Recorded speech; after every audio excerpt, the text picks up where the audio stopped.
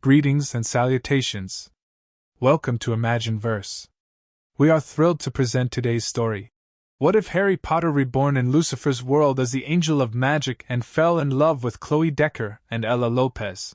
If these stories bring joy to your day, please consider liking and subscribing. Every bit of support helps us continue this passion project. Now, prepare yourself for an amazing tale. Chapter 1. The angel who lived death wasn't what Harry Potter expected. There was no King's Cross station this time. No Dumbledore waiting with twinkling eyes and cryptic wisdom. No chance to board a train and move on. Instead, there was light. Blinding, all-encompassing light that seemed to fill every fiber of his being. Harry couldn't feel his body anymore, not in any way that made sense. The last thing he remembered was Voldemort's killing curse striking his chest for the second time in his life. Only this time, he'd chosen not to come back.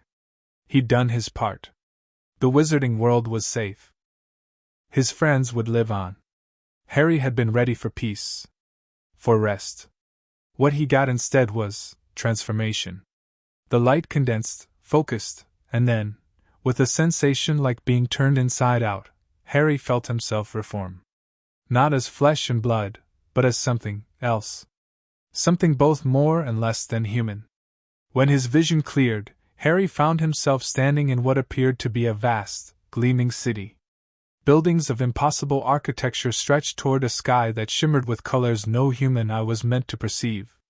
And he wasn't alone. Azrael! A voice called, melodic and commanding. Welcome home, brother!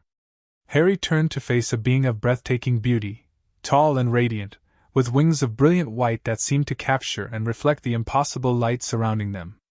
I'm not Azrael, Harry said, surprised to find his voice sounded different, deeper, resonant with harmonics no human vocal cords could produce.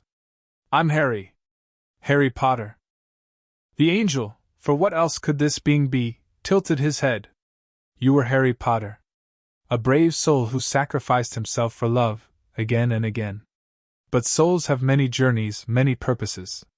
Before you were Harry Potter, you were something else. And now you are Azrael, angel of magic. Harry looked down at himself. His body glowed with a subtle luminescence, and when he concentrated, he could feel something heavy and powerful stretching from his back. With a thought, he unfurled wings, not white like the other angels, but midnight blue with streaks of emerald that reminded him painfully of his mother's eyes. Along the feathers, patterns shifted like constellations, forming and reforming symbols that looked suspiciously like runes. This can't be right, Harry said, panic rising. I was supposed to move on. To rest. The angel smiled, a gesture so full of compassion that Harry felt tears spring to his eyes. You were never meant for rest, Azrael. Your human life was just preparation. Magic has been unbalanced across the realms for too long. Father has chosen you to be its guardian, its keeper. The human experiences you gathered as Harry Potter make you uniquely suited to understand both the mortal and divine aspects of magical power. I didn't ask for this, Harry said, clenching his fists. Even as he protested, he could feel knowledge flooding into him, cosmic understanding of forces he'd only glimpsed as a wizard. The true nature of magic, its connection to creation itself. Few of us ask for our purpose, the angel replied. I am Amenadiel, firstborn of the angels. I didn't ask to be created first, to bear the responsibilities I carry. But I've learned that our Father's plans, while mysterious, have purpose. Harry, or Azrael, though he couldn't think of himself that way yet, felt a flicker of defiance. I've had quite enough of being part of someone else's plan. Amenadiel laughed, a sound like distant thunder. You sound like our brother Lucifer.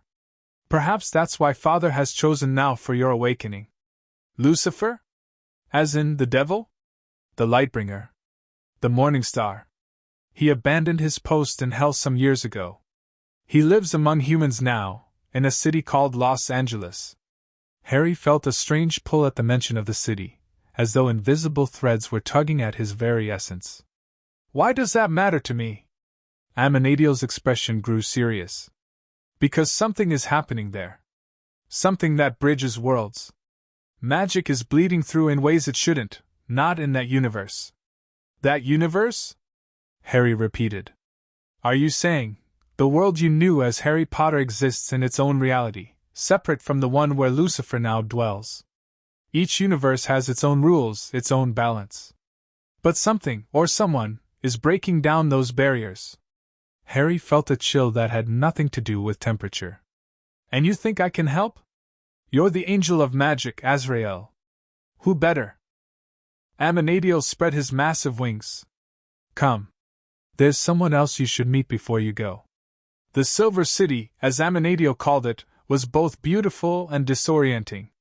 Harry followed his brother through structures that seemed to defy the laws of physics, past other angels who regarded him with expressions ranging from curiosity to outright suspicion. They arrived at what appeared to be an observatory of sorts, though instead of looking outward at stars, its instruments seemed focused on Earth, or rather, many versions of Earth, shimmering like soap bubbles in a vast cosmic sea. A petite blonde woman stood at the central dais, her wings smaller than Amenadiel's but somehow more intricate, with feathers that seemed to catch and refract light in impossible ways. Azrael, meet Raziel, Keeper of Secrets, Amenadiel said. She'll help prepare you for your journey. The female angel turned, and Harry was struck by her surprisingly human appearance. She looked more like an ordinary woman in her 20s than a divine being, until you noticed the knowing depth in her eyes. So you're the new kid, she said with a decidedly American accent. Gotta say, Dad really threw a curveball with you. You can call me Harry, he said automatically. I'm holding on to the human name. Interesting choice. Raziel circled him, studying his wings with obvious fascination. I've never seen markings like these before. May I? Before Harry could respond, she reached out and touched one of his feathers. The contact sent a jolt through him, and suddenly a cascade of memories flooded between them, but not his memories. Harry glimpsed centuries of human secrets, whispered confessions, hidden truths. Raziel pulled back, eyes wide. Well, that's new. What just happened? Harry asked, his wings instinctively folding tighter against his back. We shared knowledge. It's what happens when angels touch sometimes, especially with me. She tilted her head, thinking. You got a peek at my portfolio, and I saw snippets of your world. Fascinating place. The magic there works completely differently than it does in Lucifer's realm. How does magic work in Lucifer's world? Harry asked, suddenly curious despite himself. It's more bound by rules. Transactional. Humans that can't just channel it like your kind did with wands. They have to bargain with higher beings, make sacrifices, use artifacts of power. Raziel's expression grew troubled. That's what makes these recent incidents so concerning. Someone's importing your kind of magic into their world. It's causing instabilities. Amenadiel stepped forward. There have been unexplained phenomena in Los Angeles. Things beyond what we'd consider normal supernatural activity. Lucifer's been investigating, but as powerful as he is, magic isn't his domain. Harry felt that strange pulling sensation again. And you think I can help because I understand how magic worked in my world? Not just that, Raziel said. You're something new, Harry. An angel born from a human soul, with a foot in both worlds. You can perceive things neither humans nor traditional angels can see. I didn't ask for this, Harry said again, feeling the weight of unwanted destiny pressing down once more. Raziel's expression softened. None of us do, kid. But for what it's worth, I think Dad chose well. Your human life was all about standing up against impossible odds, protecting others from dark magic. This isn't so different. Except I'm not human anymore, Harry said quietly. Neither fully angel nor fully human. Amenadiel corrected. Something in between. That's your strength. Harry took a deep breath he technically didn't need. Fine. How do I get to Los Angeles? Do I just fly there? Raziel laughed. Not exactly. The physical world works differently than the Silver City. You'll need a corporeal form, one that can interact with humans without frightening them or burning out their eyeballs. That can happen? Harry asked, alarmed. Only with angels who don't know how to dim their light. Amenadiel reassured him. Raziel will teach you how to manifest a human appearance, and how to conceal your wings. And how to access your powers in that realm. Raziel added. They'll work differently than they did when you were a wizard, but some things should feel familiar. Harry nodded, trying to absorb everything. How much time do we have? Amenadiel and Raziel exchanged glances. Time flows differently here, Amenadiel said. We'll take what we need. But on Earth, the situation is becoming more urgent. The barrier between worlds grows thinner each day. Then let's not waste time, Harry said, squaring his shoulders. If he couldn't escape this new destiny, he'd face it head-on, just as he always had. 3 days later, though time felt meaningless in the Silver City, Harry stood at the edge of existence, preparing to make the transition to Earth. Raziel had been a surprisingly patient teacher, helping him learn to manifest and dismiss his wings, to create clothing appropriate for the human world, and to access his celestial powers without leveling city blocks. Remember, she said, adjusting the collar of the jacket she'd conjured for him. You won't be completely invulnerable like Lucifer. Your human origins make you more flexible, but also more vulnerable in some ways. Meaning I can be hurt, Harry clarified. Meaning you can be killed, under the right circumstances, Raziel corrected. Though it would take something pretty extreme. Regular bullets won't do it. That's reassuring, Harry said dryly. Also, there's one more thing you should know about Lucifer's current situation. Raziel looked uncomfortable. He's working with a human detective named Khloe Decker. She's special. When Lucifer is around her, he becomes vulnerable. Actually vulnerable. Why? It's complicated. Divine intervention, free will, true love, the whole cosmic enchilada. Raziel waved her hand dismissively. The point is, Lucifer cares about her. A lot. So if you're going to be working with them, don't hurt the detective. Got it. Harry nodded. The concept of the devil falling in love with a human detective was bizarre, but then again, his entire existence had become bizarre. One last thing, Amenadiel said, joining them. We've arranged a human identity for you. Paperwork, credentials, an apartment. You'll be consulting with the LAPD as an expert in unusual phenomena. Supernatural consultant? Harry raised an eyebrow. Bit on the nose, isn't it? It worked for Lucifer. Amenadiel shrugged. He's been calling himself the devil for years and humans just think it's a bizarre method-acting quirk. Fair enough. Harry took a deep breath, centering himself. How do I find him once I'm there? Oh, that's the easy part. Raziel grinned. Just look for the tallest, fanciest nightclub in the city. It's called Lux. Our brother never did do subtle. Harry nodded, feeling a strange mix of trepidation and excitement. After years of fighting dark wizards and facing death, he was about to embark on an entirely new kind of adventure. Good luck, Azrael, Amenadiel said formally, extending his hand. Harry clasped it firmly. Call me Harry, he insisted. At least until I figure out who I really am now. With that, he stepped forward into nothingness, felt reality tear around him, and then, he was falling. Los Angeles sprawled beneath him, a glittering web of lights against the darkness of the Pacific Ocean. Harry felt the cool rush of night air against his face as he plummeted downward, his wings instinctively spreading to catch his descent. Flying as an angel was nothing like riding a broomstick. It was effortless, intuitive, as though the air itself recognized him as its master. He circled the city once, taking in the vast urban landscape, so different from the London he remembered. According to Raziel, several years had passed on Earth since his death in his original universe.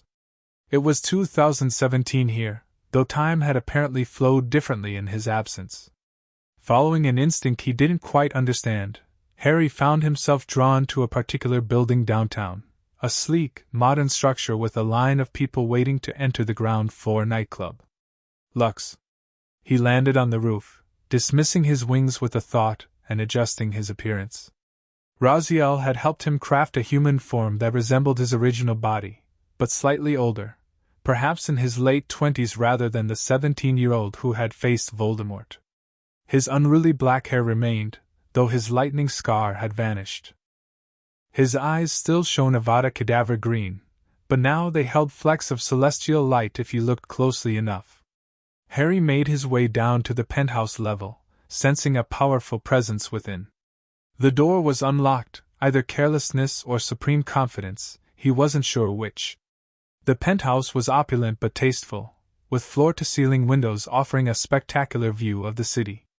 A grand piano stood near the center of the room, and behind a well-stocked bar, a tall, dark-haired man in an impeccably tailored suit was pouring himself a drink.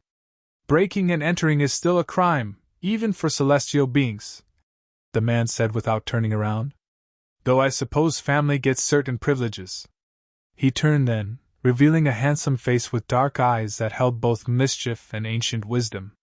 "You're new. You must be Lucifer," Harry said, stepping further into the room. I know what you are," Lucifer interrupted, taking a sip of his whiskey. "The question is why Dad felt the need to create a new angel after all this time. Especially one with such unusual origins." Harry felt a flicker of unease. "You know about me? Word travels, even to those of us who've fallen out of dear old Dad's favor." Lucifer gestured to the bar. "Drink? I find celestial family reunions go down easier with alcohol." "Sure," Harry said, approaching cautiously. Lucifer poured another whiskey and slid it across the bar. "So, Angel of Magic, what brings you to my corner of creation? Surely not just a social call." Harry took a sip, appreciating the burn. His new body seemed to process alcohol differently. He could taste and enjoy it without getting drunk unless he chose to. "Something's happening in your city," Harry said. "Something to do with magic from elsewhere. I was sent to investigate." "Sent?" Lucifer's expression darkened. "By whom? Father? Amenadiel? Both, I suppose." Harry met the devil's gaze steadily. "But I'm not here to cause trouble for you. I'm just trying to understand what I am now, and apparently, helping with this situation is part of that process." Lucifer studied him for a long moment. "You really were human before, weren't you? I can see it in the way you carry yourself.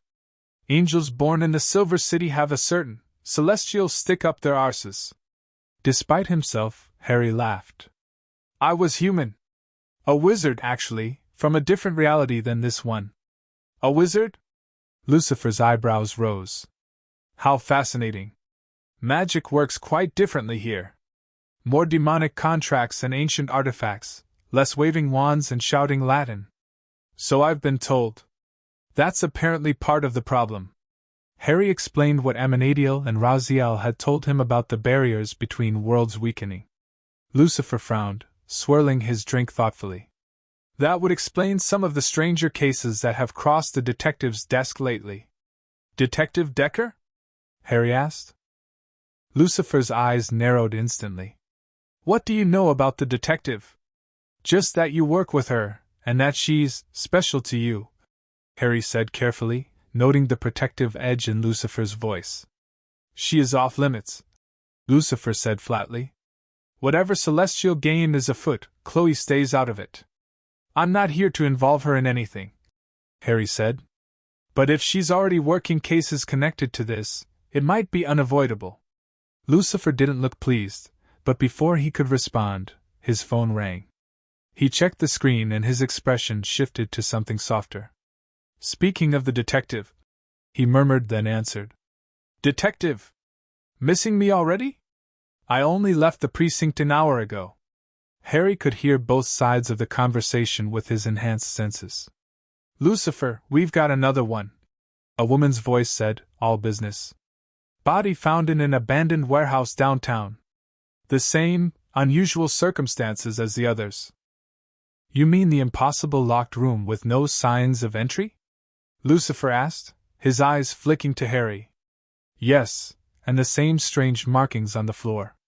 Ella says they're unlike anything she's ever seen before." I need you here. Of course, detective. Text me the address. I'll be there shortly. Lucifer hung up and fixed Harry with a penetrating stare.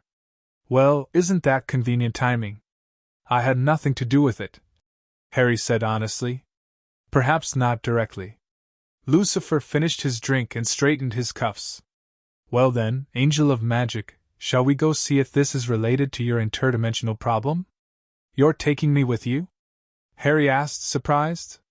Keep your friends close and your celestial half-siblings closer, Lucifer said with a sharp smile. Besides, if this is magical in nature, you might actually be useful. Just follow my lead and try not to be too angelic around the humans. The warehouse district was bathed in the red and blue lights of police cruisers when Lucifer's sleek black Corvette pulled up to the scene.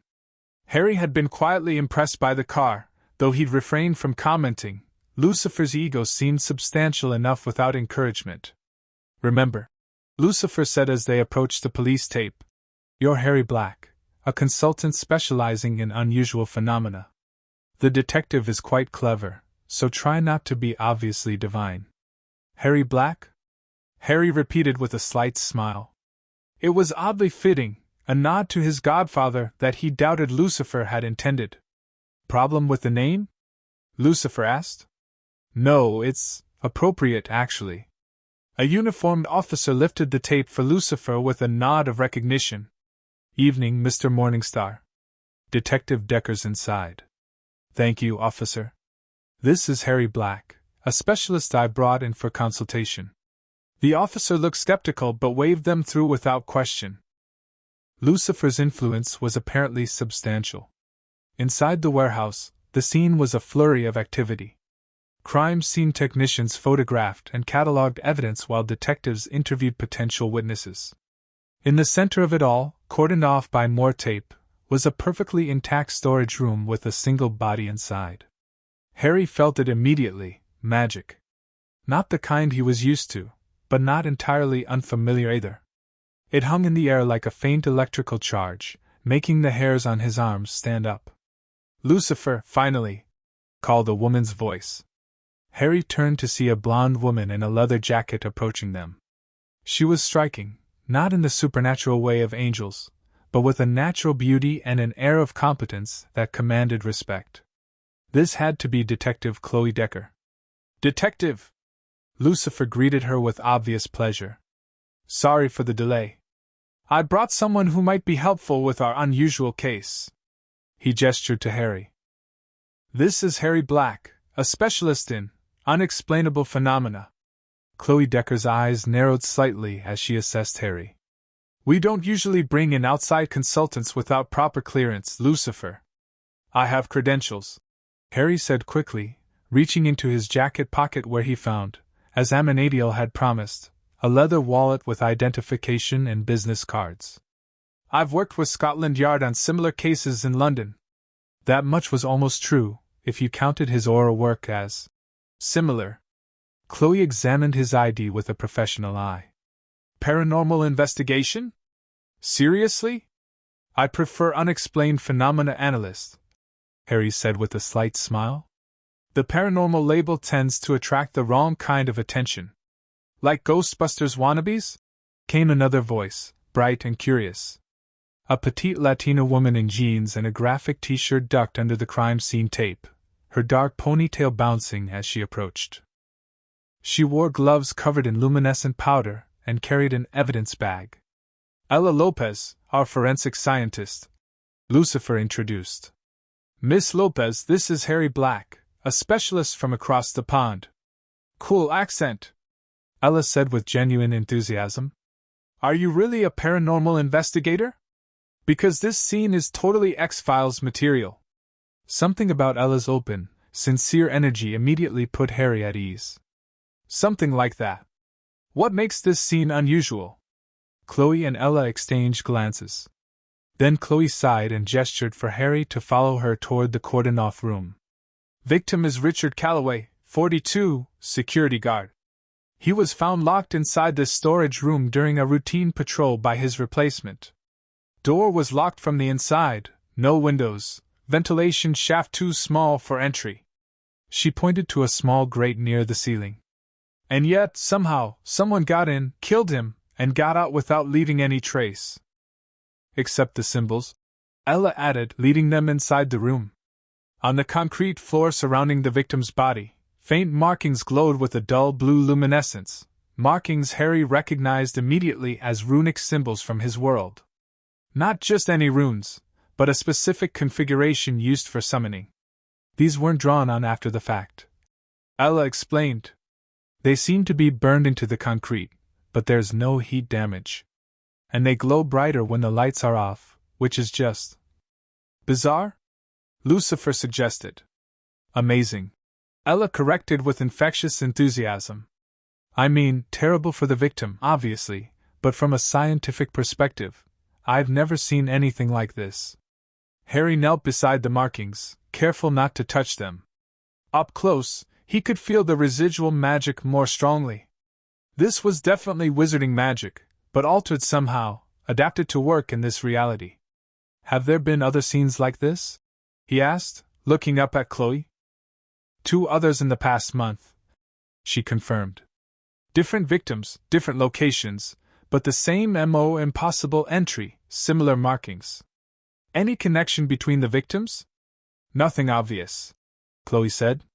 First was a college professor, second was a rare book dealer, now a security guard. The professor specialized in medieval history, specifically occult practices, Lucifer added. And the book dealer had quite the collection of grimoires, according to his inventory. Harry nodded thoughtfully. And this security guard? What was he protecting? That's the interesting part, Ella said. This warehouse belongs to a private collector of archaeological artifacts.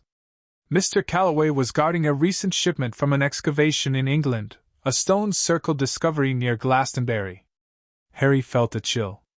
Glastonbury had powerful magical significance in his world, often associated with Avalon and ancient magical convergence points.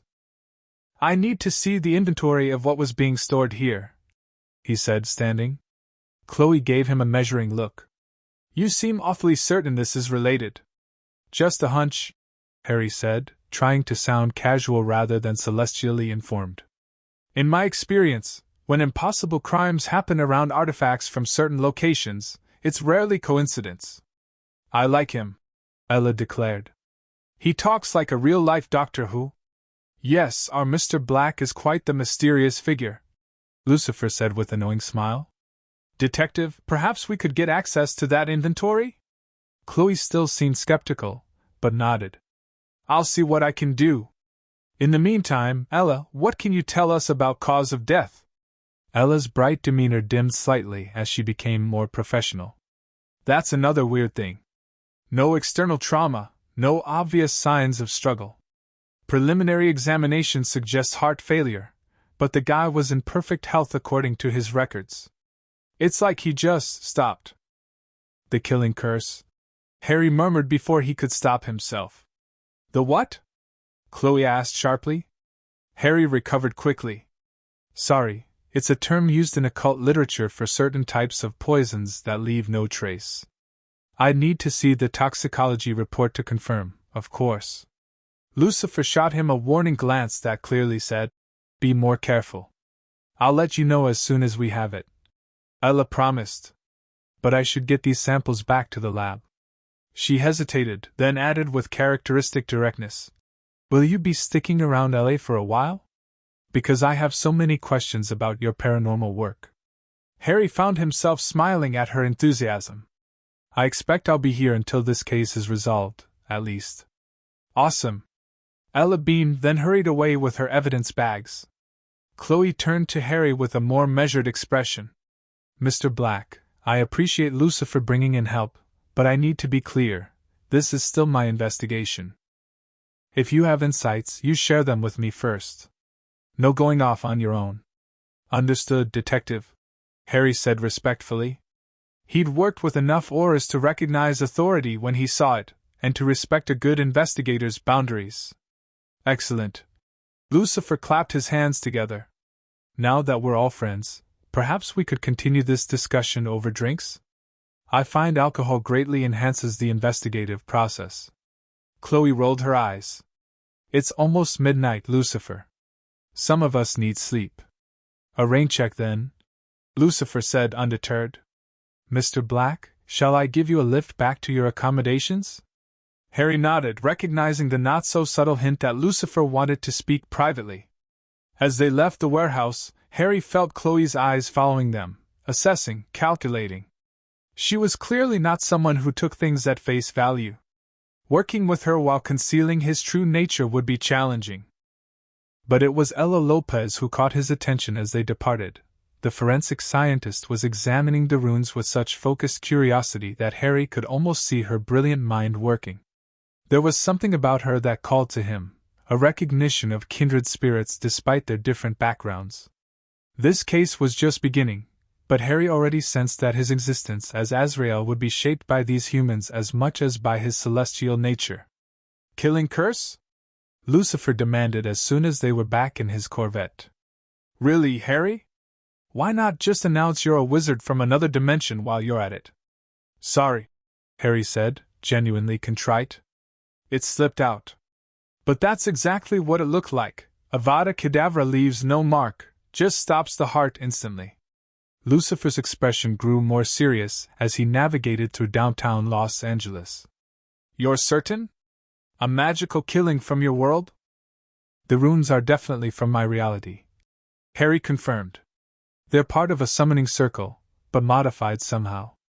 As if someone is trying to adapt magic from my world to work in this one. Well, that's properly concerning. Lucifer drummed his fingers on the steering wheel. Who would even know how to do that? Harry frowned, considering. Someone who understands both worlds. Either a witch or wizard who's found a way to cross over, or someone from this reality who's discovered how to tap into my world's magic. Neither option sounds particularly pleasant. Lucifer turned onto a quieter street. Your siblings mentioned you have an apartment arranged? Where is it? Harry consulted the information Amanadiel had provided. Apparently, not far from your club. The El Royale building. Lucifer looked impressed. Dad set you up nicely. That's a historic landmark, quite stylish. I'm sure it was Amanadiel's doing, not your father's, Harry said, still uncomfortable with the idea of God micromanaging his existence. Perhaps. Lucifer turned again, heading toward a stately Art Deco building. So, what's your plan now, Angel of Magic? Besides nearly blowing your cover at crime scenes. I need to examine those artifacts from Glastonbury, Harry said, and research any similar incidents that might not have made it to police attention. The detective will have the inventory by morning, I'm sure.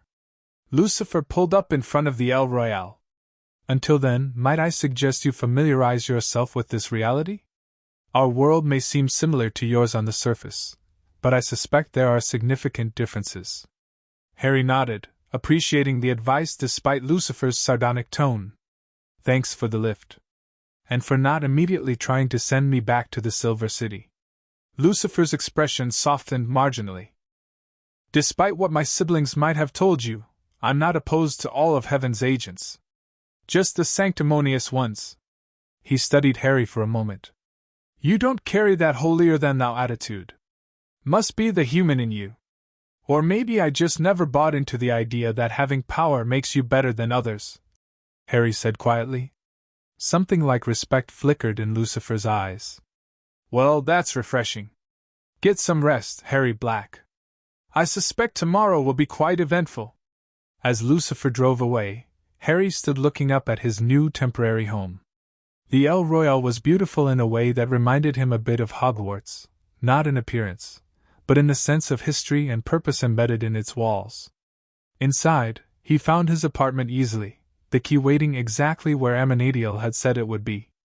The space was modestly luxurious, hardwood floors, high ceilings, tasteful furniture that managed to be both modern and comfortable. Large windows offered a view of the city lights, a glittering landscape so different from anything in his previous life. On the kitchen counter sat a sleek laptop computer and a smartphone, both already set up with the identity information Amanadiel had created for him. Harry examined them curiously. Technology had advanced significantly since his time as a human. A note beside the devices reads simply, "All you need to begin. The rest is up to you." Harry smiled faintly. It seemed some things remained constant across realities, being thrust into situations with minimal preparation and expected to adapt. At least this time he wasn't a confused 11-year-old learning about magic for the first time. He moved to the window, looking out at the city that would be his home for however long this mission lasted. Los Angeles sprawled before him, a maze of lights and shadows, each representing lives being lived in blissful ignorance of the cosmic forces at work around them. Somewhere out there, someone was using magic from his world, magic that didn't belong here, magic twisted to kill. And somehow, Harry was supposed to stop them, despite barely understanding his own new nature. Just another day in the life, he murmured to himself, and was surprised to find he was actually looking forward to the challenge. Morning arrived with golden California sunlight streaming through windows Harry had forgotten to close. He didn't technically need sleep anymore, but had discovered that his partially human nature still found it refreshing.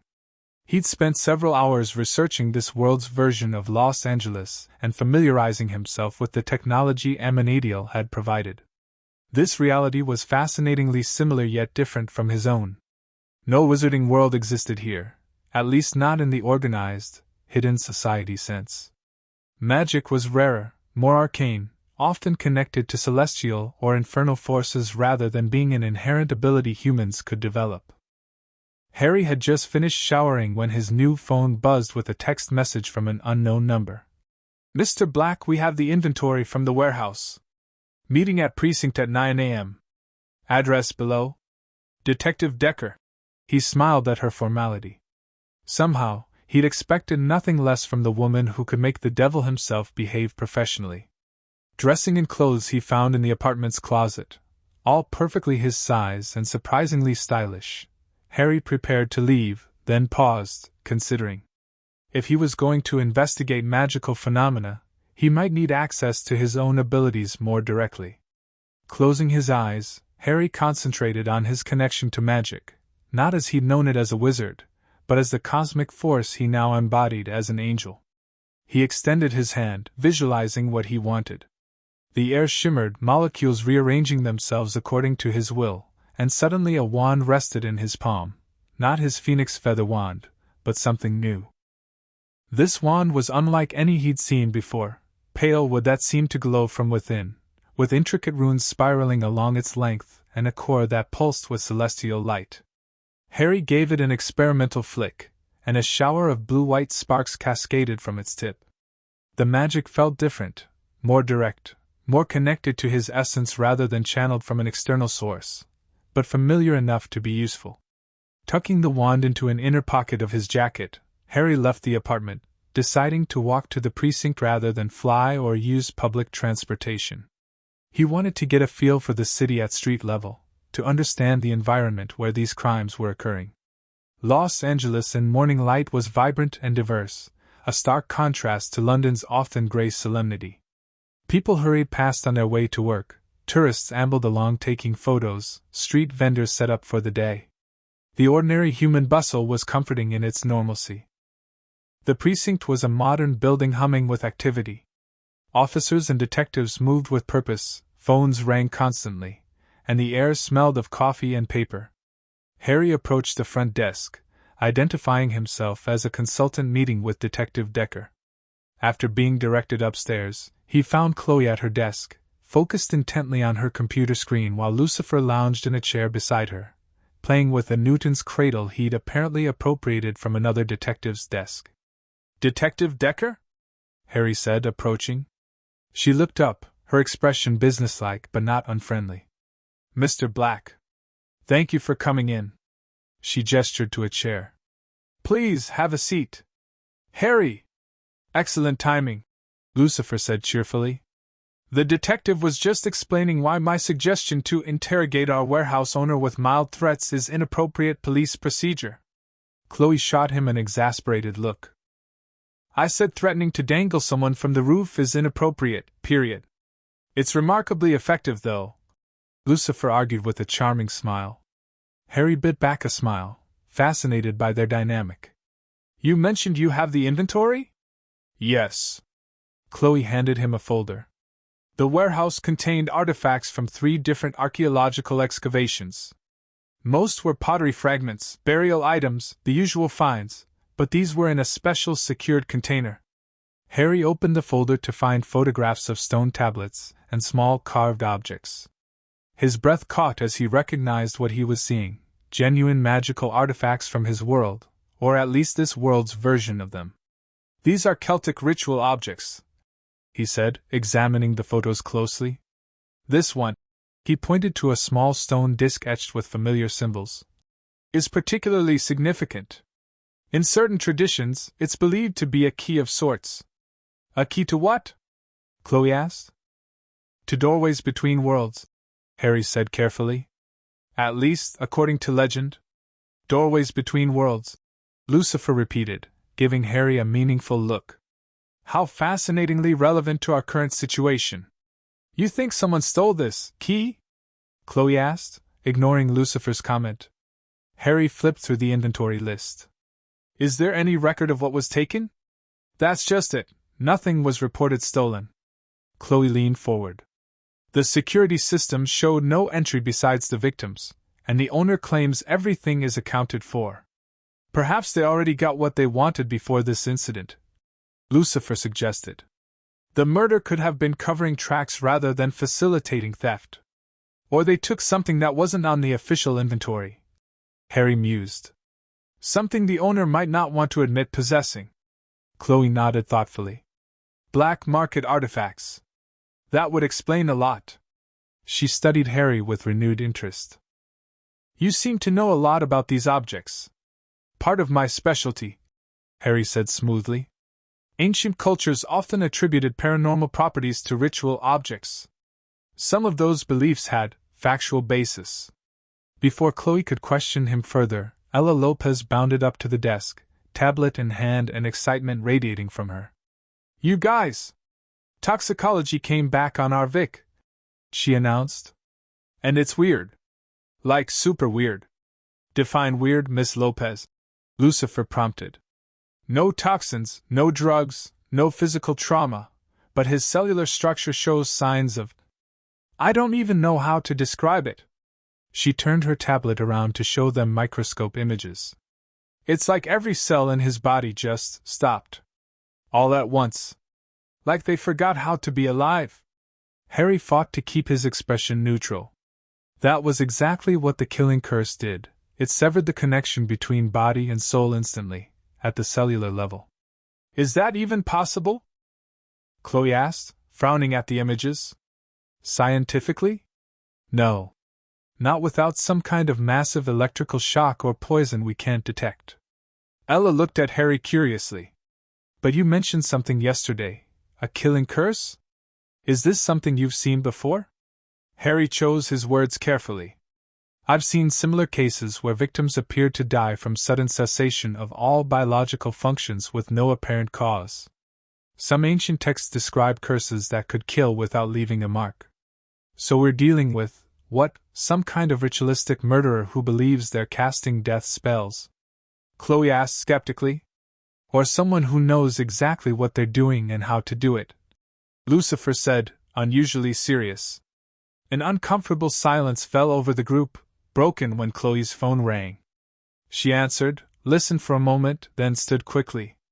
We've got another one, she said grimly. Same circumstances. Body found in a locked room at the Natural History Museum. The museum? Ella asked, already gathering her kit. What section? Special exhibit on magical artifacts through history. Khloe replied, grabbing her jacket. Opened last week. Harry and Lucifer exchanged significant looks. This was no coincidence. Mr. Black, your expertise might be useful, Khloe said. Would you like to accompany us? Absolutely, Harry replied, standing. As they headed for the elevator, Harry felt a strange anticipation building. Whatever, or whoever, was behind these killings was accelerating their plans. The magical signature at the warehouse had been familiar in a way he couldn't quite place, but now he might get a better sense of what they were facing. In the elevator, Ella sidled up to him. So, paranormal investigator, huh? How does someone get into that line of work? Harry found himself smiling at her genuine curiosity. It found me more than I found it. Some people are just attuned to things others can't see. Like a sixth sense? She asked, eyes wide with interest rather than skepticism. Something like that. You seem surprisingly open to these possibilities for a scientist. Ella grinned. Dude, I'm a forensic scientist who goes to church every Sunday and had a ghost best friend growing up. I'm all about that science meets faith life. Harry blinked in surprise. A ghost friend? Well, that's what I thought she was. Turns out.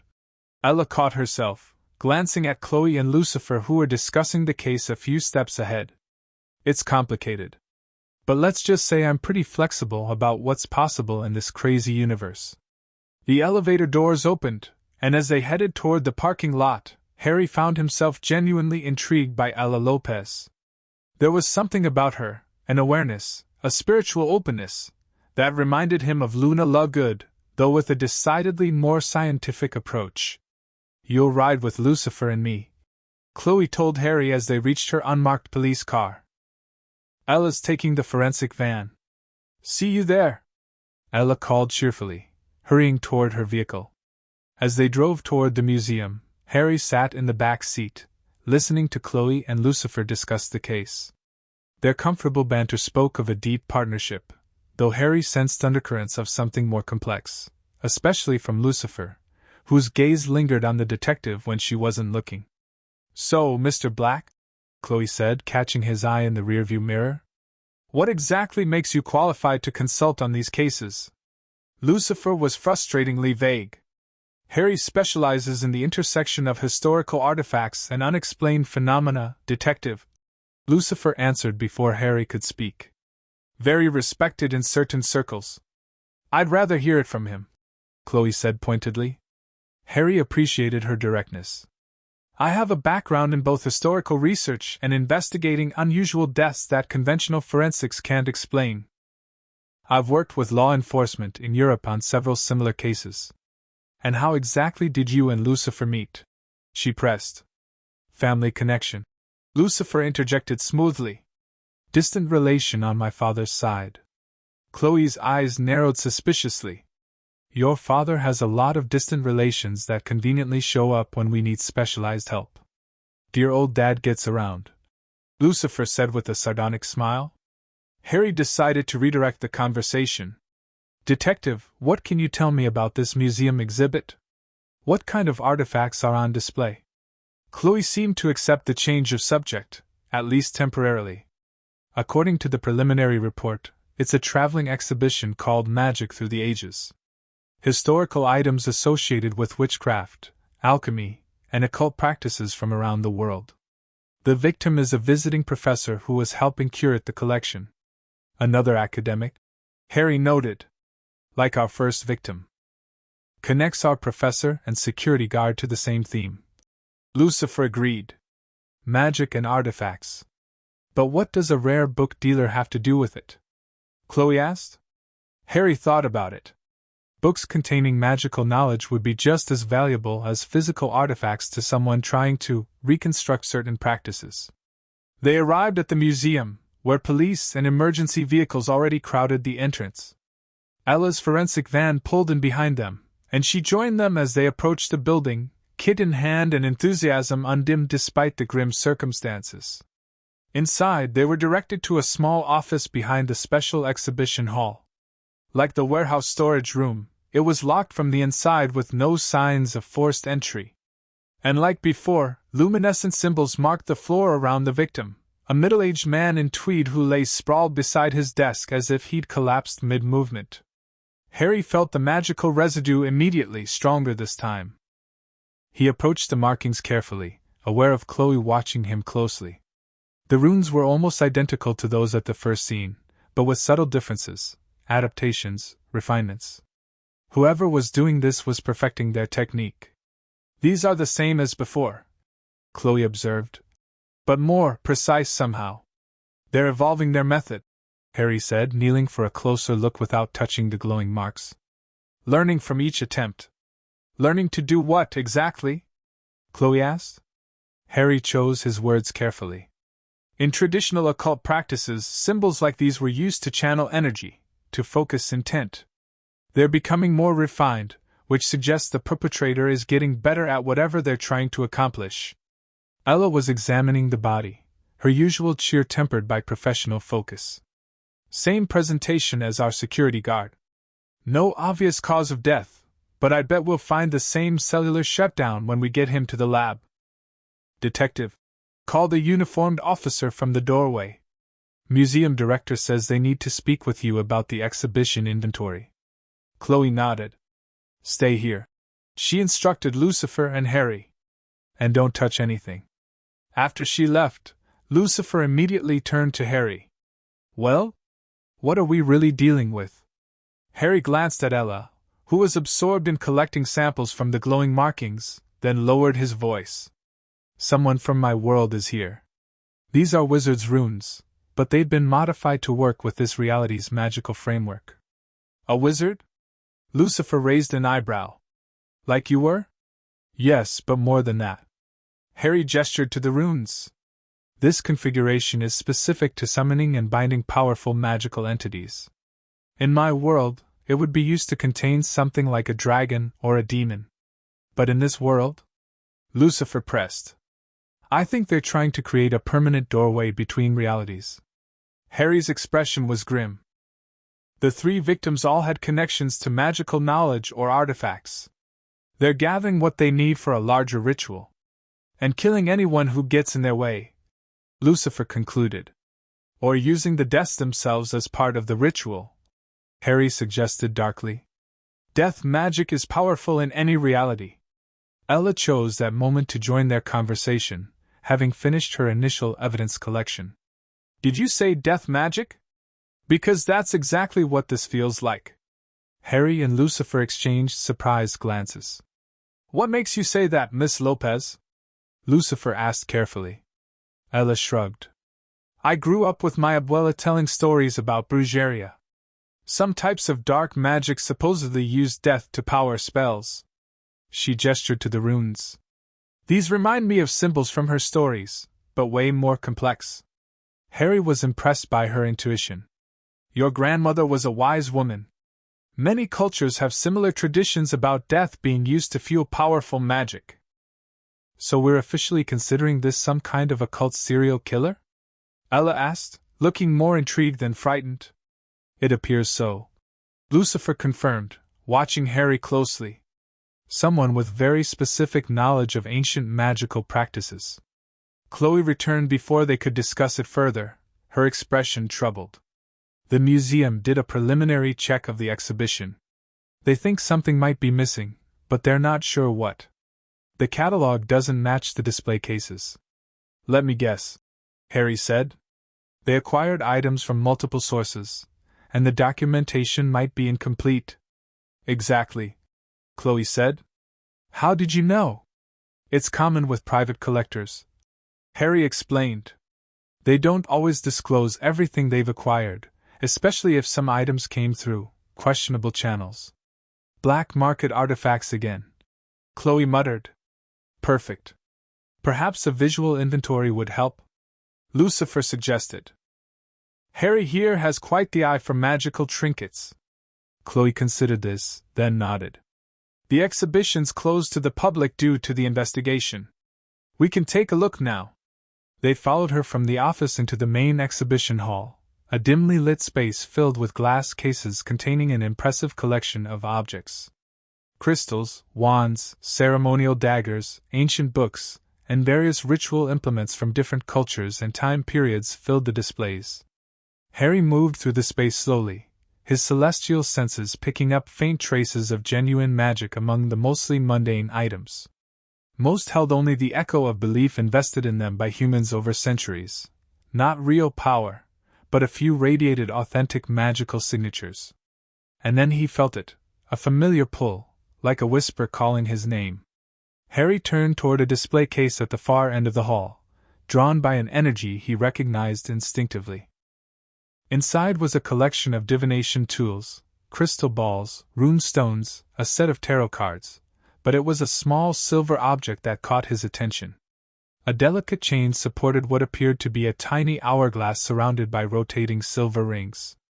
A time turner, Harry whispered, momentarily forgetting his audience. A what? Khloe asked, coming to stand beside him. Harry recovered quickly.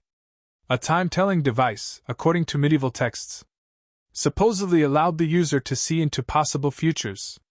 It wasn't quite a lie. This device was indeed a time-turner, though not from his world, a parallel development in this reality, but one that held similar magical properties. And someone had recently handled it, someone with a magical signature that tugged at Harry's memory. This case has been disturbed, he noted, pointing to almost imperceptible scratches around the lock. Recently. Khloe leaned closer to examine it. You're right. Ella, can you check for fingerprints? As Ella approached with her kit, Harry caught Lucifer's eye and gave a subtle nod. This was significant. A time turner in this reality could be the final component needed for a spell to bridge worlds. Detective, may I suggest we get a complete inventory of what's supposed to be in this case? Lucifer said smoothly. It seems our killer might have helped themselves to a souvenir. Already on it, Khloe replied, stepping away to speak with a museum curator hovering nearby. Time travel? Lucifer murmured to Harry when they were relatively alone. Is that what this is about? Not exactly. Harry replied quietly. In my world, devices like these could manipulate time in limited ways, but here, I think someone's trying to use it to manipulate space instead, to tear a hole between realities. And that would be bad, I take it? Lucifer asked dryly. Catastrophic. Harry confirmed. Imagine the magical chaos if two completely different systems of magic suddenly collided. Like matter and antimatter? Potentially worse. Ella, who had been dusting the case for fingerprints, straightened up with a puzzled expression. That's weird. There are prints, but they're distorted somehow. Like they're there and not there at the same time. Harry wasn't surprised. Whoever had touched the case was likely using magic to conceal their presence, not perfectly, since they were adapting to this world's rules, but effectively enough to confuse normal forensic techniques. Khloe returned, looking troubled. According to the curator, there should be a small silver amulet in this case, described as a Germanic divination pendant. It's not here now. Our killer took it. Harry confirmed. It's the third item. Third? Khloe questioned. How do you know? Harry thought quickly. 3 victims, 3 items. It's a classic pattern in ritual magic. 3 is a powerful number in many mystical traditions. So what's their endgame? Khloe asked. What can they do with these stolen artifacts? Before Harry could formulate a suitably non-celestial answer, a commotion at the entrance to the exhibition hall drew their attention. A security guard was arguing with a woman who was trying to enter. Ma'am, you can't come in here. This is an active crime scene, the guard insisted. I don't care. I need to see what happened, the woman demanded, her British accent carrying clearly across the hall. Harry froze at the sound of that voice. It was impossible. It couldn't be. But as the woman pushed past the guard and entered the hall, Harry found himself staring at a ghost from his past, or rather, a very alive, very real version of someone he'd known in another life. Hermione Granger stood before them, older than he remembered, in her 40s now instead of 17, but unmistakable with her determined expression and the fierce intelligence in her eyes. I need to speak with whoever's in charge, she announced, scanning the room until her gaze landed on Khloe's badge. Detective? I have information about your murder victim and what was stolen. Harry couldn't move, couldn't breathe. Hermione was here, in this reality, which meant his suspicion had been correct. Someone had created a bridge between worlds, and now people from his past were crossing over. The question was, had she come to help, or was she behind it all? As their eyes met across the exhibition hall, Harry saw no recognition in her gaze, just the clinical assessment of a stranger. Whoever this Hermione was, she didn't know him. But he knew her, or at least, he knew who she had been in another life, another world. The cosmic irony wasn't lost on him. Harry Potter had become someone new in this reality, while Hermione Granger apparently existed here all along, a different version of his brilliant friend, but with the same determined spirit. "Ma'am, this is a restricted area," Khloe began, stepping forward. "Dr. Hermione Granger." She introduced herself briskly, presenting credentials. "I'm a consultant with Interpol's Antiquities Division. The artifact stolen from that case is connected to 3 other thefts across Europe over the past month." Harry found his voice at last. "You've been tracking these incidents?" Hermione turned to him, eyes narrowing slightly as she took in his appearance.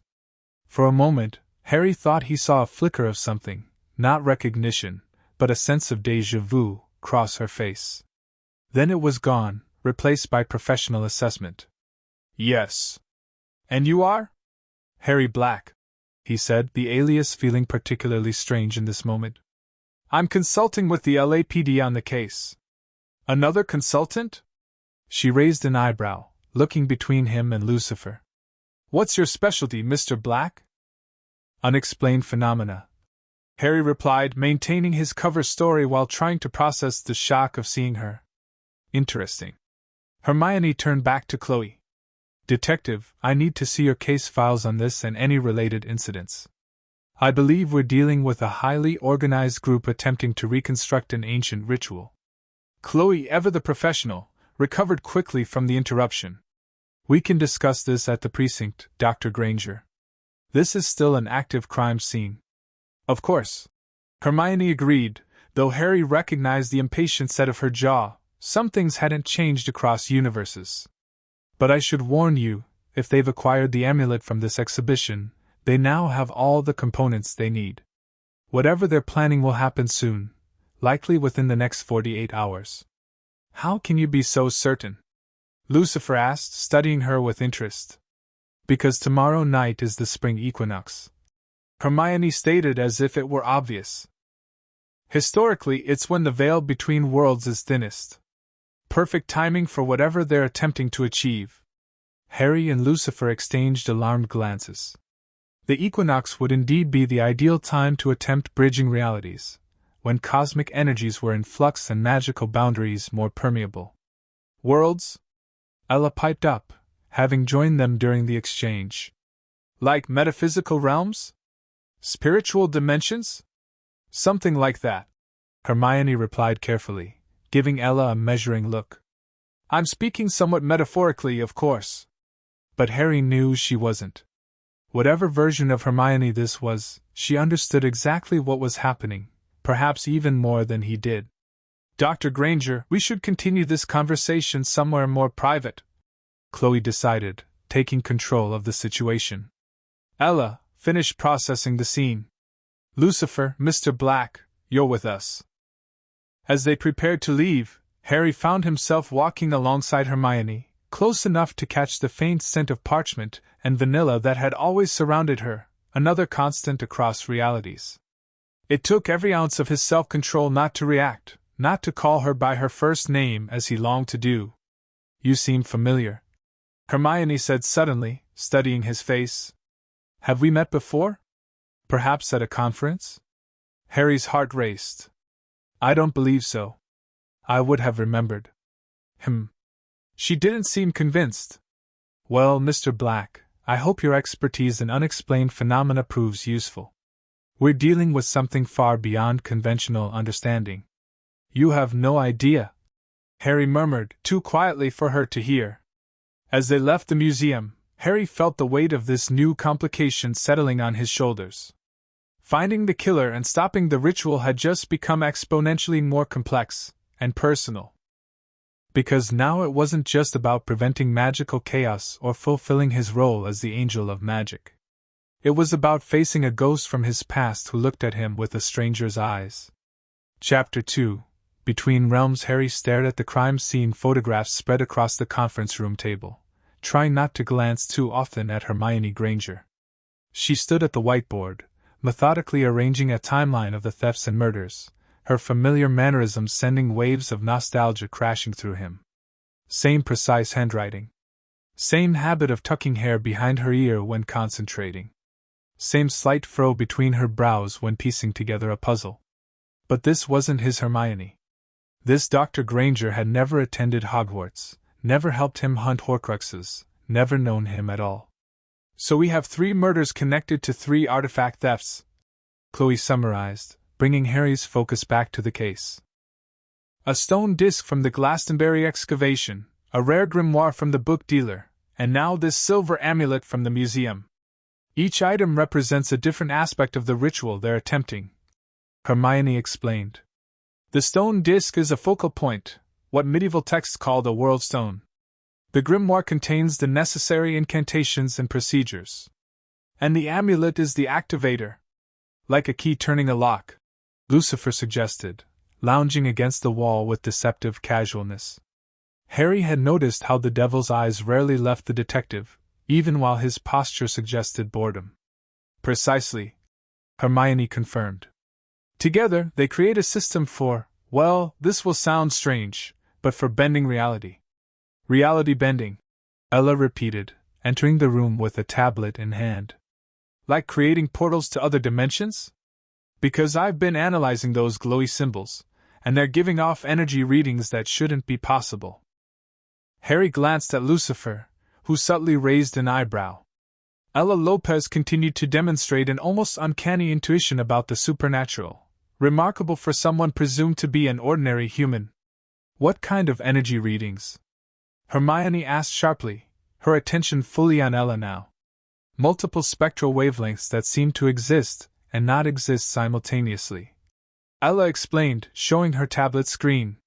Like quantum superposition, but visible to the naked eye. I've never seen anything like it. Hermione took the tablet, eyes widening as she studied the data. This is extraordinary. You've captured actual readings of cross-dimensional energy. Cross-dimensional? Khloe questioned, her skepticism evident. Are you suggesting these killers are trying to access another dimension? Harry cleared his throat. Many ancient magical traditions believed in parallel worlds or realms beyond our own.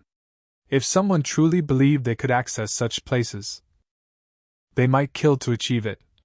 Khloe finished, her expression troubled. But why? Ella asked. What's the motivation? Power? Knowledge? Hermione set down the tablet. In most historical cases of dimensional magic, practitioners sought to summon entities from other realms, angels, demons, beings of power. Charming, Lucifer muttered. But this is different. Hermione continued. These energy signatures suggest they're not trying to bring something through, they're trying to create a permanent connection between worlds. Like a door that stays open. Harry suggested, knowing exactly what such a bridge would mean. And that's bad because... Khloe prompted. Imagine 2 ecosystems suddenly connected after evolving separately for millions of years. Hermione explained. The invasive species problem alone would be catastrophic. Now apply that concept to fundamental forces of reality. The room fell silent as they absorbed the implications. So how do we stop them? Khloe finally asked, ever practical.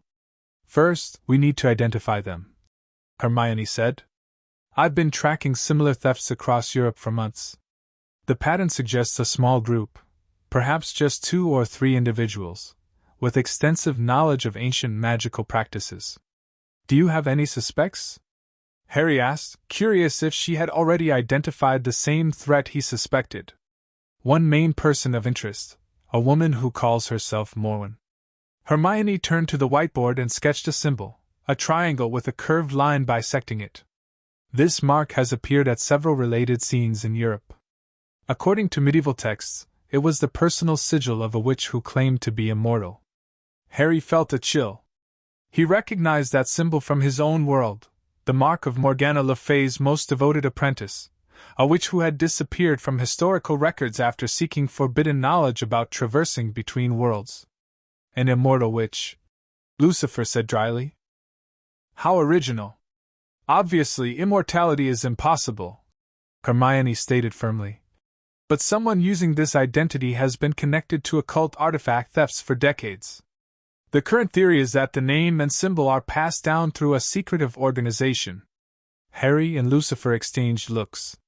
They both knew immortality was entirely possible, especially for a powerful witch who had found a way to cross between realities.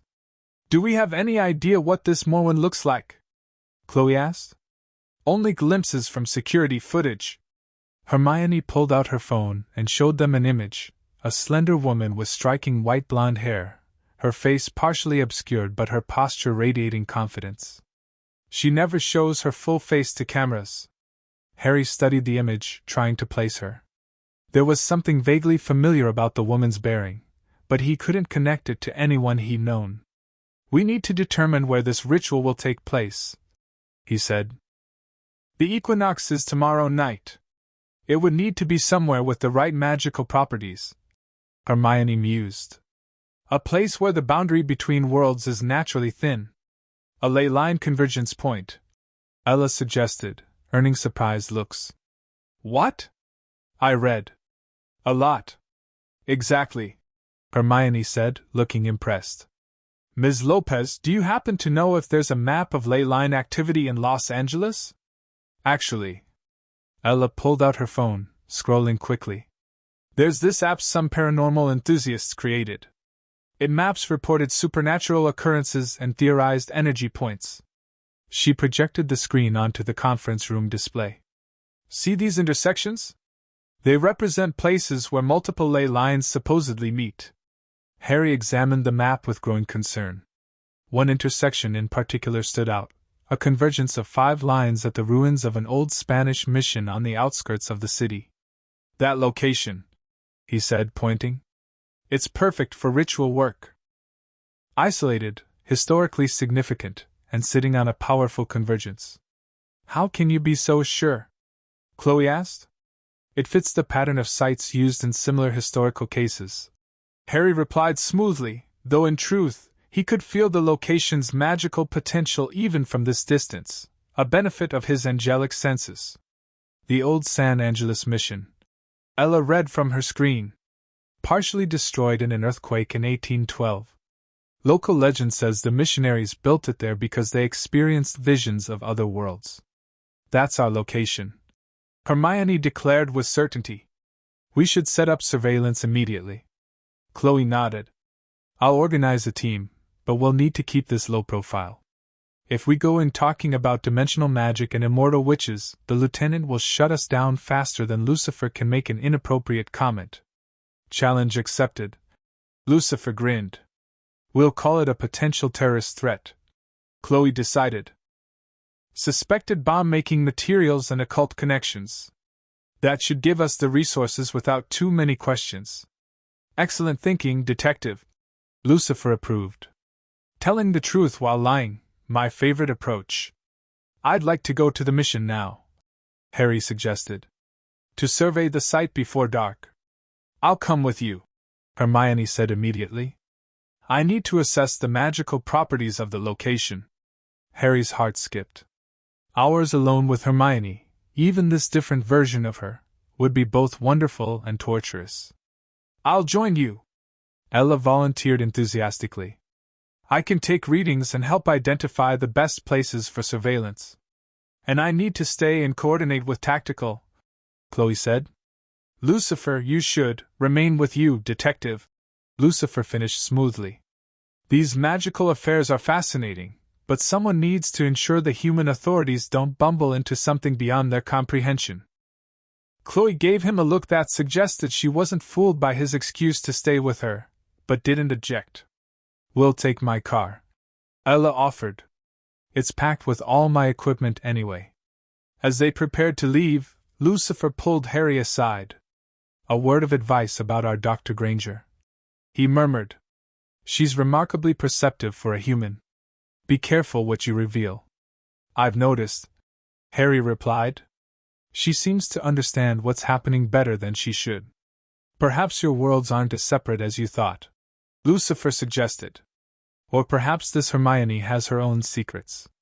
With that unsettling thought, Harry followed Ella and Hermione from the precinct, wondering what other surprises this new reality held for him. Ella's car was exactly what Harry might have expected, a practical compact hatchback filled with an improbable amount of scientific equipment, true crime books, and cheerful bobbleheads on the dashboard. Hermione claimed the passenger seat, leaving Harry in the back surrounded by cases of gear. "Sorry about the chaos," Ella said, navigating through midday traffic. "I basically live out of this car half the time." "It's charming," Hermione assured her, examining a Star Wars figurine hanging from the rearview mirror. "You have quite eclectic interests, Ms. Lopez. Call me Ella, please. And yeah, I'm into pretty much everything: science, sci-fi, paranormal research, true crime, religion, you name it." "Religion and science?" Hermione asked, sounding genuinely curious. "Most people tend to favor one over the other." Ella shrugged. "Why choose? The universe is too amazing to view through just one lens. Science tells us how things work, faith helps us understand why they matter." Harry found himself smiling at her explanation. There was something refreshing about Ella's open-minded approach to the world, especially now that he existed between the scientific and the divine. "What about you, Harry?" Ella asked, catching his eye in the rearview mirror. "You strike me as someone who's seen things that defy conventional explanation." "More than I can say," Harry admitted. "I've learned that reality is much stranger than most people realize. And yet you both discuss the supernatural with such certainty," Hermione observed.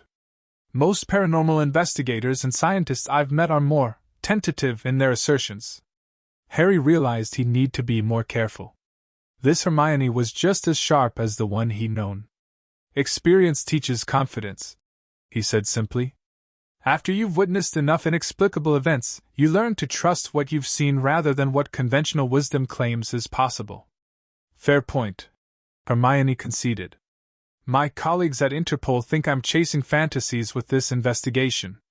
They only authorized my involvement because of the very real murders and thefts." "What got you interested in this field, Dr. Granger?" Ella asked, taking an exit toward the outskirts of the city. Hermione was quiet for a moment before answering. "I've always been drawn to knowledge others dismiss. As a child, I had experiences that couldn't be explained rationally. Strange occurrences when I was frightened or angry." Harry leaned forward slightly. "What kind of occurrences?" "Objects moving without being touched. Books opening to exactly the pages I needed." She smiled self-deprecatingly. "Once, when a boy at school was bullying me, his hair turned blue overnight. Completely inexplicable." Harry fought to keep his expression neutral, but inside, his mind was racing. Those were exactly the kind of accidental magic manifestations young witches and wizards experienced in his world. Was it possible that magic existed naturally in some humans here as well, just undeveloped and unrecognized? "That sounds like telekinesis," Ella said excitedly. "Did you ever try to develop those abilities?" "I tried," Hermione admitted. "But they were inconsistent, and eventually faded as I got older. I channeled my frustration into studying historical accounts of similar phenomena. That led to anthropology, archaeology, and eventually my work with Interpol tracking artifacts associated with supposed magical properties. And now you're chasing an immortal witch trying to punch holes between dimensions," Ella summarized cheerfully. "Life takes some weird turns, huh?" Hermione laughed, a genuine, warm sound that made Harry's chest ache with familiarity. "That's certainly one way to put it." The conversation flowed easily as they drove through increasingly rural landscapes. Harry found himself drawn to both women for different reasons. Hermione represented a painful connection to his past, while Ella embodied a refreshing possibility for his future. Both were brilliant, passionate, and unexpectedly open to the impossible. After about 40 minutes, Ella turned onto a narrow road winding up into the hills. "Almost there," she announced. "The mission ruins should be just ahead." As they rounded a bend, the remains of San Angeles Mission came into view, crumbling stone walls partially reclaimed by nature, with only the bell tower still largely intact. The site sat on a plateau overlooking the city, isolated and hauntingly beautiful. But what caught Harry's attention wasn't the physical structure, but the energy surrounding it. To his angelic senses, the location pulsed with power, streams of magical force converging and intertwining like luminous rivers beneath the Earth's surface. "It's perfect," he murmured, half to himself. "You feel it too?" Hermione asked quietly, turning to look at him with intense curiosity. Harry realized his mistake and tried to recover. "The historical significance. You can almost imagine the rituals that might have taken place here." Hermione didn't seem entirely convinced by his explanation, but Ella was already parking the car and gathering equipment. "I've got electromagnetic field detectors, infrared cameras, thermal imaging, the works," she announced proudly, opening the trunk. "Let's science the heck out of this place." They divided the equipment between them and approached the ruins. As they crossed what had once been the mission's threshold, Harry felt the magical currents intensify, not threatening, but definitely noticeable to anyone with sensitivity to such forces. "The energy here is remarkable," Hermione said softly, trailing her fingers along an ancient stone wall. "It's almost alive. My EMF meter is going crazy," Ella confirmed, watching her device spike repeatedly. "Whatever's happening here isn't normal physics." Harry moved toward the center of the ruins, where the chapel would have stood. The stone floor remained partially intact, worn smooth by centuries of weather and visitors. He knelt, placing his palm against the cool surface, and immediately felt a resonance, like touching a tuning fork that matched his own frequency. "This is where they'll do it," he said with certainty. "Right here." Hermione joined him, kneeling to examine the stones. "You're right. Look at these markings. They're almost invisible unless you're looking for them." Harry saw what she noticed: faint carvings in the stone, deliberately weathered to appear natural but forming a complex pattern recognizable to trained eyes. The foundation for a ritual circle had been prepared long ago, waiting to be activated. Someone planned this decades ago, he realized. Maybe centuries. "The missing piece of the puzzle," Hermione agreed. "The mission wasn't built here by accident. It was constructed on a site already prepared for magical work." Ella, who had been setting up sensors around the perimeter, returned with her tablet displaying a thermal image of the ground beneath them. "You guys need to see this. There's a geometric pattern of temperature differentials under the floor, perfect concentric circles and intersecting lines." The image showed exactly what Harry had sensed: a ritual space of extraordinary complexity hidden beneath the ordinary ruins. "If Morin performs her ritual here, using those 3 artifacts," Hermione began. "She'll succeed," Harry finished grimly. "The natural energy of this location amplifies magical workings exponentially. So we stop her before she starts," Ella said simply. "Set up surveillance, catch her in the act." "It won't be that easy," Hermione warned. "Anyone capable of the murders we've seen has significant power at their disposal. We should place sensors all around the central area," Harry suggested, shifting to practical matters. "Motion detectors, cameras, anything that might give us advance warning." As Ella began setting up her equipment, Hermione pulled Harry aside, her expression serious. "Mr. Black," she said quietly, "I can't shake the feeling that you know more than you're saying." Harry met her gaze steadily. "What makes you think that?" "The way you identified this exact spot. Your certainty about what Morwen is attempting. Your familiarity with magical concepts that took me years of research to understand." Her eyes narrowed slightly. "Who are you, really?" "Someone trying to prevent a disaster," Harry answered truthfully. "Just like you." "But not just like me," Hermione pressed. "You have knowledge you shouldn't have. Access to information that doesn't exist in any academic database I've ever encountered." Harry chose his next words carefully. "Dr. Granger, in your work, haven't you learned that some truths are protected? Passed down through channels that don't leave paper trails? You're claiming to be part of some secret magical tradition?" Her skepticism was evident. "I'm claiming that not all knowledge is found in books," Harry said, the irony of saying this to Hermione, any version of her, not lost on him. Sometimes understanding comes through experience. She studied him for a long moment, then said, "You remind me of someone.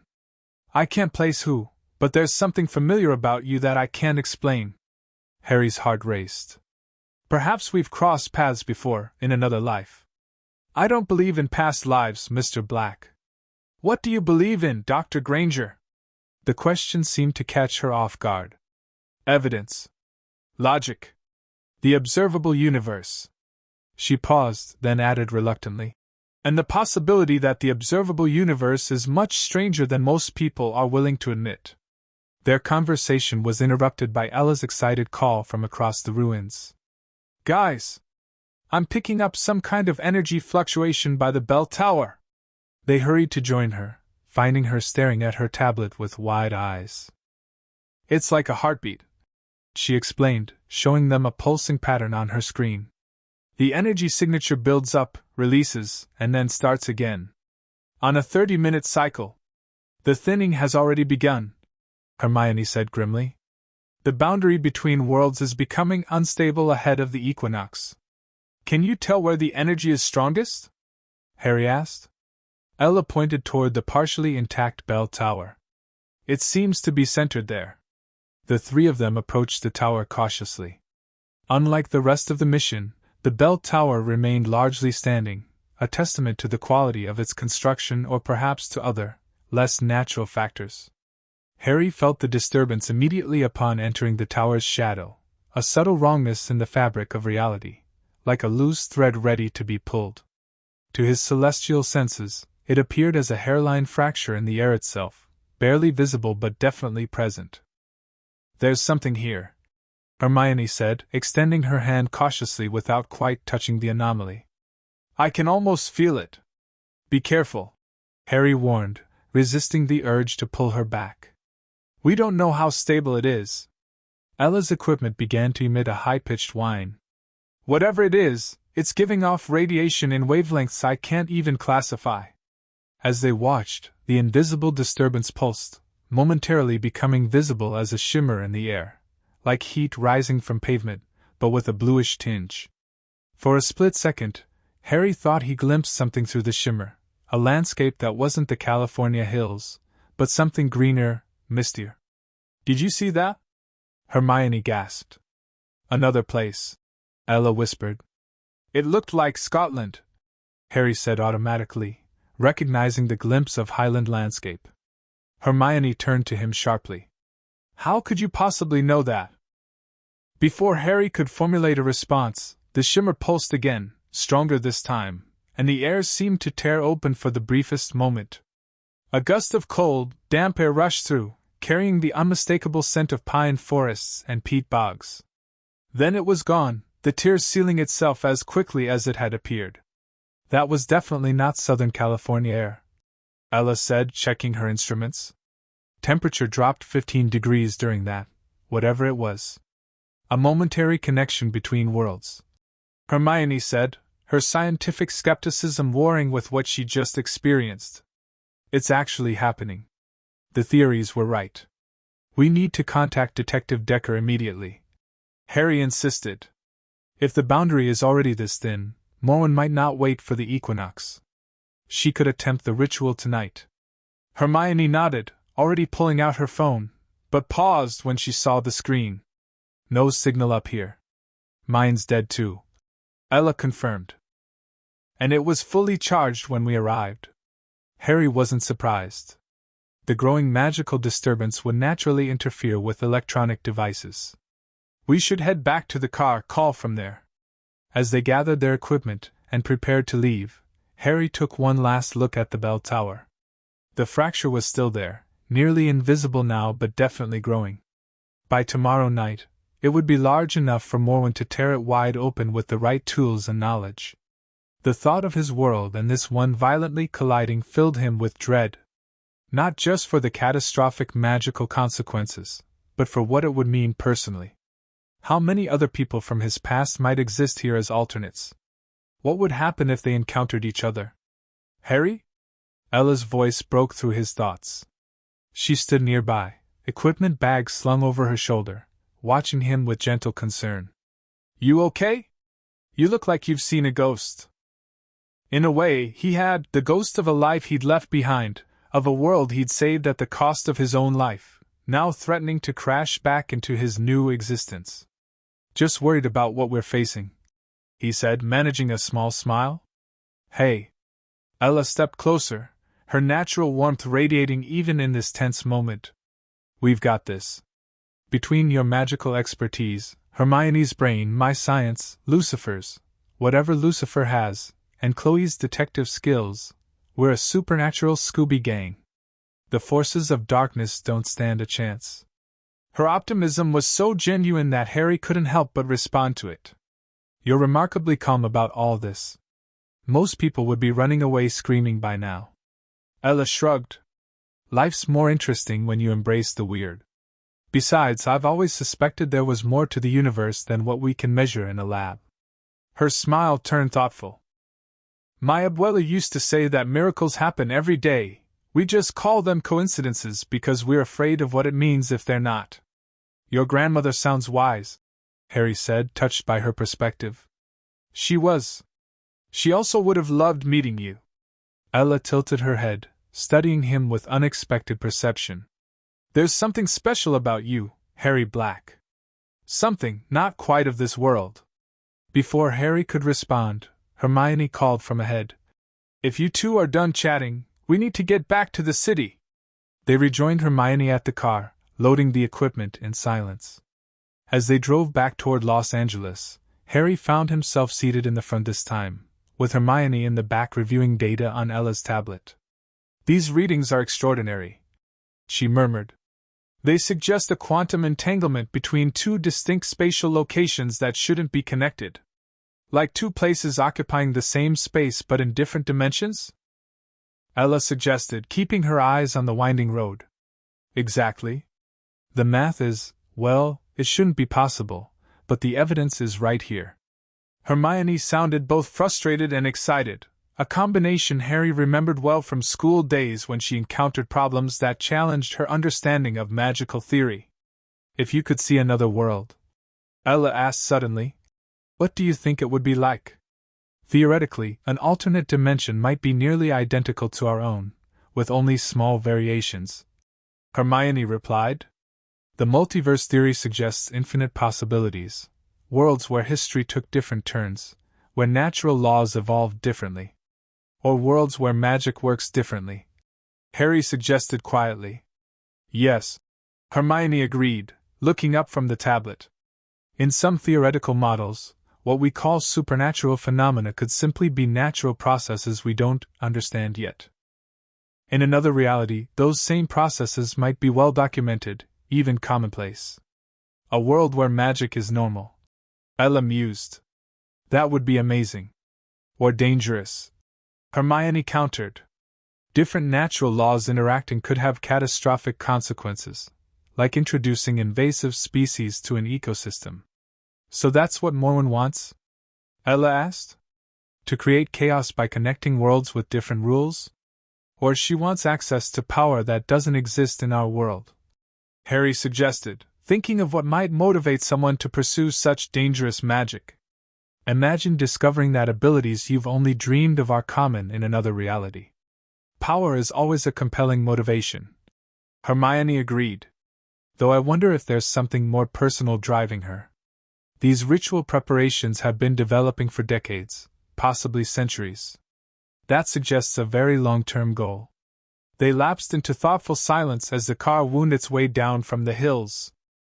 Harry found himself stealing glances at Ella as she drove, appreciating the focused determination on her face.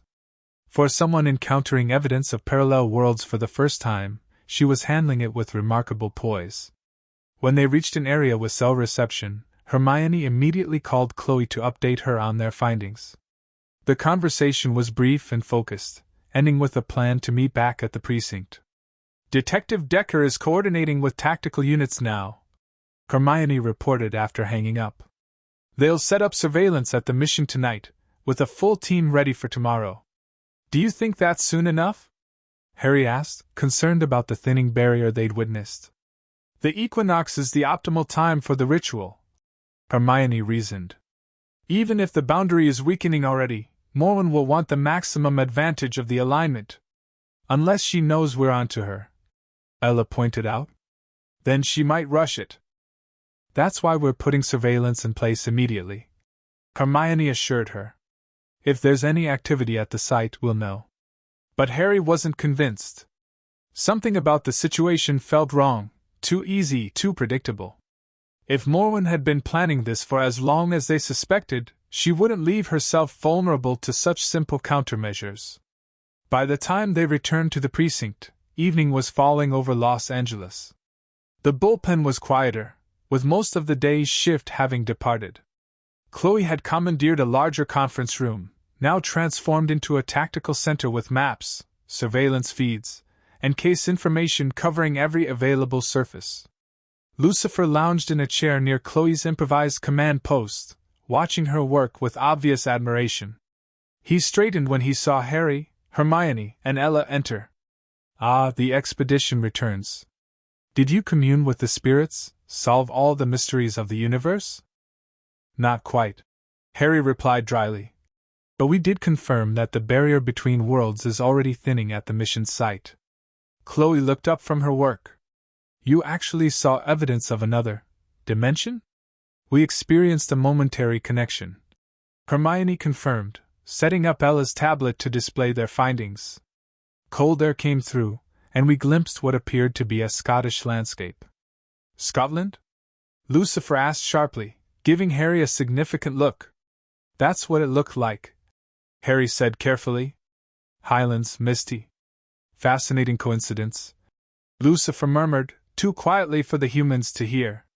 Khloe studied the data Ella and Hermione had collected, her expression shifting from skepticism to grudging acceptance as she reviewed the evidence.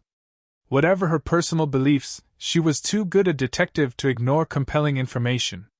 "We have tactical units preparing for deployment," she explained, pointing to the mission site on a large map. "Surveillance equipment is being installed now, with teams rotating through the night. If anyone approaches the site, we'll know."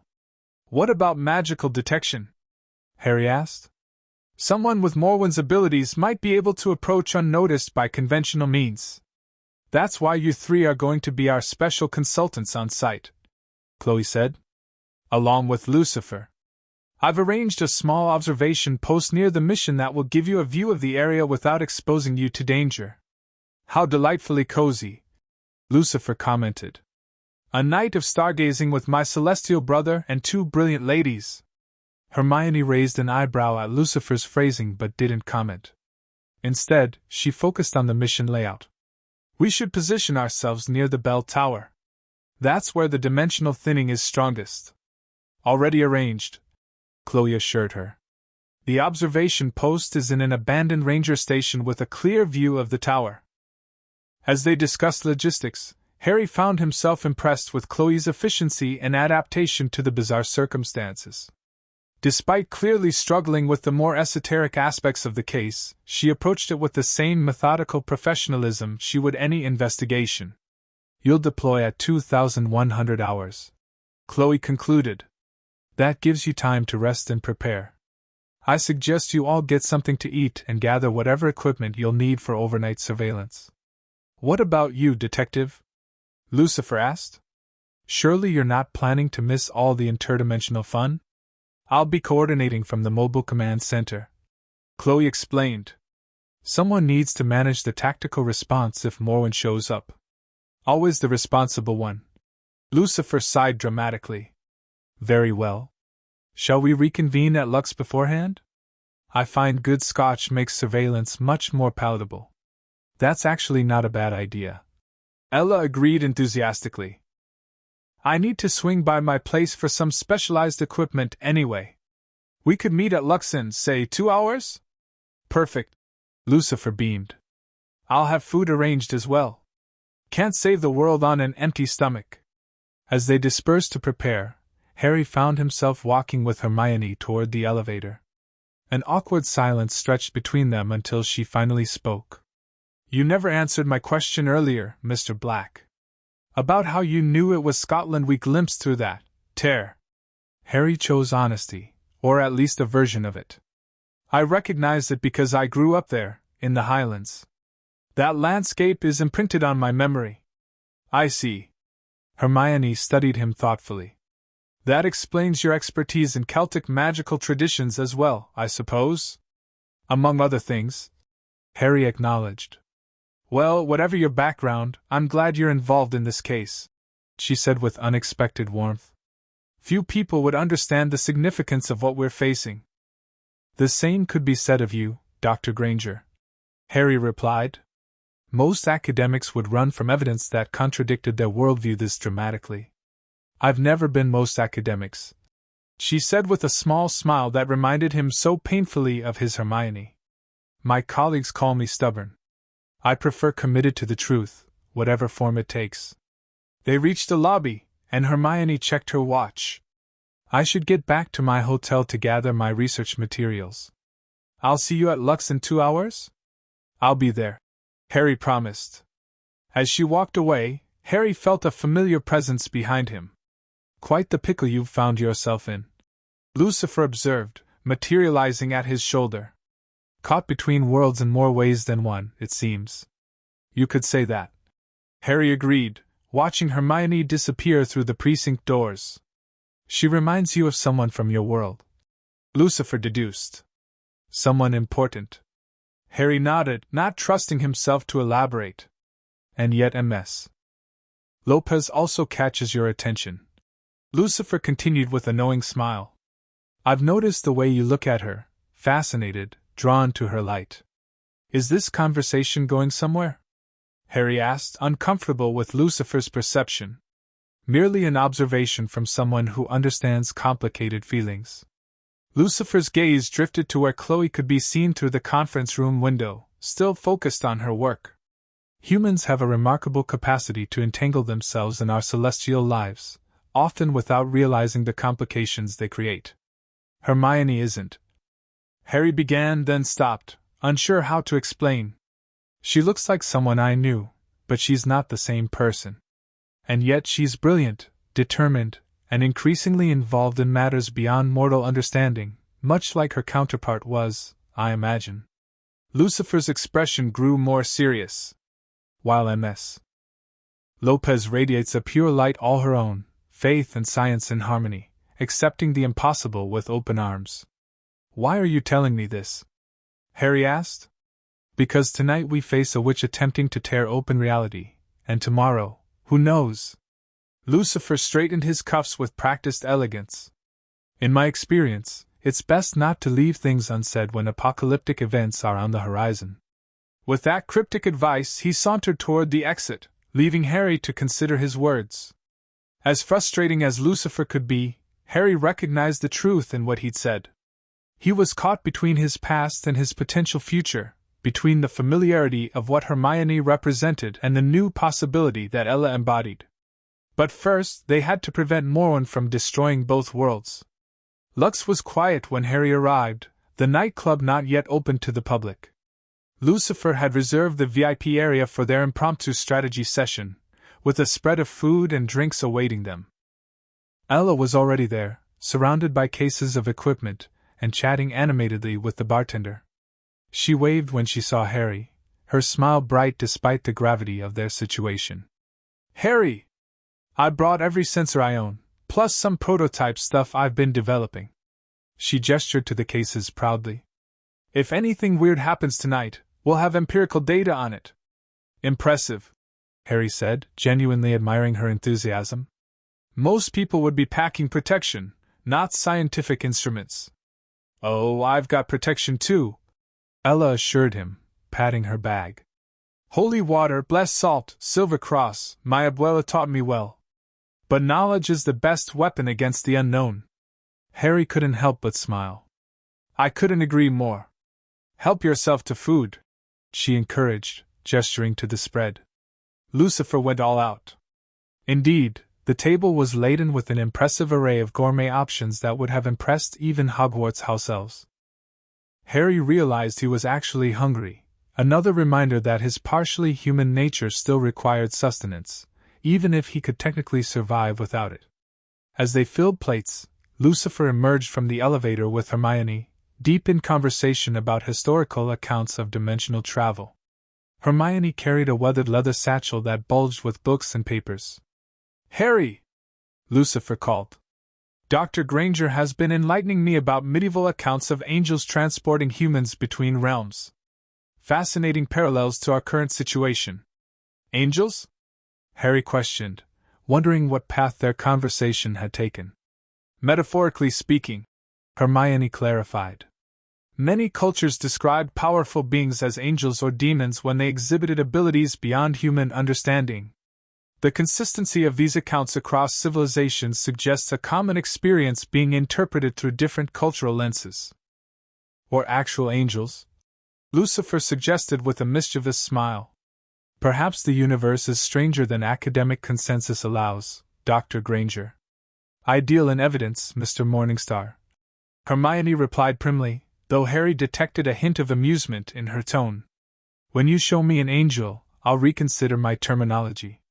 Lucifer caught Harry's eye and winked, clearly enjoying the irony of the conversation. They gathered around a table with their food, spreading out maps and notes about the mission's site. Hermione had brought additional research on Morwen that she shared as they ate.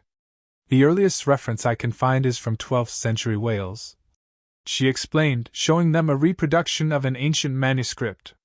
"A sorceress who claimed to have learned secrets of traversing between the mortal realm and the Celtic otherworld, and was believed to exist alongside our world but separate from it," Harry added, drawing on his knowledge of magical history. "The boundaries were thought to be thinnest at specific locations and times." "Exactly," Hermione nodded. "References to Morwen appear periodically throughout European history, always associated with attempts to access other realms or dimensions.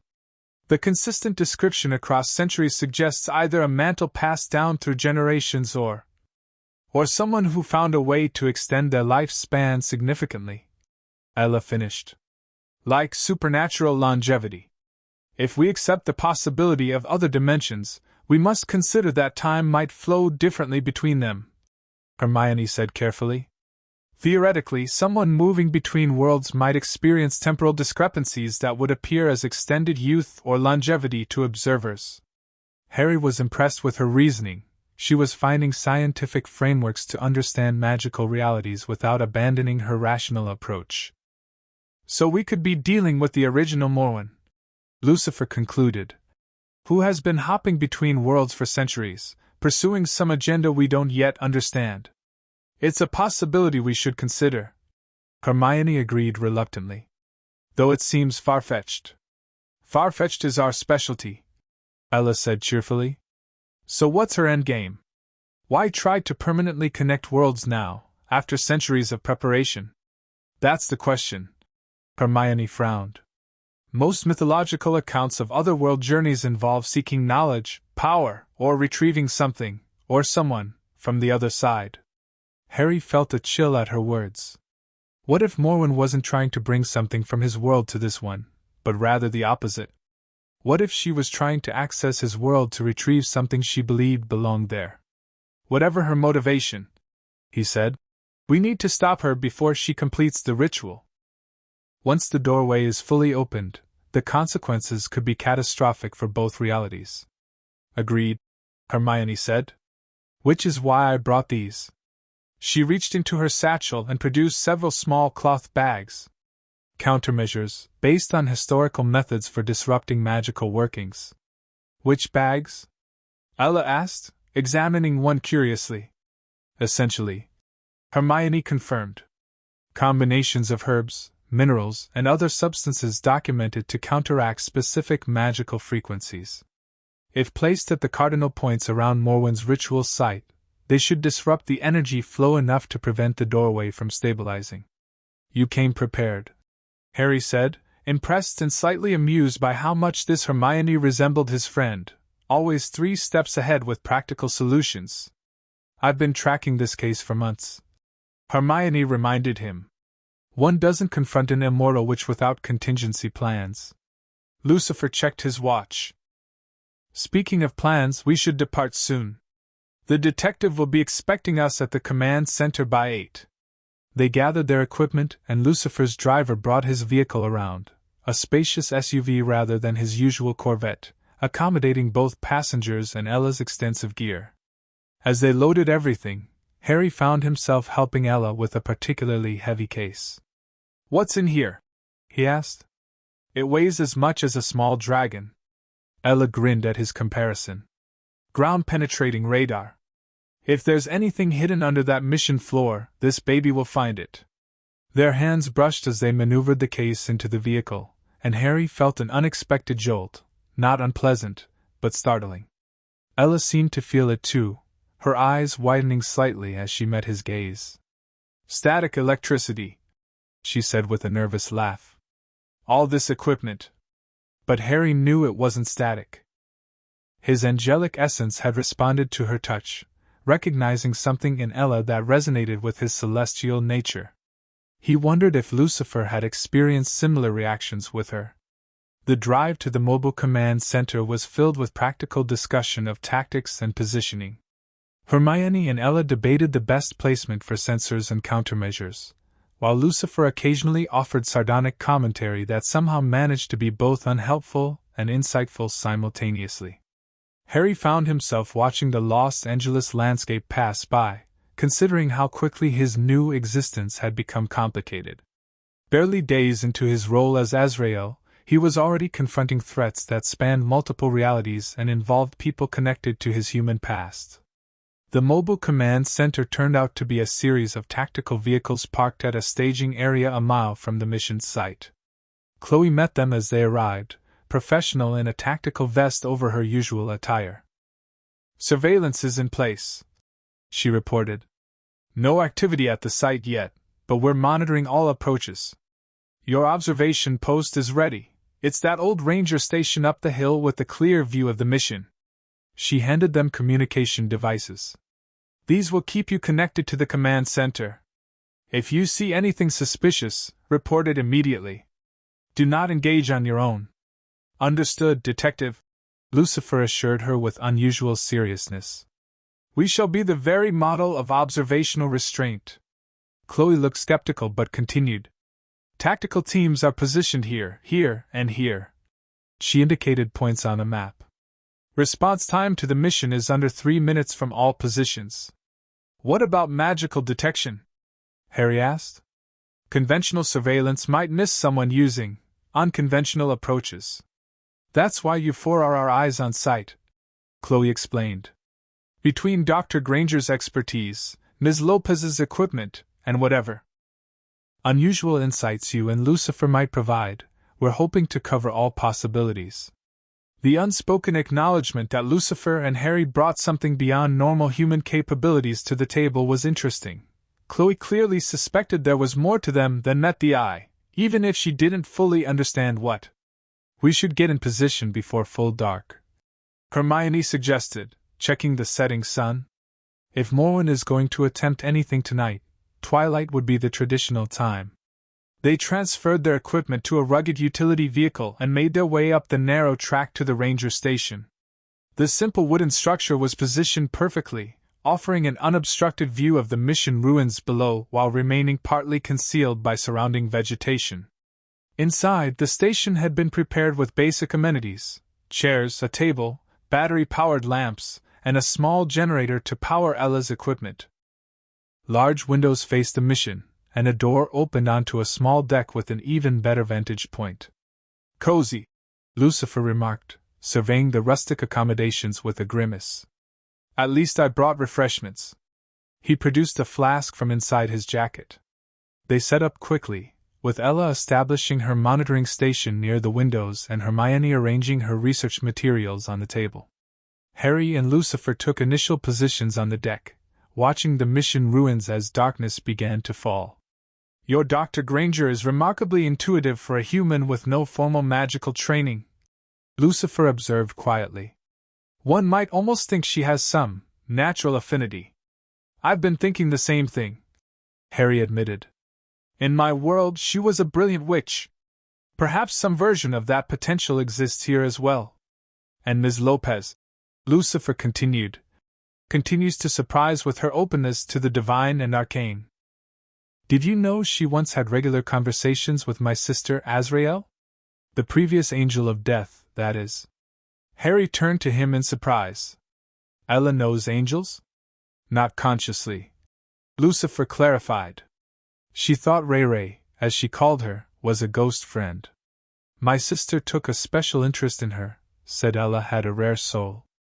Harry considered this new information, thinking about the spark he'd felt when touching Ella.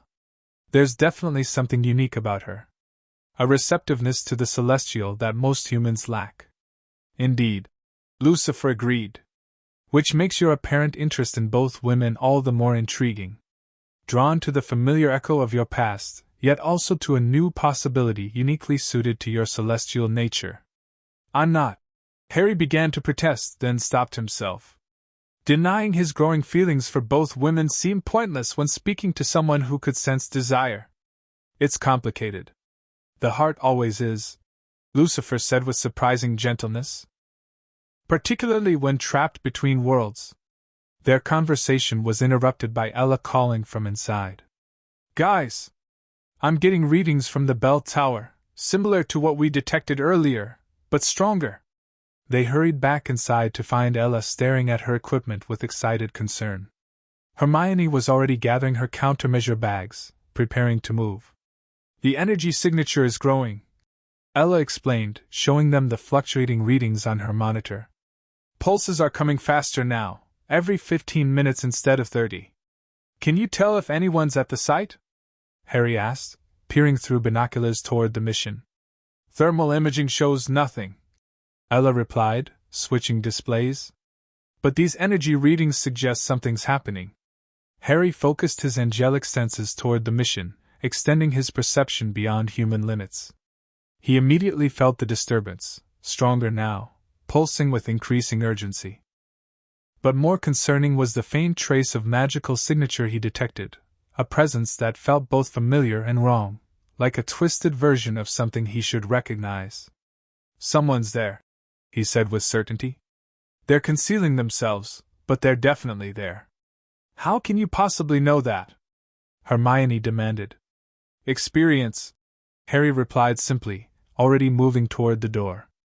We need to get down there now. Wait, Chloe's voice came through their communication devices. We're not showing any movement on site.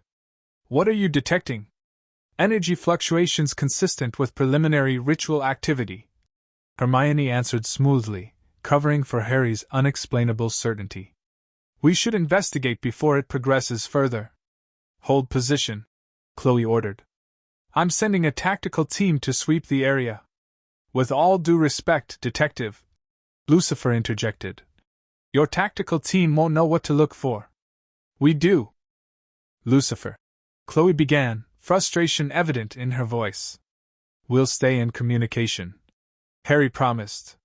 But we need to move now. If Morwen has found a way to shield herself from conventional detection, your team could walk right past her. A moment of tense silence followed before Khloe responded. Fine. But you observe only. If you confirm her presence, you report immediately and wait for backup. Clear? Crystal clear, Detective, Lucifer assured her, already following Harry out the door. The four of them moved quickly down the path toward the mission, Hermione and Ella carrying essential equipment, while Harry and Lucifer took the lead. The night had fully fallen now, with only a quarter moon providing limited illumination. I should warn you, Harry said quietly as they approached the ruins. If Morwen is as powerful as we suspect, this could get dangerous very quickly. Hence these, Hermione replied, distributing her countermeasure bags. Place them at the cardinal points around the ritual site if possible. As they neared the mission perimeter, Harry signaled for them to slow down. The magical disturbance was stronger here, pulsing with an almost audible rhythm. He could feel the dimensional boundary stretching, thinning like fabric under tension. The bell tower, he whispered, pointing to where a faint blue glow now emanated from within the structure, visible only from certain angles. That's where it's centered. They crept closer, using the crumbling walls for cover.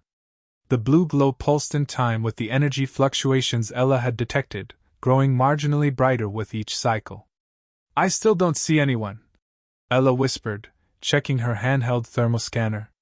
But that energy signature is off the charts. She's here, Harry insisted. I can feel her presence. Hermione gave him a questioning look but didn't challenge his assertion. Instead, she began moving carefully around the perimeter, placing her countermeasure bags at strategic points. Harry and Lucifer approached the bell tower cautiously, staying in the shadows. The blue glow emanated from the center of the tower, where a small altar had been erected, recently, as it hadn't been there during their earlier visit. Upon the altar sat the 3 stolen artifacts, the stone disc positioned as a base, the silver amulet hanging suspended above it from a delicate chain, and the grimoire open to a specific page, its text glowing with the same eerie blue light. The ritual has already started, Harry realized. It's running automatically. Clever witch, Lucifer murmured. No need to be physically present for the preliminary stages. But she'll need to be here for the final phase, Harry said, scanning the area with all his senses. She can't complete the opening from a distance. A sudden shift in the air made Harry tense. The magical current around them changed direction, swirling inward toward the altar rather than radiating outward. The blue glow intensified, and the space above the altar shimmered like heat waves. Something's coming through, he warned, instinctively moving to shield Ella, who had joined them with her equipment. The shimmer stretched, widened, and then parted like a curtain to reveal a swirling vortex of blue-white energy. Through it, Harry could see glimpses of a landscape, the Scottish Highlands again, but from a different angle, showing a small stone cottage nestled against a hillside. It's beautiful, Ella whispered, her equipment forgotten as she stared at the otherworldly scene. And extremely dangerous, Hermione added, joining them with urgency. This is just the beginning. If it stabilizes. Before she could finish, a figure stepped through the vortex. A woman with striking white blonde hair, dressed in an elegant black coat that seemed to absorb the surrounding light. Her face was classically beautiful but cold, with eyes that gleamed with triumph as she surveyed the mission ruins. Morwen, Hermione breathed. The witch turned toward them immediately, apparently having heard Hermione's whisper despite the distance. Her lips curved into a smile that held no warmth. Observers for the historic moment, she said, her voice carrying unnaturally across the space between them. How fitting. Harry felt a jolt of recognition as she spoke. There was something familiar about her, not just her appearance, but her magical signature. It reminded him of Malfoy, he whispered, the realization hitting him.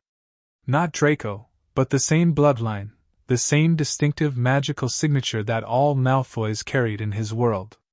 Morwen's eyes narrowed as they fixed on Harry. You, she said, her voice hardening. You don't belong here. Without warning, she raised her hand, and a bolt of pure magical force shot toward them. Harry reacted instinctively, throwing up a shield of celestial energy that intercepted the attack, dispersing it in a shower of sparks. Lucifer stepped forward, his eyes flashing red. Now that's not very hospitable, he said, his voice dropping to a dangerous register. Perhaps you should reconsider your approach, witch. Morwen's expression shifted from surprise to calculation as she assessed Lucifer. The Lightbringer, she acknowledged. Your presence is unexpected but not unwelcome. The merging will affect your kind as well. My kind tends to dislike disruptions to the established order, Lucifer replied coolly. Particularly when they involve killing humans under my protection. Necessary sacrifices, Morwen dismissed. Their life energy powered the initial connection. While they spoke, Harry noticed the vortex behind Morwen growing more stable, its edges more defined. Whatever process she had begun was continuing even without her direct attention. Ella, he whispered urgently. Get Detective Decker on the comm, tell her we need that tactical team now. Ella nodded, backing away to relay the message while Harry kept his focus on Morwen. Why are you doing this? He called out, hoping to keep her distracted. What could possibly be worth destroying the balance between worlds? Morwen's cold smile returned. Balance? There is no balance. Only separation that was never meant to be. She gestured to the vortex behind her. That world has what this one lacks: true magic, freely available to those with the gift to wield it. This world has what that one destroyed: freedom from divine interference. The pieces clicked into place in Harry's mind. You're from my world originally, he realized aloud. You found a way to cross over centuries ago. Your world? Morwen's attention focused fully on Harry now, her eyes narrowing. What do you know of that realm, Angel? So she could perceive his celestial nature. Harry decided to use that. I am Azrael, Angel of Magic, he declared, allowing his wings to manifest partially, not fully corporeal, but visible as shadows of power behind him. Guardian of the boundaries between magical realms. Hermione and Ella both gasped at this display, but Harry kept his focus on Morwen. Angel of Magic, she repeated, seeming genuinely surprised. There was no such being when I left, unless... Her eyes widened slightly. The Potter boy. They said he sacrificed himself to destroy the Dark Lord. Harry felt his blood run cold at her casual reference to his human life. You knew who I was. I know what you were, Morwen corrected. A child playing with forces beyond his understanding. And now a celestial puppet, apparently. She laughed softly. How ironic. I left that world to escape divine manipulation, only to find it followed me across the void. The vortex behind her pulsed violently, expanding outward. Wind began to whip through the mission ruins, carrying the scent of Scottish heather and rain. It's accelerating, Hermione warned, her voice nearly lost in the rising wind. We need to disrupt the ritual now. Morwen heard her and raised both hands, sending a wave of force that knocked Hermione backward. No interference, she commanded. I've worked too long for this moment. Lucifer moved with supernatural speed, positioning himself between Morwen and the humans. I think that's quite enough of that, he said, his glamour dropping to reveal his true face, eyes burning red, skin momentarily shifting to reveal the scarred visage of Hell's ruler. Morwen faltered for an instant but quickly recovered. Even the devil cannot stop what I've begun, she declared. The doorway opens with or without my guidance now. She was right, Harry realized. The ritual had progressed too far to be stopped by conventional means. The vortex was self-sustaining, drawing power from both worlds to maintain and expand itself. Ella! He called over the howling wind. Where's that tactical team? 3 minutes out! She shouted back, clinging to a stone wall for stability as the magical winds intensified. Too long. In 3 minutes, the doorway would be fully established. Harry made a split-second decision. Lucifer, he said, his voice carrying to the devil despite the chaos. Keep her busy. Lucifer nodded, understanding immediately. As he engaged Morwen in a display of hellfire and magical countermeasures, Harry turned to Hermione and Ella. I need your help, he said urgently. Both of you. What are you planning? Hermione demanded, her hair whipping wildly in the magical wind. Something incredibly dangerous and probably stupid, Harry admitted. But it's our only option. I'm in, Ella said immediately, her trust humbling in its completeness. Hermione hesitated only a moment before nodding. Tell us what to do. Hermione, I need your countermeasure bags, all of them, placed in a circle around the altar, not the perimeter. Harry instructed. Ella, I need you to use your equipment to create feedback in the energy field, push the frequencies out of alignment. As they moved to fulfill their tasks, Harry approached the vortex from the side, keeping clear of the battle between Lucifer and Morwen. The devil was holding his own, his celestial power matching Morwen's magic, but neither was gaining a decisive advantage. The vortex had grown large enough now that Harry could have stepped through it entirely. The Scottish cottage was clearly visible, and he could feel the magical atmosphere of his original world calling to him, familiar and enticing. But he had no intention of going through. Instead, he needed to collapse it from this side. As Hermione placed the last countermeasure bag and Ella activated her disruption sequence, Harry reached deep into his celestial nature, calling forth the power that made him the Angel of Magic. His wings materialized fully now, massive, gleaming with midnight blue and emerald, the runic symbols along the feathers glowing with inner light. "Harry?" Ella's voice reached him, filled with awe and concern. "What are you doing?" "What I was reborn to do," he answered, raising his hands toward the vortex. The power flowed through him like nothing he'd experienced before, not as a wizard, not as a human. This was his true purpose, the reason a wizard's soul had been transformed into an angel. He was the bridge and the boundary, the connection and the separation between magical realms. Light poured from his hands, threading into the vortex's structure, identifying the weak points where reality had been torn. With precise control, Harry began reweaving the fabric of space between worlds, drawing on Hermione's countermeasures to stabilize the process, and Ella's disruptive frequencies to prevent Morwen's magic from interfering. The vortex began to shrink, its edges folding inward. The wind died down gradually as the connection narrowed. Morwen screamed in rage when she realized what was happening. Breaking away from Lucifer, she flung a desperate attack directly at Harry, a killing curse that crackled with sickly green energy. "Harry!" Ella cried in warning. But before the curse could reach him, Hermione threw herself into its path, her countermeasure bag held before her like a shield. The curse struck the magical herbs and minerals, causing them to ignite in a blinding flash that absorbed and dispersed the deadly energy. Hermione fell to her knees, singed but alive. "Finish it!" she shouted to Harry.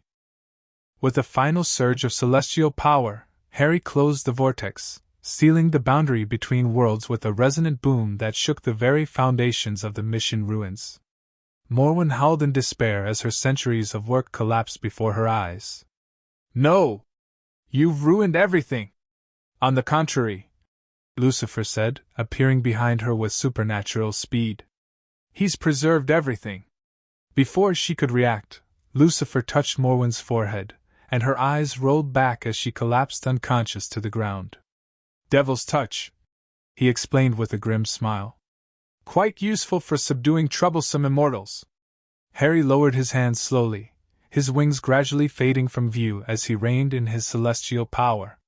He felt drained but satisfied. He'd fulfilled his purpose as Azrael, protecting the boundaries between magical realms.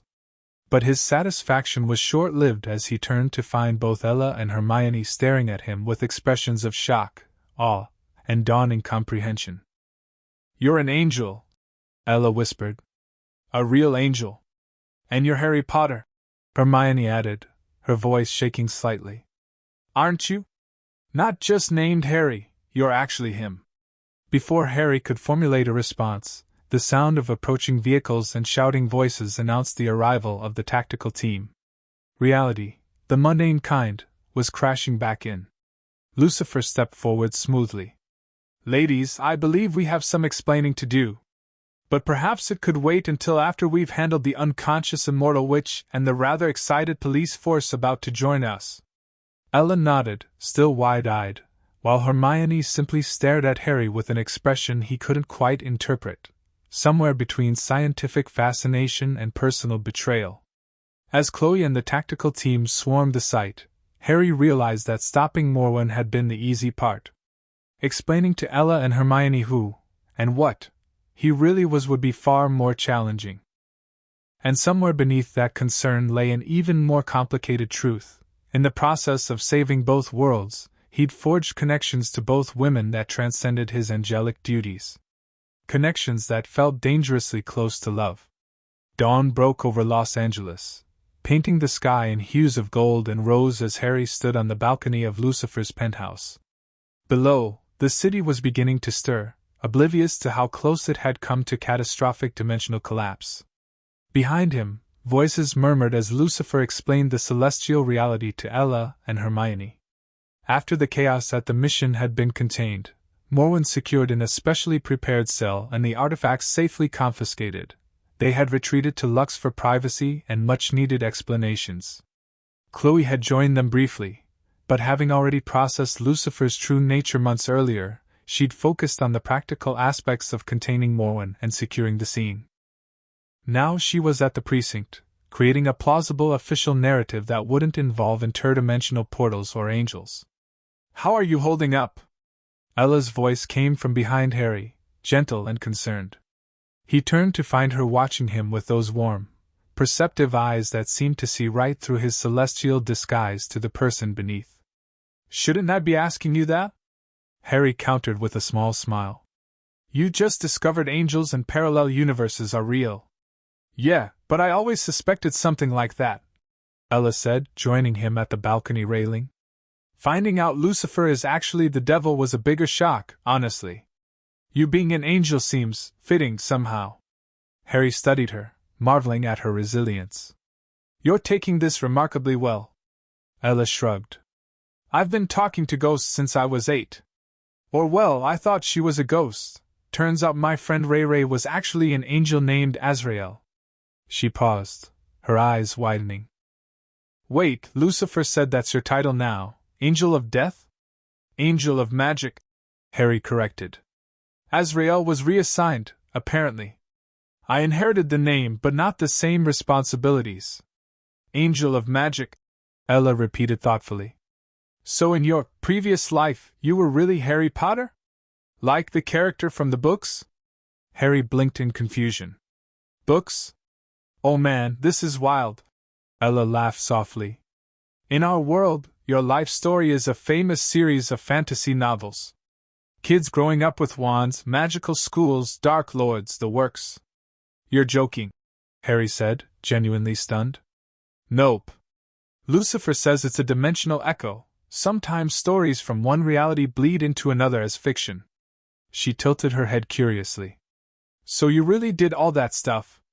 Fought a basilisk? Triwizard Tournament? Defeated Voldemort?" "Yes," Harry said, still processing this revelation. "Though the reality was less heroic than it probably sounds in books. Mostly it was terrifying and confusing. And now you're an angel." Ella marveled. Talk about a career change. Despite everything, Harry laughed. Ella's ability to reduce cosmic complexities to simple human terms was refreshing. "I'm still figuring that part out," he admitted. "This is all very new to me." "Well, for what it's worth, you make a pretty awesome angel," Ella said, bumping his shoulder lightly with hers. "That whole glowy wing thing you did to close the portal? Definitely top 10 celestial moments." Her casual acceptance of his true nature touched something deep within Harry. For most of his human life, he'd been defined by others' perceptions, the boy who lived, the chosen one. But Ella saw past all labels to the person underneath. "Thank you," he said softly. "For helping. For believing. For not running away screaming when you saw what I really am." "Why would I run?" Ella asked, her expression suddenly serious. "Harry, you're still you, whether you're Harry Potter or Harry Black or Azrael or whatever. The guy who cares enough to save 2 entire dimensions from collapsing." She reached out hesitantly, her fingers brushing his. "Besides, I felt something special about you from the moment we met. Now I just know what it was." The contact sent that same jolt through Harry, a recognition between his celestial essence and whatever unique quality Ella possessed that made her so receptive to the divine. Before he could respond, the balcony door opened again, and Hermione stepped out, her expression carefully composed. "Am I interrupting?" she asked, looking between them. "Not at all," Ella said, though she didn't move her hand away from Harry's. "Just processing the whole angels are real thing." Hermione nodded, joining them at the railing. "Lucifer has been quite thorough in his explanations. Though I still have approximately 1,000 questions." "Only 1,000?" Harry teased gently, falling into the familiar rhythm he'd once shared with his version of Hermione. "You're showing remarkable restraint."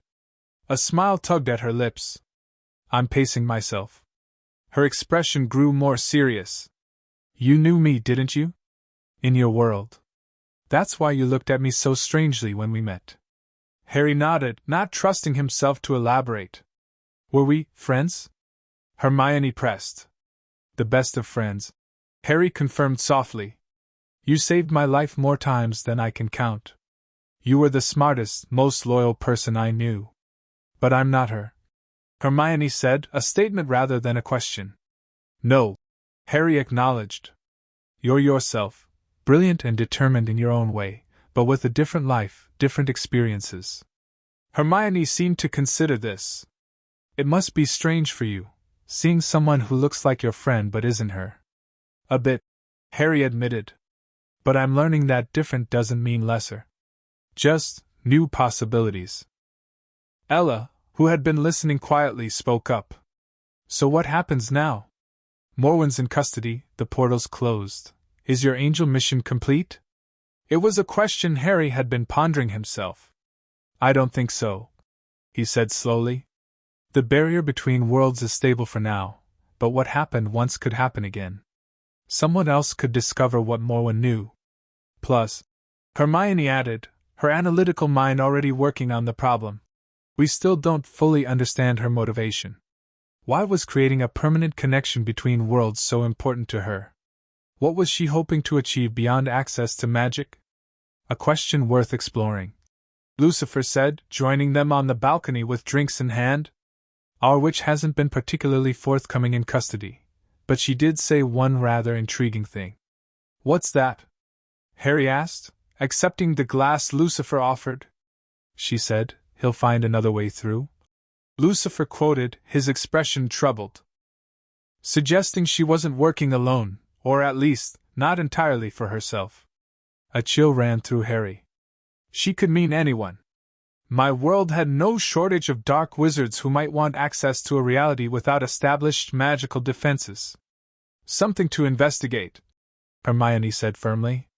Which means you'll be staying in Los Angeles? The question held more than professional interest, Harry realized. She was asking about his intentions on a personal level as well. I believe I will, Harry confirmed, looking from Hermione to Ella. My duties as Azrael seem to be centered here for now.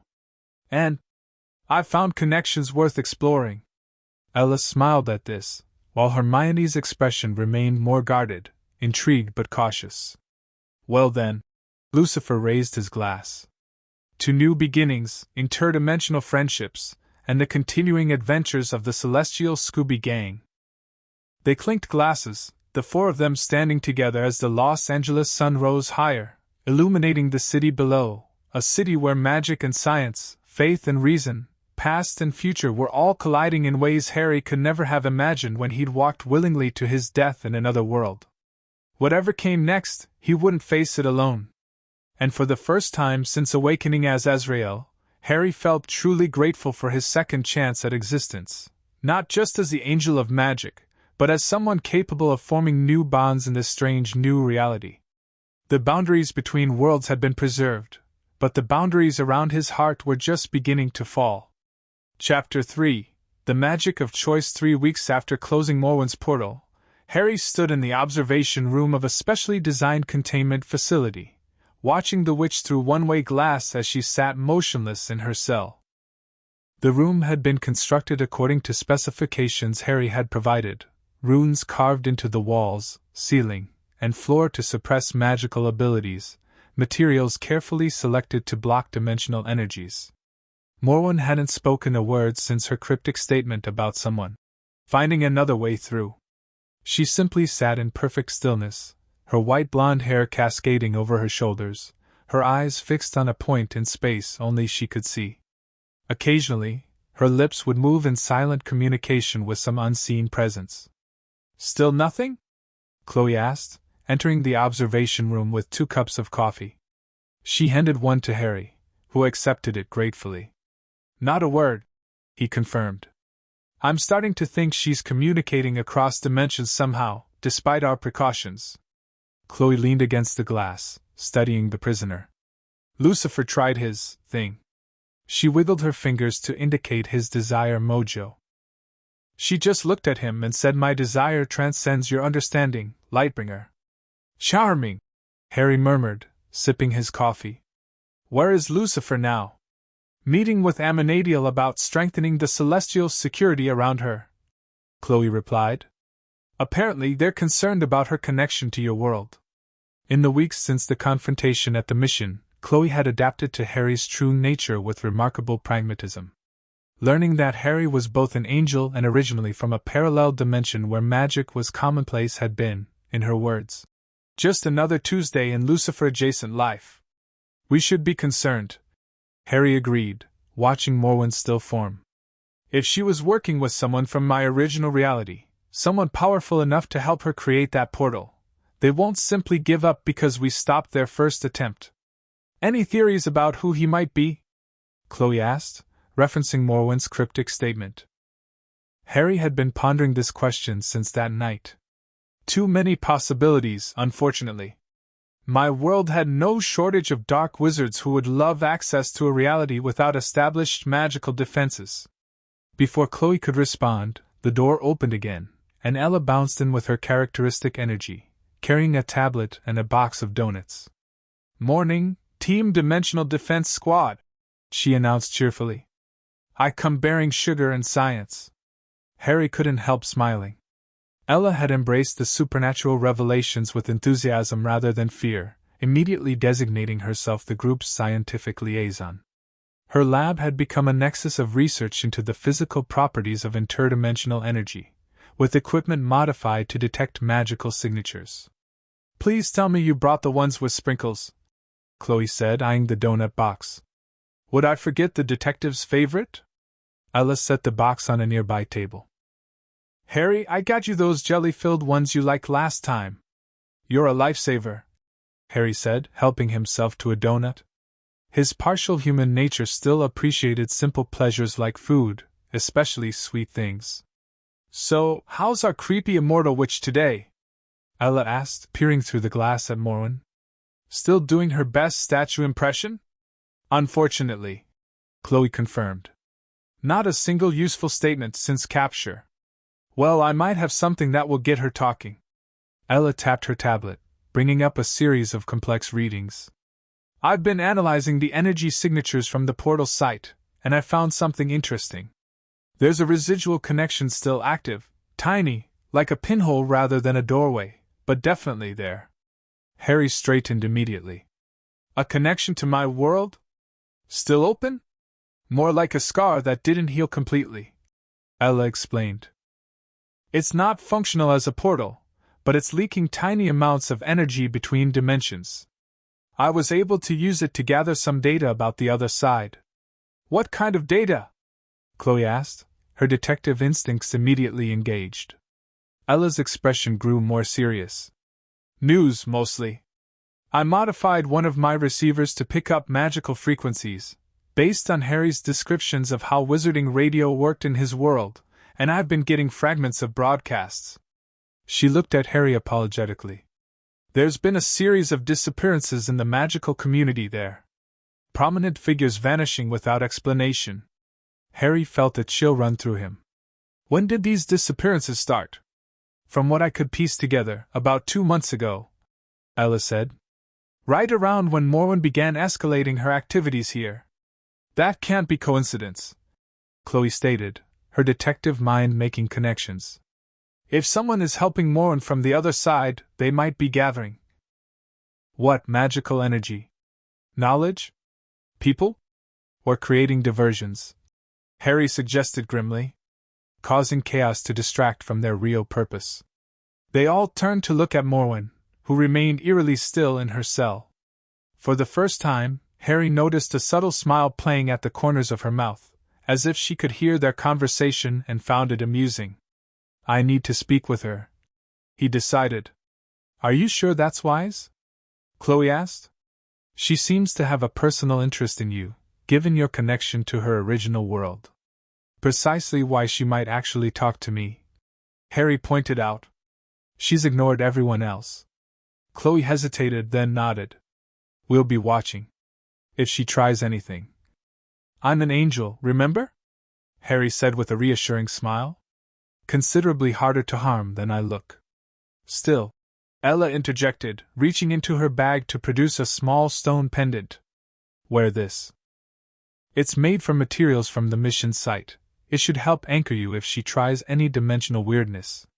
Harry accepted the pendant, touched by her concern. "Thank you." As he headed for the cell door, Harry felt the weight of both women's gazes on his back. Their support over the past weeks had been invaluable as he navigated his complex identity as both Azrael and Harry Potter, both angel and former wizard. Each in their own way had helped him find balance, Khloe with her grounding practicality, Ella with her enthusiastic acceptance of the impossible. And then there was Hermione, or rather, Dr. Granger, as he had forced himself to think of her, to maintain the necessary separation between this woman and his childhood friend. She had returned to London shortly after Morwen's capture, citing professional obligations, but had remained in regular contact, sharing research and insights from European magical archives. Harry suspected her departure had as much to do with needing space to process his true identity as with her work commitments. He couldn't blame her. Learning that you had a doppelganger in another dimension who had been best friends with an angel would be disorienting for anyone, let alone someone as analytically minded as Hermione. The guard outside Morwen's cell nodded respectfully to Harry before unlocking the heavy door. Harry waited until it closed behind him before approaching the table where Morwen sat, her eyes still fixed on that invisible point in space. "I was wondering when you'd come speak with me directly, Azrael," she said without looking at him, breaking her weeks of silence. "Or do you prefer Harry Potter?" Harry sat across from her, studying the witch who had nearly torn apart the fabric between worlds. Up close, her resemblance to the Malfoy line was even more pronounced. The same aristocratic features, the same pale coloring, though her eyes held a depth of ancient knowledge no Malfoy he'd known had possessed. "You have me at a disadvantage," he replied evenly. "You know who I am, but I don't know which Malfoy you are." A slight smile curved her lips. "Perceptive. The bloodline shows strongly, even after all these centuries." She finally turned her gaze to him, her eyes like pale ice. "I was born Morgana Malfoy in 1425. Sister to the then patriarch of the noble house of Malfoy." Harry concealed his surprise. The Malfoy family was ancient, but he'd never heard of a sister to any patriarch. "You've been erased from your family history." "Quite thoroughly," Morgana, or Morwen, as she called herself now, agreed with a cold smile. "My dear brother couldn't have it known that his sister had discovered pathways between worlds that the Ministry couldn't control. It threatened their precious statute of secrecy, you see. So you fled to this reality," Harry deduced, "where magic exists but isn't organized or regulated." "I didn't flee," she corrected sharply. "I pioneered. I found doorways where others saw only walls. I discovered that reality is far more malleable than the small-minded wizards of Britain could comprehend." Harry leaned forward slightly. "And now someone is helping you from the other side. Someone powerful enough to assist in creating a permanent doorway between worlds. Who is it, Morgana?" Her eyes glittered with amusement. "Why don't you ask your friend Hermione Granger? The real one, not the pale echo who exists in this world." Harry felt as if the floor had dropped from beneath him. "What are you talking about?" "Oh dear." Morgana's smile widened. "Didn't your angelic siblings mention that part? Your precious friend didn't die heroically in the final battle as you did. She survived, and she's spent years researching ways to bring you back." Her laugh was like ice cracking. Imagine her surprise when she discovered you hadn't simply died but had been transported to another reality entirely. "You're lying," Harry said flatly, though a sick feeling in his stomach suggested otherwise. "Hermione would never risk multiple realities just to find me. The Hermione you knew was a girl," Morgana countered. "The woman she became after losing you and watching your other friend, the Weasley boy, fade into grief-stricken alcoholism? She's quite different. Brilliant, of course. Always was. But hardened. Determined. Willing to cross lines your Hermione would never have approached." Harry struggled to keep his expression neutral, but inside, his mind was racing. Could it be true? Had his Hermione survived and spent years searching for him? The disappearances Ella had detected suddenly took on new significance. "If what you're saying is true," he said carefully, "then she's the one behind the recent disappearances in the wizarding world." "Not disappearances," Morgana corrected. "Recruitments. She's gathering those with specific magical talents needed for the working. The new doorway will be far more stable than my crude attempt. Why are you telling me this? Harry demanded. Morgana leaned back, studying him with those ancient eyes. Because, Angel of Magic, you face a choice. When that doorway opens, and it will open, with or without my help, you can either oppose it and destroy both your friend and any chance of reconnecting with your original world, or you can embrace the inevitable merging of realities. Merging realities would be catastrophic, Harry argued. The magical systems are incompatible. The resulting chaos would require a mediator. Morgana interrupted smoothly.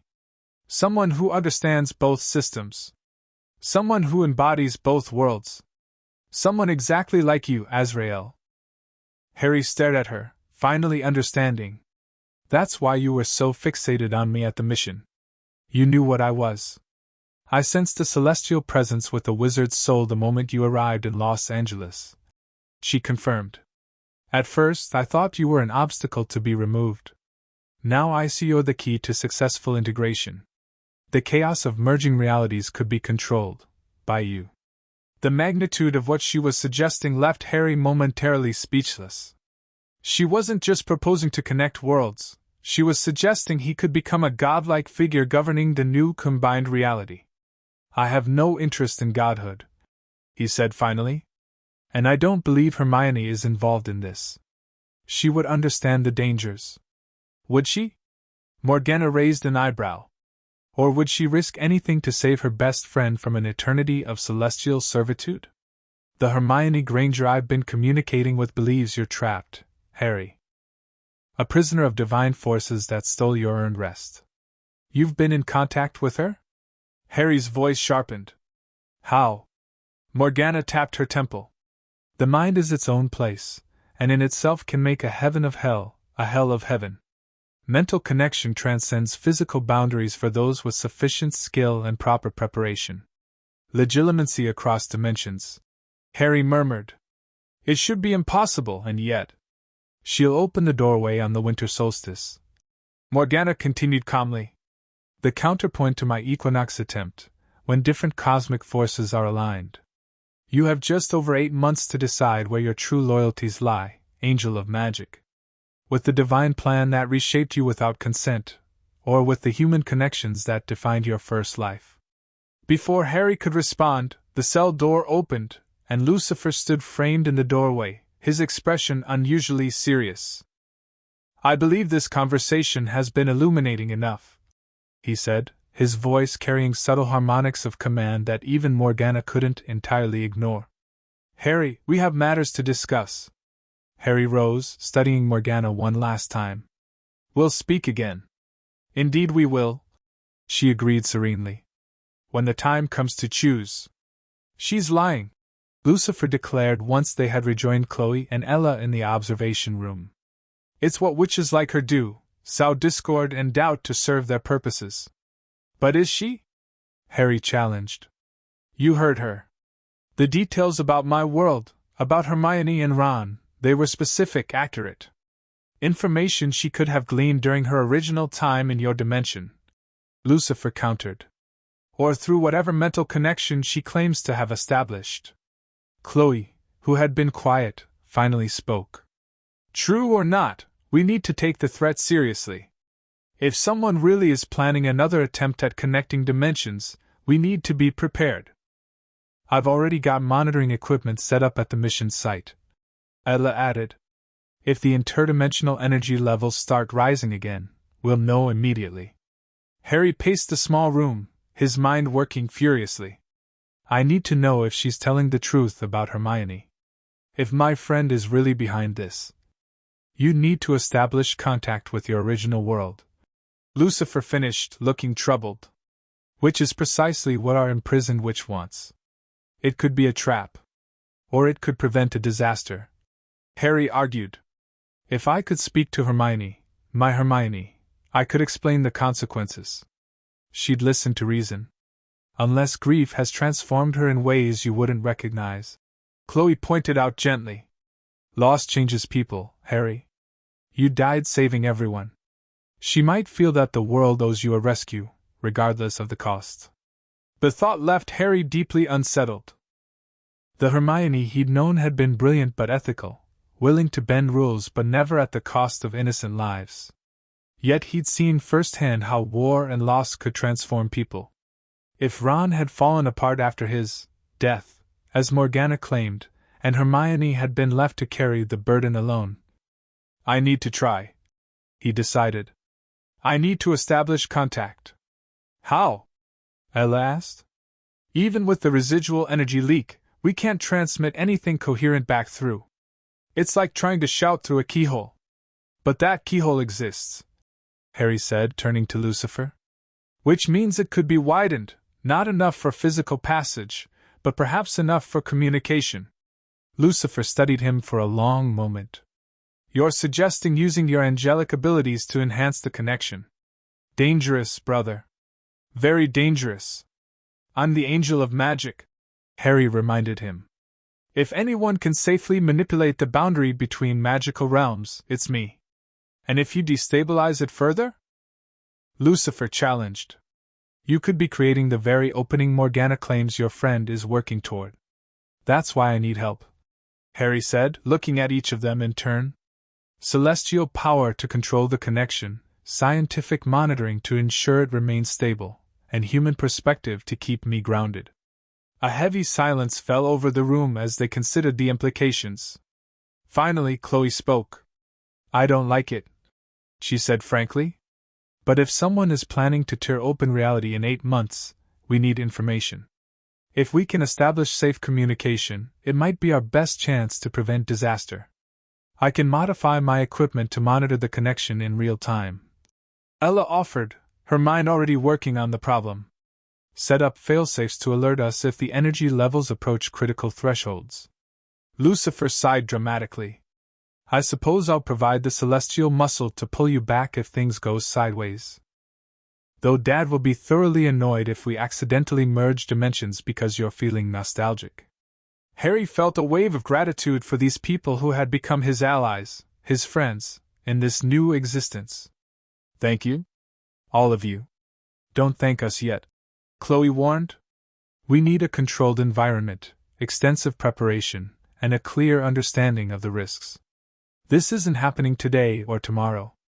Agreed, Harry said, knowing she was right.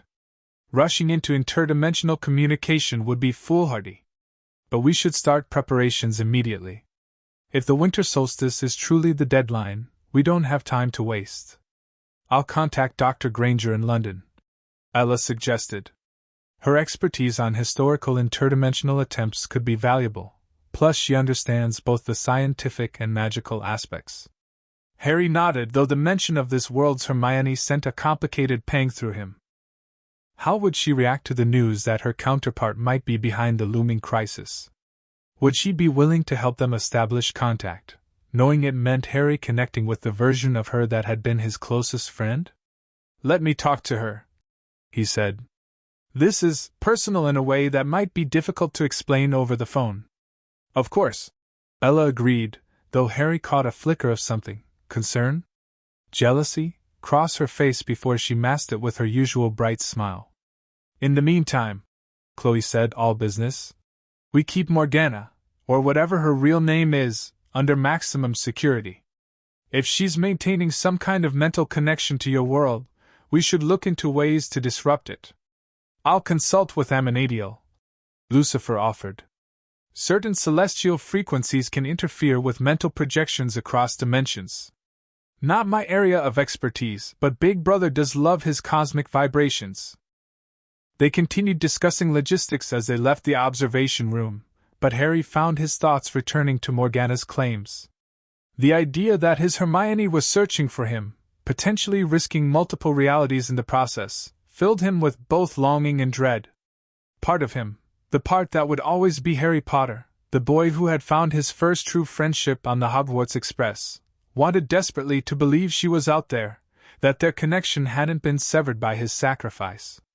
But the angel he had become understood the cosmic implications better than the human he had been. If Hermione truly was attempting to create a permanent bridge between worlds, the consequences would be devastating, regardless of her intentions. And then there were his growing connections in this world, to Ella, whose brilliant mind and open heart had accepted his dual nature without reservation, to Khloe, whose strength and integrity reminded him of what he had always fought for, even to Lucifer, whose rebellious approach to celestial duty offered a model for defining his own path as Azrael. As if sensing his inner turmoil, Ella fell into step beside him as they walked toward the facility's exit. "Heavy thoughts?" she asked quietly. "The heaviest," Harry admitted. "If Morgana's telling the truth, then you might have to choose between worlds," Ella finished for him. "Between who you were and who you are now." Harry looked at her in surprise. As always, Ella's intuition cut straight to the heart of his dilemma. "I died to save my world," he said softly. "I accepted that end. To discover that my sacrifice might have launched a new crisis, that Hermione might be risking everything to save me, it feels like a cruel cosmic joke." "Or a second chance," Ella suggested. "Not to go back, necessarily, but to find closure. To help your friend understand that you're not trapped or suffering." "And if she doesn't believe me?" Harry asked. "If she's convinced herself that I need rescuing, regardless of the consequences?" Ella was quiet for a moment before responding. "Then you'll face that choice when it comes." "But Harry," she touched his arm gently, "don't decide your path based on what you think you owe to either world. Choose based on where you truly belong now." Her words stayed with him as they parted ways, Ella heading to her lab while Harry returned to his apartment to process everything that had happened. As he stood at his window overlooking Los Angeles, he couldn't help wondering where he truly did belong. Was he still Harry Potter, wizard and savior, temporarily wearing an angel's form? Or was he now fully Azrael, angel of magic, with memories of a human life that seemed increasingly distant? And if he had to choose between worlds, how could he possibly decide? The following weeks were a blur of preparation. Ella transformed her lab into a center for interdimensional communication research, working with a level of focused intensity that impressed even Lucifer. She created new instruments designed to measure and manipulate the faint connection between realities, pulling in favors from scientist friends who asked no questions about her sudden interest in quantum mechanics and dimensional theory. Khloe, meanwhile, established a special task force within the LAPD, ostensibly focused on cult activity but actually dedicated to monitoring any signs of ritual preparation similar to Morgana's. She coordinated with Lucifer to ensure that celestial resources were also engaged in the search for potential accomplices or other dimensional weak points. Harry divided his time between helping Ella with her preparations, his unique perspective on magical theory proving invaluable, and making regular visits to Morgana's cell, hoping to extract more information. The witch remained frustratingly cryptic, neither confirming nor denying her earlier claims about Hermione's involvement, but occasionally dropping hints about preparations proceeding as planned. That kept them all on edge. 3 weeks into their efforts, Dr. Hermione Granger returned from London, arriving at Ella's lab with multiple cases of research materials and a determination that reminded Harry painfully of her counterpart. "I've compiled everything from European archives regarding cross-dimensional communication," she announced without preamble, setting down her cases. "Including some obscure texts from the Vatican's restricted collection that required significant diplomatic negotiation to access."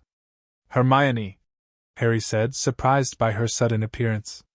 "We weren't expecting you until next week." "I expedited my arrangements when Ella explained the situation," she replied, her gaze direct and assessing. "If your friend from another dimension is truly attempting to create a doorway between worlds, we have no time to waste." Harry noticed she said, "your friend," rather than "my counterpart." A subtle but significant distinction. This Hermione had been maintaining a careful distance from the idea that another version of herself existed elsewhere, a fact Harry could hardly blame her for. "Thank you for coming," he said simply. "Your expertise will be invaluable. The theoretical physics alone are fascinating enough to justify the trip," Hermione said with a hint of her academic enthusiasm breaking through her professional demeanor. "Though I admit, the idea that another version of myself might be behind this interdimensional threat is disconcerting. If it helps, you're nothing alike, Ella offered cheerfully, emerging from behind a complex arrangement of equipment. I mean, you're both scary smart, but you're way more buttoned up and she sounds more reckless? Hermione supplied with a raised eyebrow. I was going to say emotionally driven, Ella clarified. From what Harry's told us, his Hermione made decisions based on loyalty and love as much as logic. Whereas I'm all cold calculation? Hermione asked, a hint of amusement in her voice. I didn't mean, Ella began, flustered.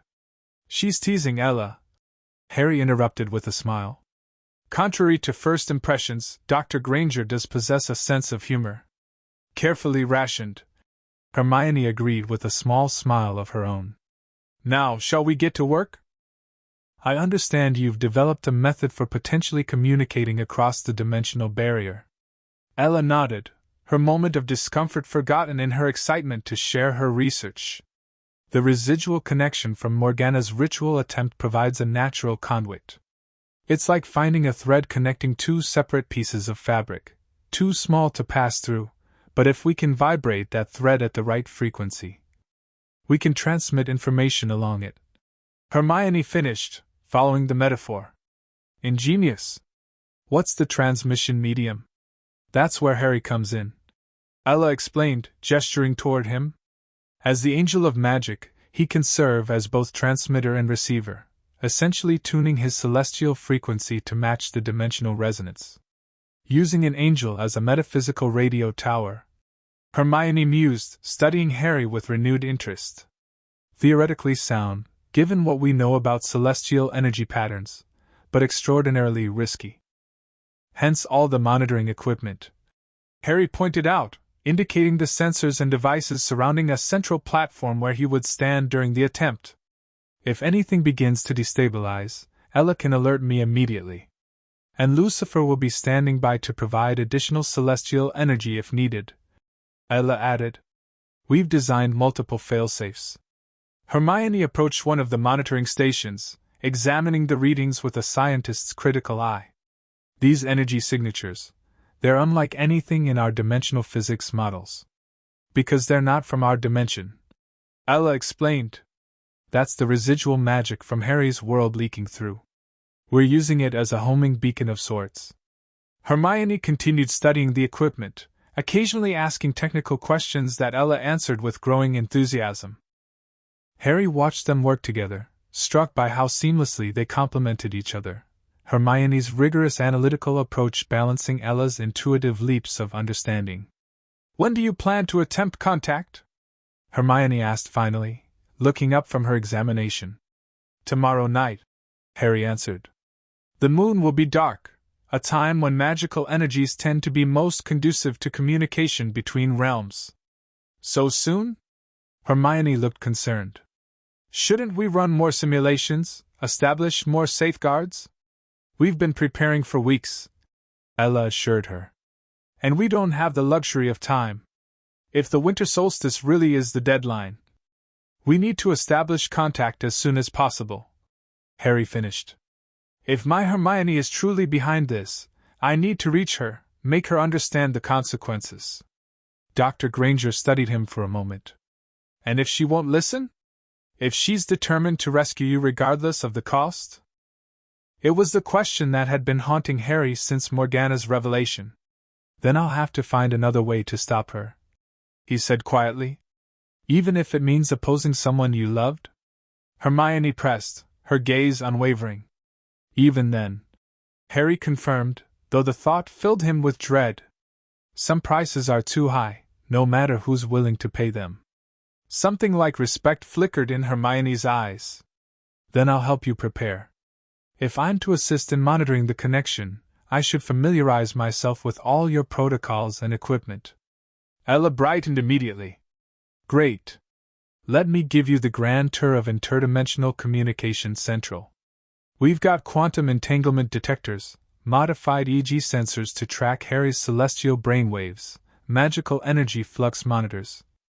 As Ella led Hermione around the lab, pointing out each piece of specialized equipment, Harry found himself smiling despite the gravity of their situation.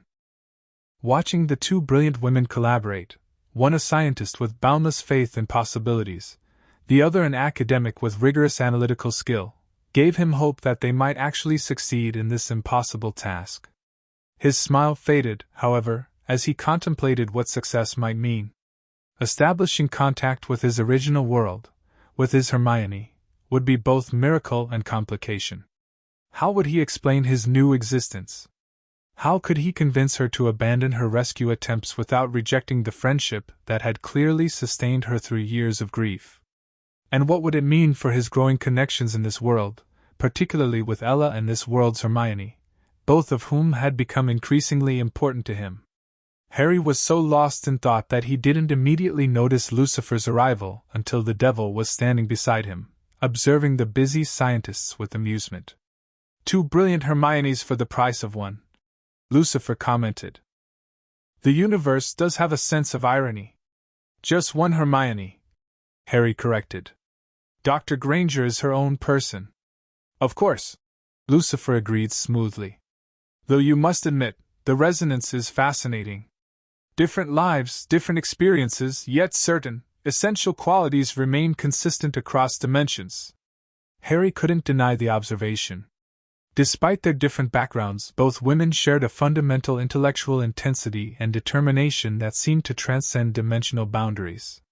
"Have you considered what you'll say?" Lucifer asked more seriously.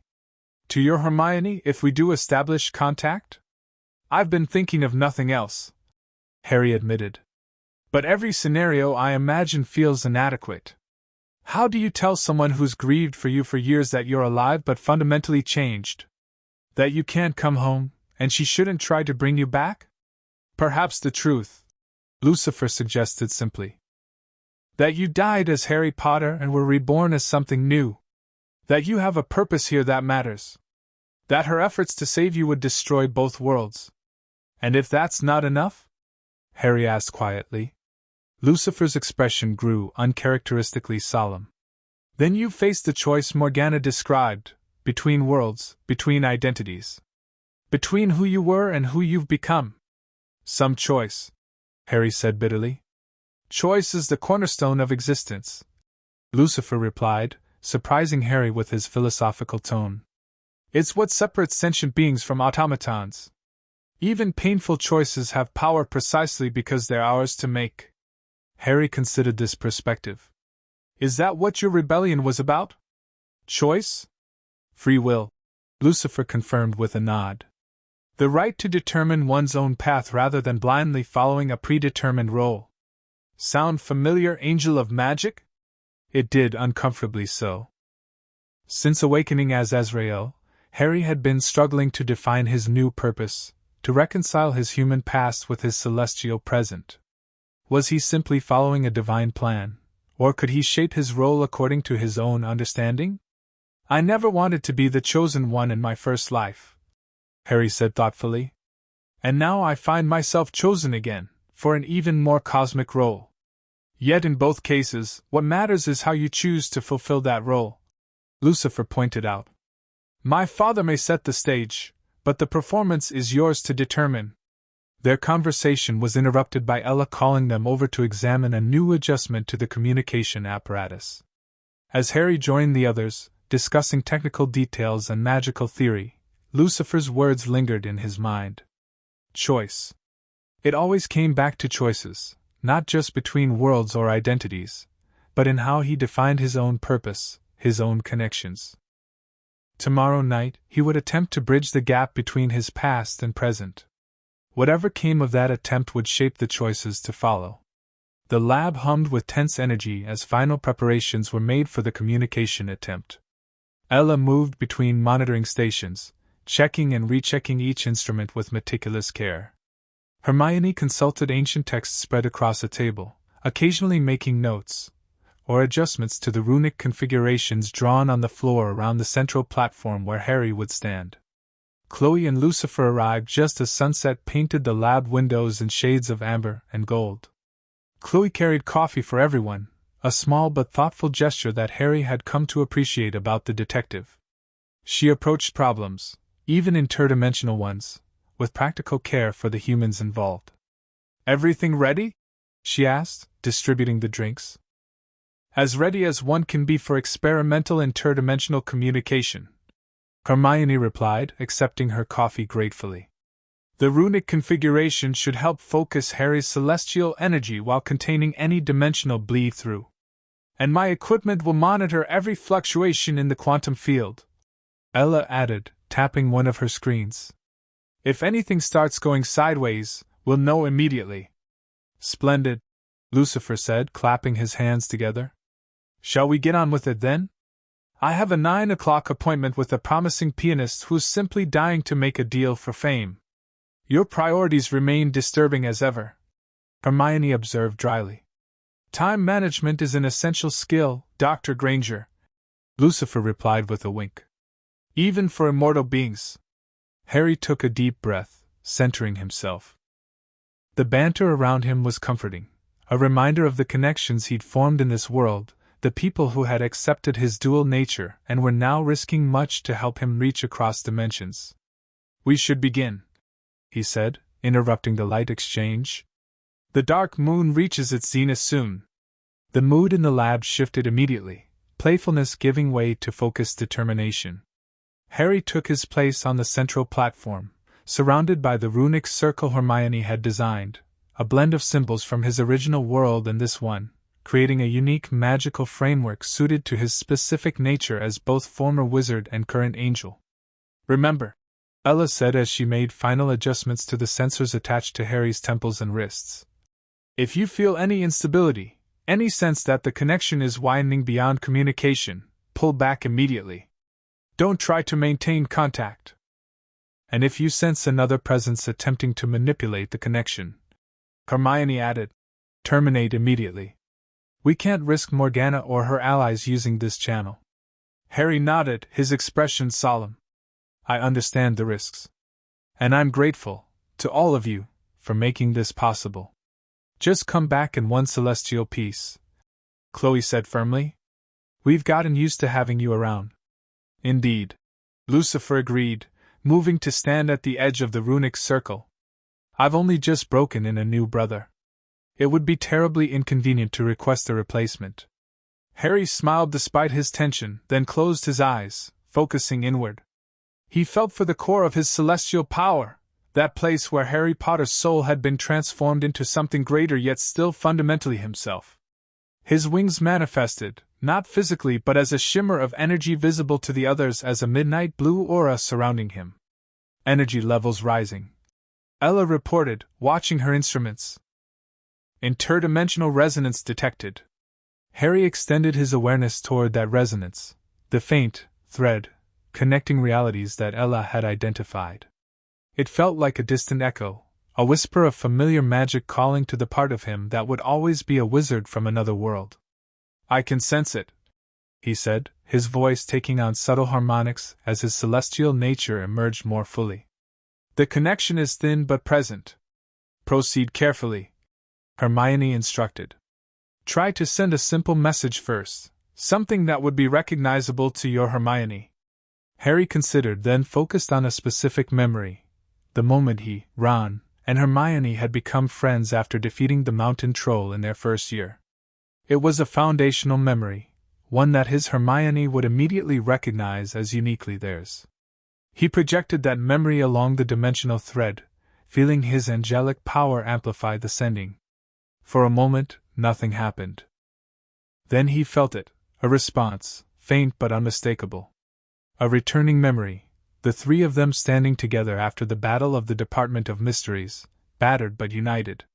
Contact established, he reported, his voice steady despite the emotion swelling within him. She's there. She's receiving.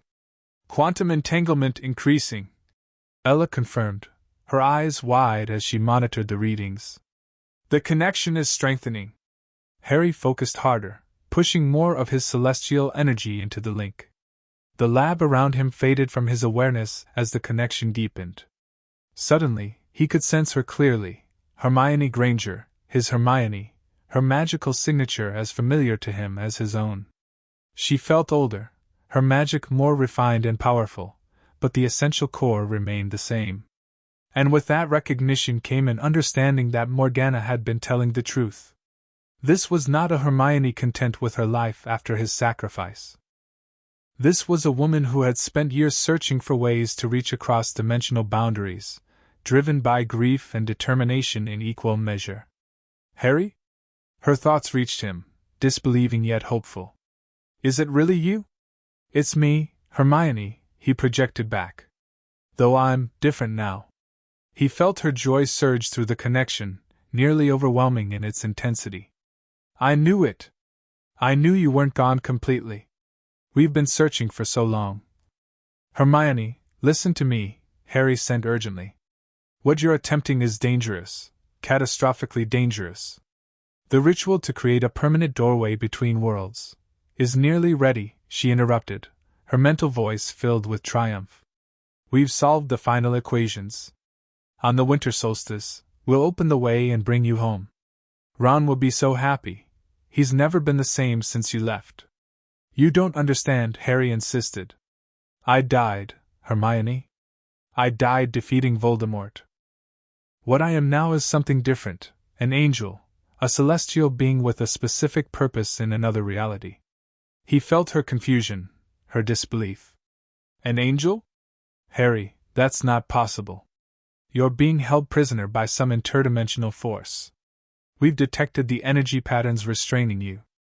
Not restraining, transforming, Harry clarified, realizing with growing concern how completely she had misinterpreted the situation. I'm Ezreal now, the Angel of Magic. I have a purpose here, Hermione. Important work. Stockholm Syndrome, came her clinical assessment. You've been captive so long you've identified with your captors. It's all right, Harry. We'll free you soon. Frustration surged through Harry. Hermione, please listen. The magical systems of our worlds are incompatible. Forcing them together will cause catastrophic damage to both realities. Millions could die. He felt her hesitation then, the first crack in her certainty. Our calculations show minimal disruption during the transition period. Once the doorway stabilizes, it won't stabilize, Harry interrupted. I've seen what happens when the boundaries thin. The magical forces repel each other violently. The only reason Morgana's attempt didn't cause immediate disaster is because I closed it in time. Morgana? Hermione's mental voice sharpened. You've encountered Morgana Malfoy? She calls herself Morwen here, Harry confirmed. She's been working toward this for centuries, manipulating events on both sides. A wave of surprise and then grim understanding flowed from Hermione. We suspected someone was working against us, interfering with our calculations. If Morgana Malfoy is involved. She claimed to be helping you, Harry said. A lie, Hermione responded immediately. We'd never work with her. She's been a shadow in historical records for centuries, always associated with magical catastrophes and failed dimensional experiments. If she's involved, her goals are certainly not aligned with ours. This new information gave Harry pause. If Morgana had lied about collaborating with Hermione, what else had she misrepresented? Yet the fact remained that both Hermione and Morgana were working toward the same dangerous end, even if for different reasons. Regardless of Morgana's true role, Harry pressed, creating a permanent doorway between our worlds would be disastrous. You have to abandon the attempt, Hermione. He felt her resistance, her stubborn determination, so familiar it made his non-physical heart ache. We can't stop now, Harry. We've spent years developing this method. We can control the transition, minimize the damage. No, you can't, Harry interrupted firmly. No one can. The fundamental laws of magic differ between realities. Forcing them together is like mixing matter and antimatter. To prove his point, Harry shared images through their connection, the chaotic energy at the mission site, the dangerous instabilities he'd witnessed as Morgana's portal began to form. He let Hermione feel, through him, the cosmic wrongness of the worlds attempting to merge. Her mental presence wavered as she absorbed this information. If what you're showing me is accurate, our models are incomplete. We didn't account for this level of fundamental incompatibility. Because you couldn't have known, Harry said gently. You're working from one side, with limited information. I've seen both worlds, Hermione. I understand both magical systems now. Please trust me on this. A long silence followed, during which Harry could feel her brilliant mind reassessing, recalculating, considering implications. Finally, reluctantly, I need time to verify this, to run new simulations with the data you've shown me. But Harry, if what you're saying is true, if we can't bring you back. The ache in her mental voice was palpable, the years of grief and hope laid bare. Harry felt his own emotions surge in response. Love for his oldest friend, sorrow for the pain his absence had caused, complicated by his new existence and connections.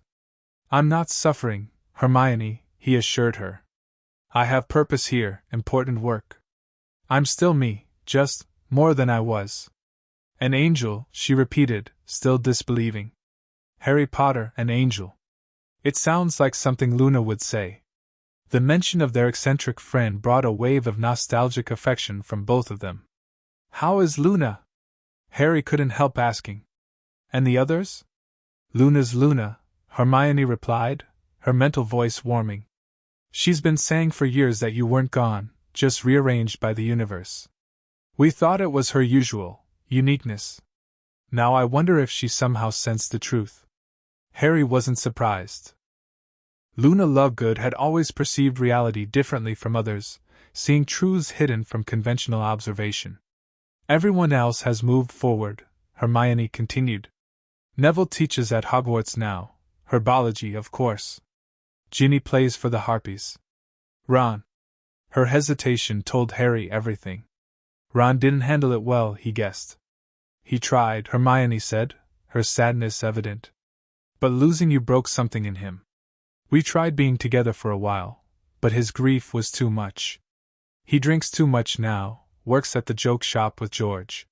Sometimes I see flashes of the old Ron, but mostly. I'm sorry, Harry sent, genuine regret flowing through the connection. I never wanted to cause pain. I thought my sacrifice would give you all a chance at happy lives. We've had good moments, Hermione assured him. The wizarding world is peaceful, rebuilding. Your sacrifice wasn't in vain, Harry. But those of us who loved you most, we've had a harder time moving on. The emotion behind her words was complex, grief mingled with determination, love shadowed by years of obsessive focus. Harry realized that his death had shaped her life as profoundly as his rebirth, as Azrael had shaped his. I need to show you something else, Harry decided, sensing that logical arguments alone wouldn't be enough. To help you understand why I can't return, even if it were physically possible. He opened his awareness wider, sharing not just information but experience, what it felt like to be Azrael, angel of magic, the cosmic perspective he now possessed, the beauty he perceived in the balance between realities. He showed her his new connections in this world, Lucifer with his rebellious wisdom, Khloe with her grounding integrity, Ella with her brilliant faith, and even her counterpart, Dr. Granger, with her analytical brilliance so similar yet distinct from her own. You've built a life there, Hermione observed, a new understanding in her mental voice. New purpose. New connections. The slight hesitation before connections told Harry she had sensed his complicated feelings for both Ella and Dr. Granger. Yes, he acknowledged simply. I'll always love the life I had, the friends I made, the world we saved together. But this is where I'm meant to be now. Another long silence followed as Hermione processed everything he had shared. When her response finally came, it held a bittersweet acceptance. I've spent so long trying to save you, Harry. It's been my purpose. If you don't need saving, find a new purpose, Harry suggested gently. The brightest witch of her age has more to offer the world than rescuing someone who isn't lost. He felt her mental smile, sad but genuine. It won't be easy to convince the others. Ron especially won't want to let go of the hope. Then tell them I'm at peace, Harry said. That I've found my next great adventure, as Dumbledore would say. It's not a lie. Will we be able to communicate again? Hermione asked, a new urgency in her question. If we abandon the Doorway Project, will this connection remain? Harry hesitated. The truth was that maintaining even this limited connection required extraordinary circumstances and his unique position as the angel of magic. Without the residual energy from Morgana's attempt, even this tenuous link would eventually fade. I don't know, he answered honestly. This connection exists because of very specific conditions that may not be repeatable. But Hermione, even if we can't speak again, know that I'm carrying our friendship with me into this new existence. You, Ron, all of you, you're part of who I am, no matter what form I take. He felt her sorrow and acceptance mingling, the brilliant mind he'd always admired already adapting to this new reality. I'll need the data you've shared about the dimensional incompatibilities, she said, her practical nature asserting itself. To convince the others, to prove why we must stop. I'll send everything I can, Harry promised, gathering the relevant information from his angelic understanding and Ella's scientific measurements, projecting it across the dimensional barrier. This should be enough to demonstrate the dangers conclusively. As the information transferred, Harry became aware of something else, a subtle pressure against the connection, an external force attempting to widen the channel he and Hermione had established. Someone's trying to hijack the connection, he warned Hermione. Can you feel it? Her alarm pulsed through their link. Yes, it's the same interference we've encountered before. If it's Morgana as you say. I need to close the connection, Harry decided. It's not stable against outside influence. Wait. Hermione's presence intensified, her determination flowing through the link. Just tell me one thing before you go. Are you happy, Harry? Truly? The question caught him by surprise. So human, so Hermione, cutting through cosmic concerns to what really mattered. Harry considered it honestly, examining his new existence with all its complexities and possibilities. I'm becoming happy, he answered truthfully. I'm finding my way. And that's enough. He felt her acceptance, her love, and her final reluctant farewell. Then go well, Harry Potter. Angel of magic. Our boy who lived, twice over. Goodbye, Hermione, Harry sent, pouring his affection for his oldest friend into the message. Take care of yourself. And Ron. And tell everyone. I know, she responded, understanding without words. I'll tell them. With that, Harry began withdrawing from the connection, carefully sealing the dimensional thread behind him. As he did, he felt the external pressure increase dramatically. Morgana, he assumed, attempting to force the channel open wider. She's trying to break through, Hermione warned. I can feel her. The connection destabilized suddenly, energy surging unpredictably. Harry felt Hermione's presence torn away as the dimensional thread began to unravel. Harry! Pull back now! Ella's voice penetrated his trance state, urgent and frightened. The connection's destabilizing. With a tremendous effort of will, Harry severed his connection to the dimensional thread and slammed his celestial power outward, reinforcing the boundary between worlds. Energy crackled around him, the runic circle flaring with blue-white light as it absorbed the backlash. He opened his eyes to find chaos in the lab, instruments overloading, alarms blaring, the others shielding their faces from the brilliant light emanating from the runic circle. Lucifer stood with his wings manifested, channeling his own celestial power to help contain the energy surge. Seal it! Hermione shouted over the cacophony, her hair flying wildly in the magical wind that had sprung up within the lab. The boundary is fracturing!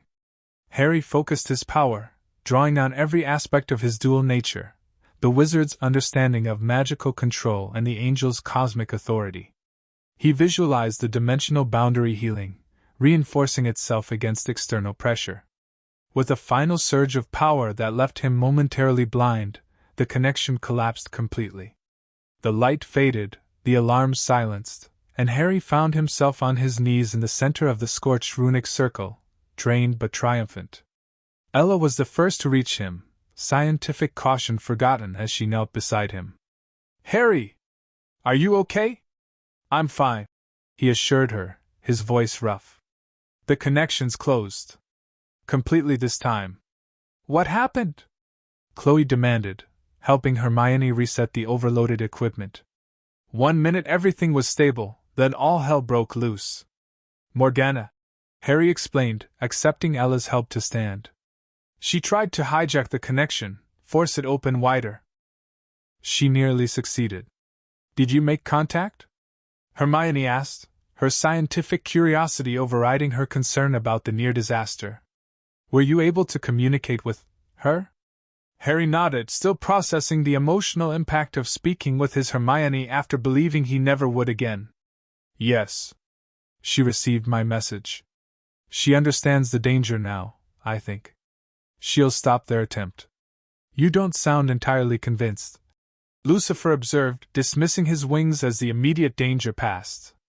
She was resistant, Harry admitted. She's spent years working toward this goal, believing she was rescuing me from some interdimensional prison. Abandoning that purpose won't be easy for her. But she will abandon it? Khloe pressed. We're not still facing a potential catastrophe at the winter solstice? Harry considered, remembering the shift in Hermione's mental presence as she processed the information he'd shared. I believe she'll stop it. The Hermione I knew would never knowingly risk millions of lives, even to save someone she loved. Let's hope this version of her maintains that quality. Hermione murmured, studying the damaged equipment with a frown. Because I don't think we'll be establishing communication again anytime soon. The residual connection has been completely severed. Which means we can't verify if she actually stops their project. Ella realized, her usual optimism dimmed by this practical concern. No, Harry agreed. We'll have to trust her, and prepare for the possibility that trust isn't enough. Back to monitoring for dimensional anomalies, then. Khloe sighed. And keeping Morgana securely contained. If she was able to sense and manipulate your connection from her cell. Her powers are greater than we estimated. Lucifer finished grimly. I'll speak with Amanadiel about additional celestial safeguards. As the others discussed security measures and monitoring protocols, Harry found himself drawn to the lab windows, gazing out at the night sky. The conversation with his Hermione had left him emotionally raw, confronting him with the reality of what his sacrifice had cost those he'd left behind. Yet it had also clarified something crucial. He couldn't go back, even if a safe method were somehow developed. The Harry Potter who had walked to his death in the Forbidden Forest no longer existed in the same way. Azrael, Angel of Magic, retained his memories, his core values, but was fundamentally transformed. His place was here now, protecting the boundaries between magical realms, building new connections in this reality while honoring what he had been.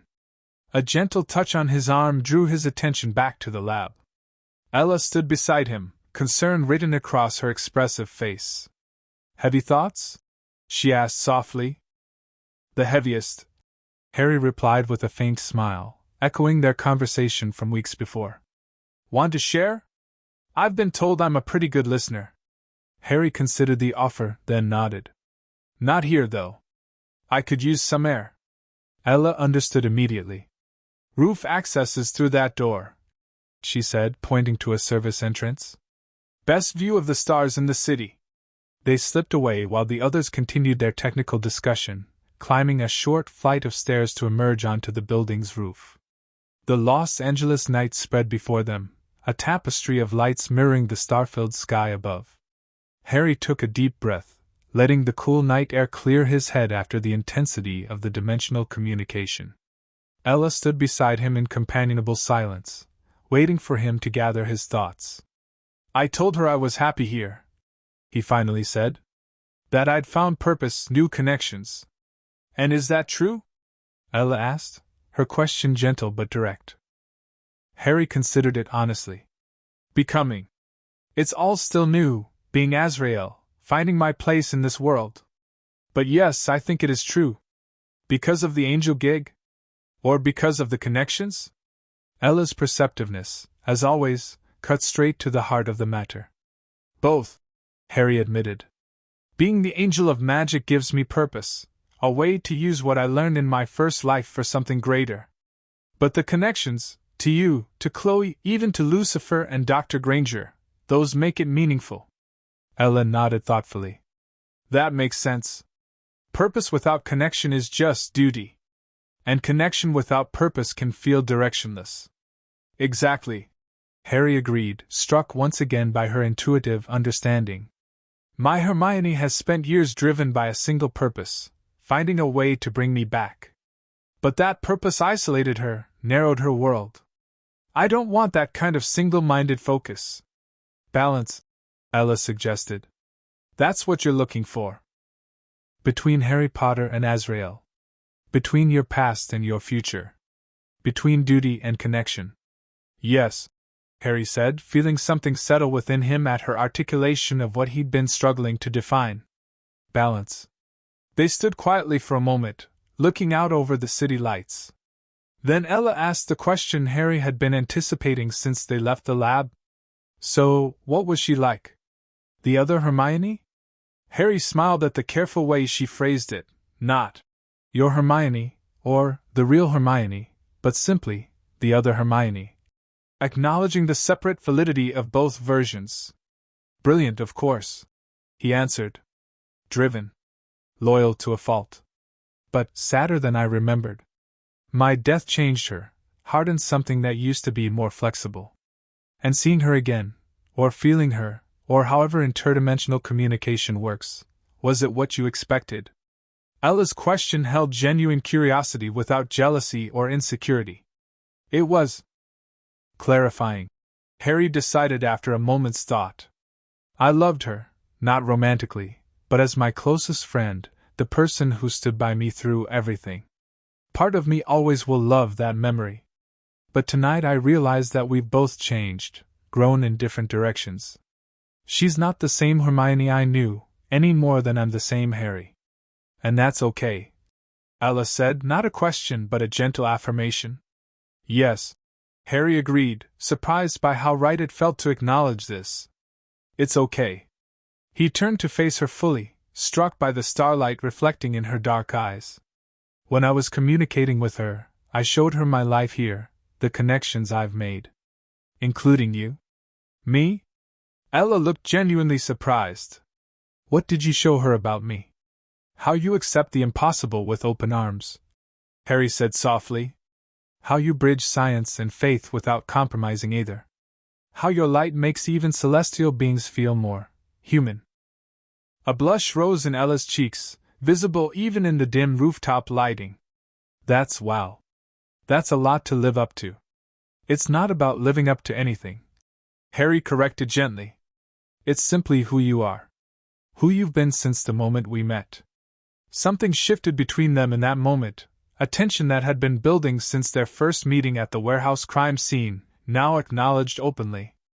Ella stepped closer, her usual energetic confidence momentarily replaced by vulnerability. So, angel of magic, she said, a slight tremor in her voice betraying her nerves. Where do we go from here? Harry reached out slowly, giving her time to step back if she wished, and brushed a strand of hair from her face. I'm still figuring out what it means to be Azrael. How to balance celestial duty with human connection. I can't promise I have all the answers. Good thing I'm not looking for answers, Ella replied, her smile returning. Just possibilities. Possibilities, Harry repeated, liking the word. Those I can offer. Their first kiss was gentle, an exploration of possibility rather than a declaration of certainty. Harry felt a resonance between them as their lips met, his celestial essence recognizing something special in Ella's soul, something that had drawn Azrael to her even before they formally met. When they parted, Ella's smile held wonder and mischief in equal measure. So that's what kissing an angel feels like. Kinda tingly. Harry laughed, the last of his emotional tension from the dimensional communication dissolving in the warmth of her presence. Is that a scientific observation, Ms. Lopez? Preliminary findings only, she replied seriously, though her eyes danced. Further research definitely required. Large sample size. Rigorous testing protocols. Far be it from me to stand in the way of scientific progress, Harry murmured, drawing her close again. Their second kiss deepened, a more confident exploration of the connection building between them. Harry felt more balanced in that moment than he had since awakening as Azrael, his celestial nature and human memory working in harmony rather than conflict. A discreet cough from the stairwell door interrupted them. They turned to find Dr. Hermione Granger standing there, an apologetic expression on her face. "Sorry to intrude," she said, her professional composure barely concealing her embarrassment at interrupting the moment. "But we've detected something concerning. Morgana's cell is registering energy fluctuations similar to what we saw during the communication attempt." Harry and Ella separated reluctantly, the reality of their ongoing challenges reasserting itself. "She's trying to establish her own connection to the other world," Harry realized. "That's our theory," Hermione confirmed. "Lucifer and Detective Decker are already on their way to the containment facility. They asked us to meet them there. We'll be right down," Harry assured her. Hermione nodded, her gaze lingering on them for a moment with an unreadable expression before she disappeared back down the stairwell. Never a dull moment in interdimensional crisis management. Ella sighed, though her smile remained. "Rain check on that scientific research?" "Definitely," Harry promised, taking her hand as they headed toward the stairs. As they descended to rejoin the others, Harry reflected on the strange balance his existence had become: celestial duty and human connection, magical guardian and man, past loyalties and new possibilities. Perhaps that was the true nature of his role as Azrael, not just to maintain boundaries between magical realms, but to bridge them through understanding both sides. He didn't have all the answers yet, but for the first time since awakening in the Silver City, the path ahead felt right. Morgana's cell was bathed in eerie blue light when they arrived at the containment facility, the witch herself suspended several inches above her bed in a meditative pose, eyes closed and hands forming intricate gestures. The runes carved into the cell walls pulsed with counter-energy, struggling to suppress whatever working she was attempting. "This started approximately 30 minutes ago," Khloe explained as they observed through the reinforced glass. "Right after your communication attempt ended. She sensed the channel closing and is trying to re-establish it," Harry surmised, studying the familiar patterns of her magical working. "But she's not trying to reach my world directly." "What do you mean?" Hermione asked, already taking readings with one of Ella's modified sensors. "The energy signature is different," Harry explained, drawing on his dual nature to interpret what he was seeing. "When I contacted my Hermione, I was reaching across the dimensional boundary to my original reality. This pattern," he gestured to the swirling energy around Morgana, "is reaching sideways toward a different parallel." "There's more than 2 dimensions?" Khloe asked, her usual composure slipping slightly at this new complication. "Infinite dimensions," Ella confirmed, checking her own readings. "At least theoretically. Every possible variation of reality exists somewhere in the multiverse." "Wonderful," Lucifer drawled. "As if one set of celestial families wasn't tedious enough." "She's searching," Harry realized, watching the shifting patterns of Morgana's working. "Trying different frequencies, different resonance patterns. Looking for a reality that matches specific criteria." "Can she actually reach another dimension from inside that cell?" Khloe asked, concern evident in her voice. "I thought the containment measures prevented that." "They should," Hermione confirmed. "The runes are specifically designed to block interdimensional energy manipulation. Unless she's found a loophole," Ella suggested, studying her sensor readings. "These energy patterns are unlike anything we've recorded before. They're not pushing against the boundaries so much as sliding between the established safeguards." As if confirming Ella's assessment, the blue light surrounding Morgana suddenly intensified, coalescing into a small but distinct portal hovering before her. Unlike the chaotic vortex she had created at the mission, this opening was perfectly controlled, no larger than a dinner plate, and completely stable. Through it, they could see only darkness, but Morgana's expression transformed to one of triumph. She opened her eyes, staring directly at the observation window as if she could see them perfectly despite the one-way glass. "You see, Azrael?" she called, her voice eerily clear through the containment barriers. "There are always other paths. Other possibilities." Before anyone could respond, she made a quick, decisive gesture. The portal snapped closed, the blue light faded, and Morgana settled gently back onto her bed, assuming a relaxed posture as if nothing unusual had occurred. What just happened?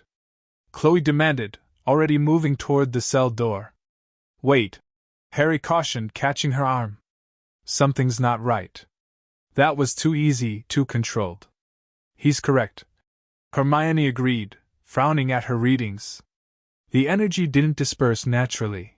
It was deliberately contained and redirected. She wanted us to see that. Harry realized. To know that she could create a stable portal despite our precautions. But she closed it immediately. Ella pointed out. Why show off a capability and then not use it? Because the demonstration was the point. Lucifer suggested, his expression uncharacteristically serious. A negotiating tactic. She's showing her hand to establish leverage. As if on cue, Morgana turned toward the observation window again. I know you're all there, discussing my little demonstration. When you're ready to talk terms, I'll be waiting. After all, we now have a common enemy. Common enemy? Khloe repeated. What is she talking about? Harry felt a chill of premonition. My Hermione. She thinks I failed to convince her. Or she knows something we don't. Hermione suggested grimly. We should interview her properly, find out what she's detected through her connections. I'll speak with her. Harry decided. Alone. That's exactly what she wants. Lucifer pointed out. To isolate you, manipulate you. I'm aware. Harry assured him. But I'm also the only one who can verify if what she tells us about my original world is accurate. And she's more likely to speak freely to me than to a group. After a brief discussion, the others reluctantly agreed to Harry's plan, though Khloe insisted on maintaining audio surveillance, and Lucifer positioned himself ready to intervene at the first sign of trouble. When Harry entered Morgana's cell, she greeted him with the serene smile of someone who had anticipated every development in a complex game. The angel of magic graces me with his presence, she said, gesturing to the chair across from her bed. Please sit. We have much to discuss. Your demonstration was impressive.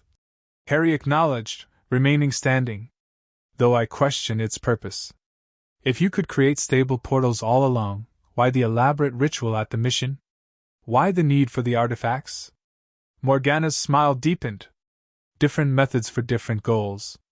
The small portal you witness requires precision and control, but cannot be maintained for long and allows only information to pass, not physical matter.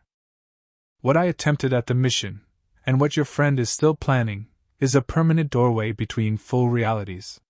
You're wrong about Hermione, Harry stated firmly. I spoke with her. She understands the danger now. She'll stop their project. Morgana tilted her head, studying him with those ancient eyes. Did she say those exact words? Did she promise to abandon her work entirely? Or did she simply acknowledge the information you provided and promise to reconsider? Harry hesitated, recalling the exact exchange. Hermione had acknowledged the danger, requested the data to verify his claims, but had never explicitly promised to stop completely. Seeing his hesitation, Morgana nodded. As I thought. Your Hermione Granger is brilliant, determined, and utterly devoted to her cause. She has spent years developing this method. Do you truly believe one conversation, however emotional, would be enough to make her abandon it entirely? You don't know her. Harry insisted, though doubt had begun to creep in. I know her type. Morgana countered. I was much the same in my youth, brilliant, idealistic, convinced that my understanding was complete. It took centuries for me to recognize the limitations of my perspective. She leaned forward slightly. Your Hermione will proceed, Harry. She'll simply adjust her calculations, attempt to account for the destabilizing factors you revealed.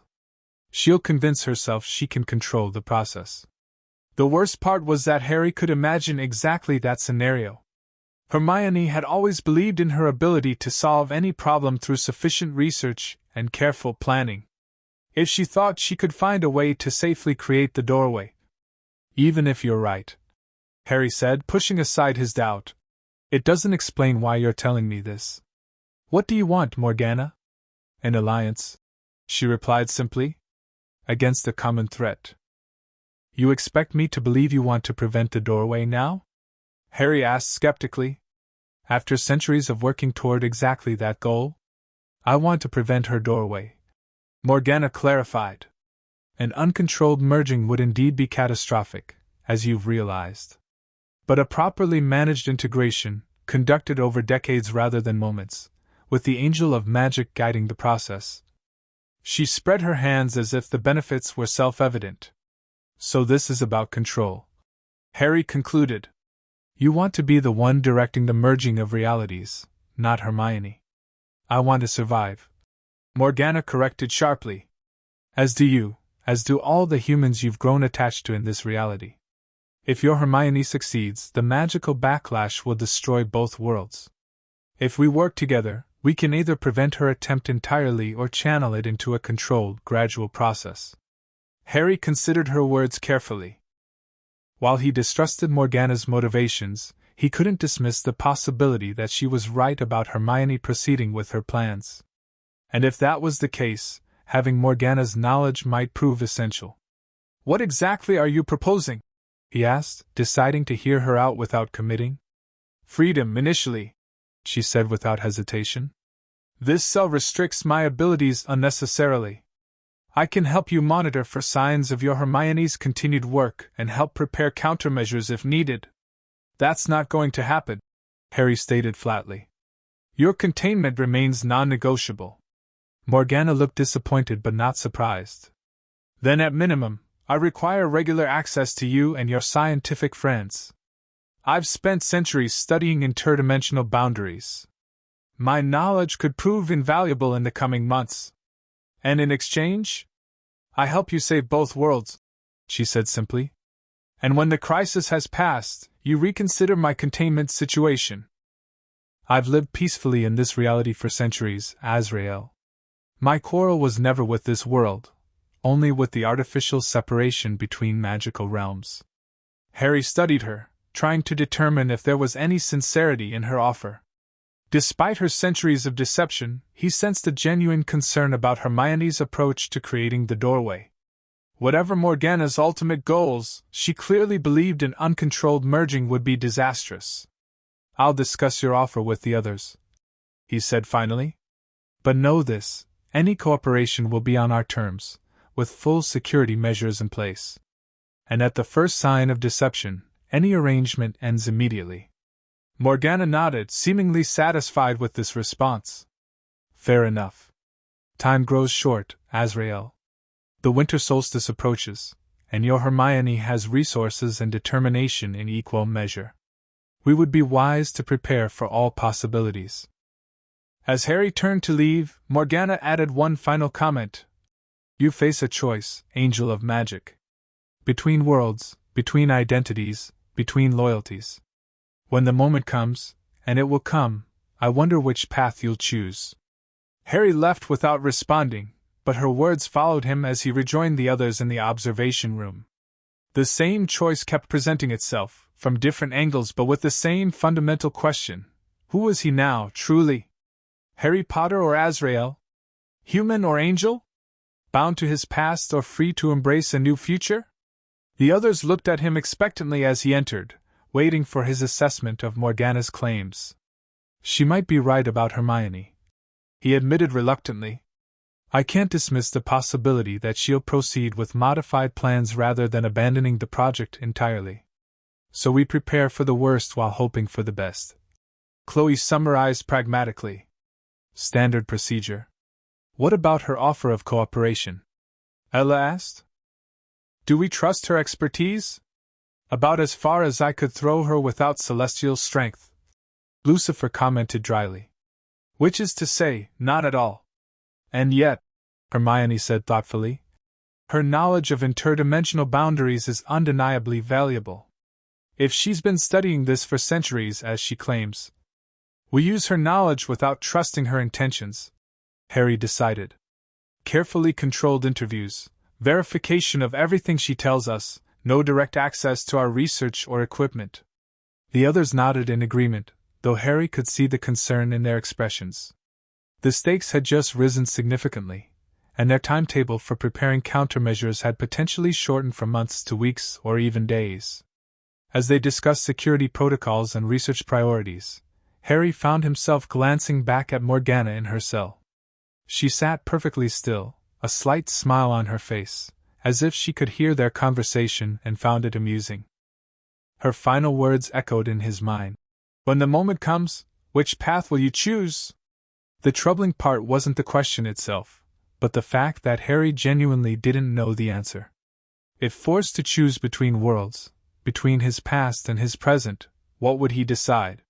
He felt a gentle touch on his arm and turned to find Ella beside him, her expression understanding. "One step at a time," she said quietly. "Right now, we focus on preventing the choice from becoming necessary." Harry nodded, grateful for her grounding presence. "Right. One problem at a time." As they left the containment facility, formulating plans and assigning research tasks, Harry allowed himself to hope that Ella was right, that with proper preparation, the impossible choice Morgana predicted might be avoided entirely. But deep down, in the place where the wizard and the angel merged, he sensed that the crossroads was approaching, inexorable as the turning of seasons. Sooner or later, he would have to decide which path to follow. The weeks that followed fell into an intense rhythm of research, monitoring, and preparation. Ella's lab became their headquarters, filled with increasingly sophisticated equipment designed to detect interdimensional energy fluctuations. Hermione divided her time between interviewing Morgana about historical dimensional breaches and consulting ancient texts, searching for precedents that might guide their approach. Khloe coordinated with Lucifer to establish a celestial early warning system, with angels stationed near known dimensional weak points around the globe. Amenadiel himself took charge of reinforcing Morgana's containment, adding layers of celestial warding to prevent her from creating another demonstration portal. Harry worked with all of them, his unique position as both former wizard and current angel making him the bridge between different approaches. His relationship with Ella deepened during these intense weeks, their scientific collaborations flowing naturally into personal connection.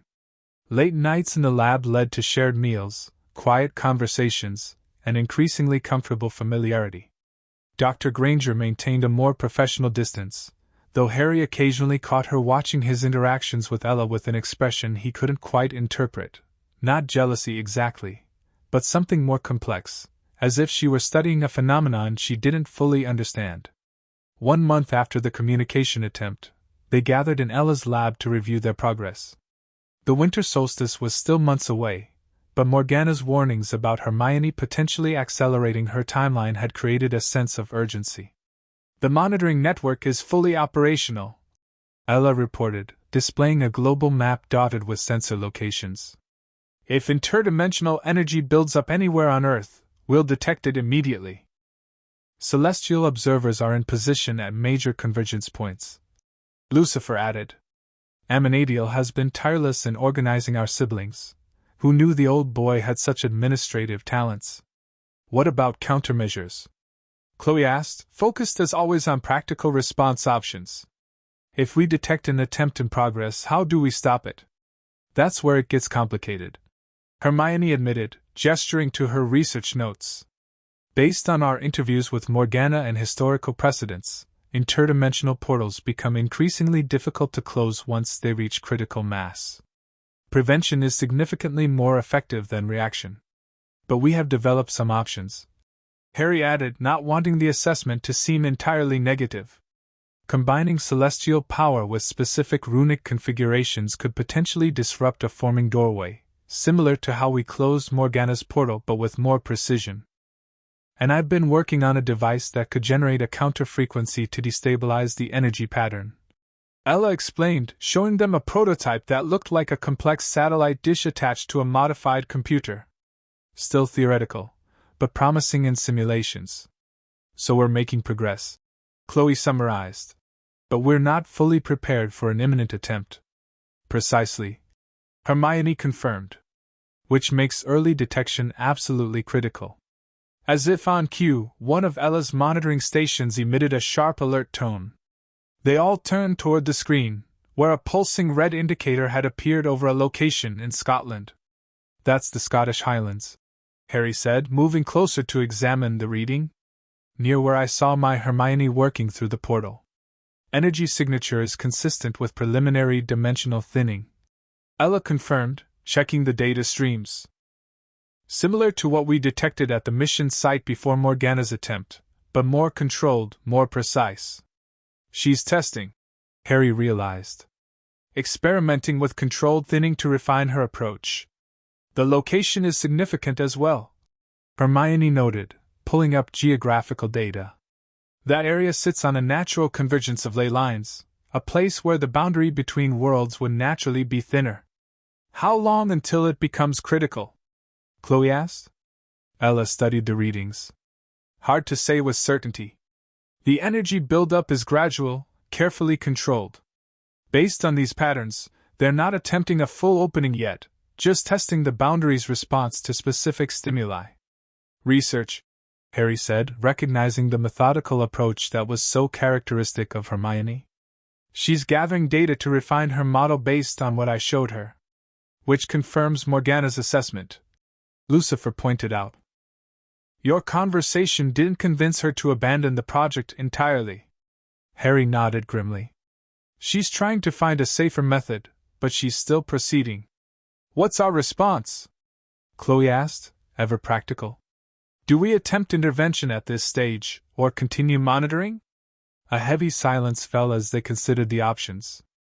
Intervention now might prevent further progress but could alert Hermione to their monitoring capabilities. Waiting would provide more information but allow her research to advance. We monitor for now, Harry decided finally.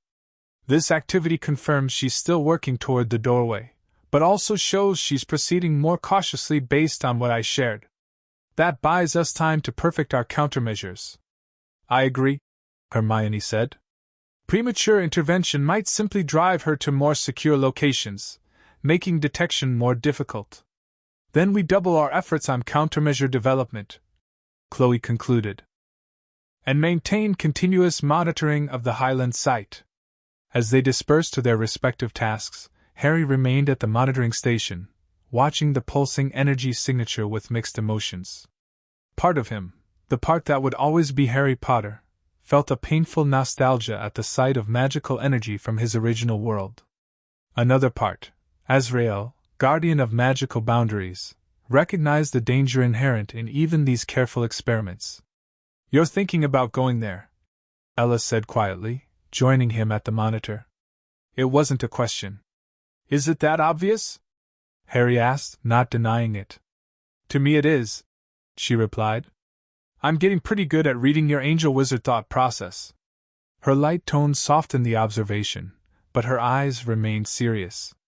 It would be dangerous, Harry. If she detected your presence, she might accelerate her plans, Harry acknowledged. Or take measures to block further monitoring. Not to mention the personal complications, Ella added gently. Seeing her in person, back in your original world, that would be intense. Harry nodded, appreciating her insight. I'm not going to go, he assured her. Not yet, anyway. But I can't pretend I don't feel pulled in that direction. Of course you do, Ella said, understanding rather than jealous. It's part of who you are. I'd be worried if you didn't feel that pull. Harry turned from the monitor to face her fully. How do you do that? Accept all of this, angels, parallel worlds, my complicated past, so completely? Ella considered the question seriously. I guess I've always believed the universe is bigger and weirder than most people are willing to admit. Finding out I was right just confirmed what I already suspected. She smiled, that radiant expression that had drawn him from their first meeting. Plus, it helps that the angel wizard in question is pretty great, complicated past and all. Harry felt a surge of affection so powerful it manifested briefly as a glow around his hands, his celestial nature responding to genuine emotion. I don't deserve you, Ella Lopez. Probably not, she agreed cheerfully. But you've got me anyway. Cosmic mystery, huh? He laughed, the tension of the monitoring alert temporarily forgotten. The greatest mystery of all. Their moment was interrupted by Hermione clearing her throat behind them. "Sorry to intrude," she said, her expression carefully neutral. "But I've been reviewing the energy patterns from the Highlands site, and I've noticed something concerning." They followed her to her research station, where she had isolated specific wavelengths from the dimensional disturbance. "These frequencies," she explained, pointing to particular patterns, "they're not just testing the boundary. They're probing for something specific." "What do you mean?" Harry asked, studying the complex data. "In simplified terms, it appears they're sending out specific questions to the interdimensional barrier, looking for a particular type of response." Hermione's brow furrowed in concentration. "Almost as if they're searching for something, or someone." A chill ran through Harry as understanding dawned. "They're looking for me," he realized. "Trying to locate my specific magical signature across dimensions." "That would be my assessment," Hermione agreed grimly. "And if they succeed, if they can pinpoint your exact location in this reality, they could target their doorway directly."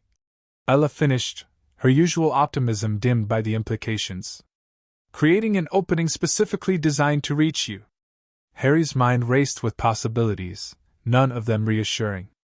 If his Hermione could indeed locate him precisely, she might believe even more strongly that he needed rescuing. A targeted doorway would be harder to detect and potentially more difficult to close. "Can they find me?" he asked Hermione directly. "Through these probes?" She hesitated, never comfortable speculating beyond solid evidence. "Your celestial nature might mask your original magical signature to some degree. But if they're as resourceful and determined as you've described, it's possible," Harry concluded. "Which means we need to consider countermeasures for a targeted approach, not just a general doorway." "I'll adjust our monitoring parameters," Ella said immediately, already moving toward her equipment. "Focus on detecting signature-specific energy patterns. And I'll consult with Morgana," Hermione added reluctantly. "She may have insights about concealing specific magical signatures across dimensions." As they redirected their efforts to address this new concern, Harry found himself staring at the pulsing energy signature from the Highlands, feeling more conflicted than ever. The methodical probing confirmed what he had feared. His conversation with Hermione hadn't dissuaded her, merely caused her to adapt her approach. The question that had haunted him since awakening as Azrael grew more insistent: where did he truly belong? Which world was truly his home now?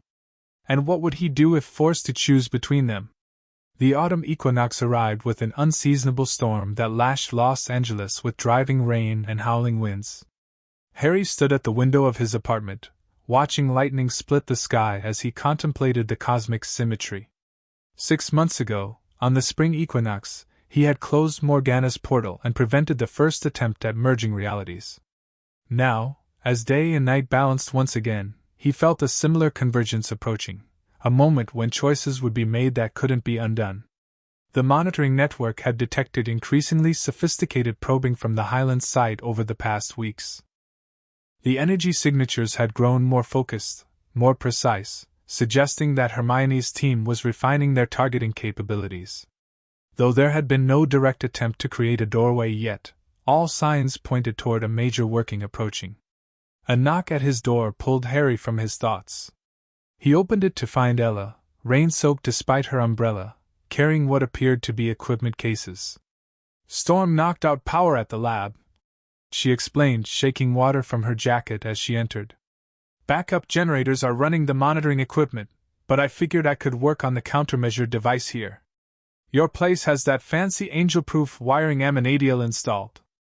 Harry smiled, taking the cases from her. "Angel-proof is a bit of an exaggeration. It just doesn't short-circuit when I accidentally manifest celestial energy. Which happens more often than you'd admit," Ella teased, her cheerful energy a welcome contrast to the storm's gloom. She had grown increasingly comfortable with his dual nature, even finding humor in the occasional manifestations of angelic power that accompanied strong emotions. As Harry set up a workspace for her at his dining table, Ella studied him with the perceptive gaze that often saw more than he intended to reveal. You've got that look, she observed. The one that means you're having deep cosmic thoughts about dimensional boundaries and angel identity crises. Is it that obvious? Harry asked, echoing their conversation from weeks before. Only to someone who's been paying attention, Ella replied, unpacking her equipment. The equinox has you thinking about cycles and balance, right? Very on brand for the angel of magic. Harry couldn't help laughing at her assessment. Sometimes I think you understand my role better than I do. Nah, Ella demurred, connecting components with practiced efficiency. I just pay attention to patterns. You get extra broody during transitional cosmic events, equinoxes, full moons, that weird celestial alignment last month that had Lucifer all worked up. Observational data supports your hypothesis. Harry acknowledged, adopting her scientific terminology with a smile. Though in my defense, those are times when the boundaries between realms naturally thin. Which means your Hermione might be planning something special for today. Ella concluded, her expression growing more serious. Hence the extra broodiness. Harry nodded, impressed as always by her intuitive leaps. The monitoring network has detected increased activity at the Highlands site since yesterday. Energy signatures consistent with preparation for a major working. The lab team would have called if anything crossed critical thresholds. Ella assured him, though her hands briefly stilled in their work. But yeah, I've been watching the patterns too. They're building towards something. Thunder crashed outside, rattling the windows. The storm had intensified, sheets of rain obscuring the city view that usually stretched beyond Harry's balcony. There was a wildness to the weather that felt almost magical, a reflection of the interdimensional tensions building around them. I need to tell you something, Harry said suddenly, the words emerging before he'd fully formulated his thoughts. About what might happen if they succeed, if they do create a doorway targeted specifically to me. Ella set down her tools, giving him her full attention. I'm listening. Harry struggled to articulate the concern that had been growing within him. If the doorway connects directly to me, to my specific magical signature, it might pull me, draw me toward my original world regardless of my intentions. Like magical gravity? Ella asked, her scientific mind immediately grasping the concept. Exactly, Harry confirmed. My original magical core would resonate with the energy from my home dimension. The pull could be difficult to resist. Could be, Ella repeated, catching the hesitation in his phrasing. Or would be? Harry met her gaze directly. I don't know. That's the truth, Ella. I don't know if I would want to resist it. The admission hung between them, heavier than he'd intended but necessary. Ella deserved honesty, especially as their relationship had deepened over the past months. To his surprise, she didn't look hurt or angry. Instead, her expression held understanding and a gentle sadness. You're torn between worlds, she said simply. Between who you were and who you're becoming. That makes perfect sense, Harry. It feels like a betrayal, Harry admitted. To even consider being drawn back. After everything we've built here, everything I've learned about being Azrael. But it was your home, Ella said softly. The place where you became Harry Potter, where you found your first family, fought your first battles. Where people who loved you are still grieving your loss. Thunder rumbled again, closer this time, as if the heavens themselves were acknowledging the weight of their conversation. What would you do? Harry asked suddenly. If our positions were reversed, if you were torn between worlds like this? Ella considered the question seriously, taking her time before answering.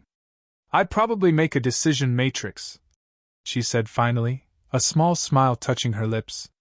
List all the factors, people I loved in both places, purpose, meaning, where I could do the most good. Very scientific. Harry smiled at her characteristically methodical approach. And then? And then I'd probably ignore it completely and go with my heart, she admitted with a self-deprecating laugh. Because some choices are too big for decision matrices. That doesn't help narrow it down, Harry pointed out, though he appreciated her honesty. Maybe because it's not a choice you can make in advance, Ella suggested. Maybe it's one of those moments where you'll know what's right when you're facing it directly. Harry considered this perspective, finding comfort in the idea that he didn't need to have all the answers immediately. That's surprisingly mystical thinking for a scientist. Hey, the best scientists know that some things defy neat classification.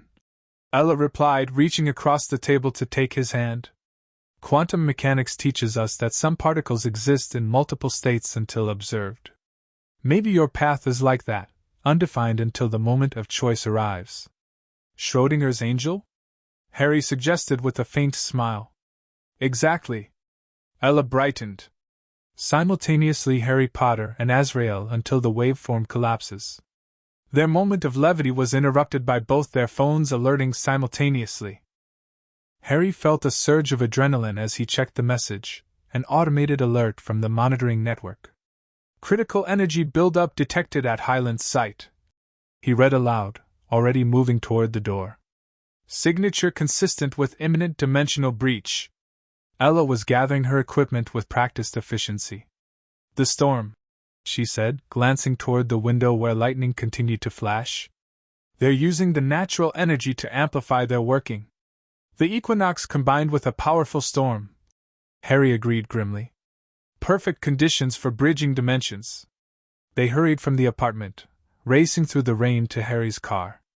As they drove toward the lab, Harry made calls, alerting Lucifer, Khloe, and Hermione to the situation. All were already responding to the automated alerts, converging on their headquarters from different locations across the city. Energy signatures are spiking, Ella reported, monitoring the data on her tablet.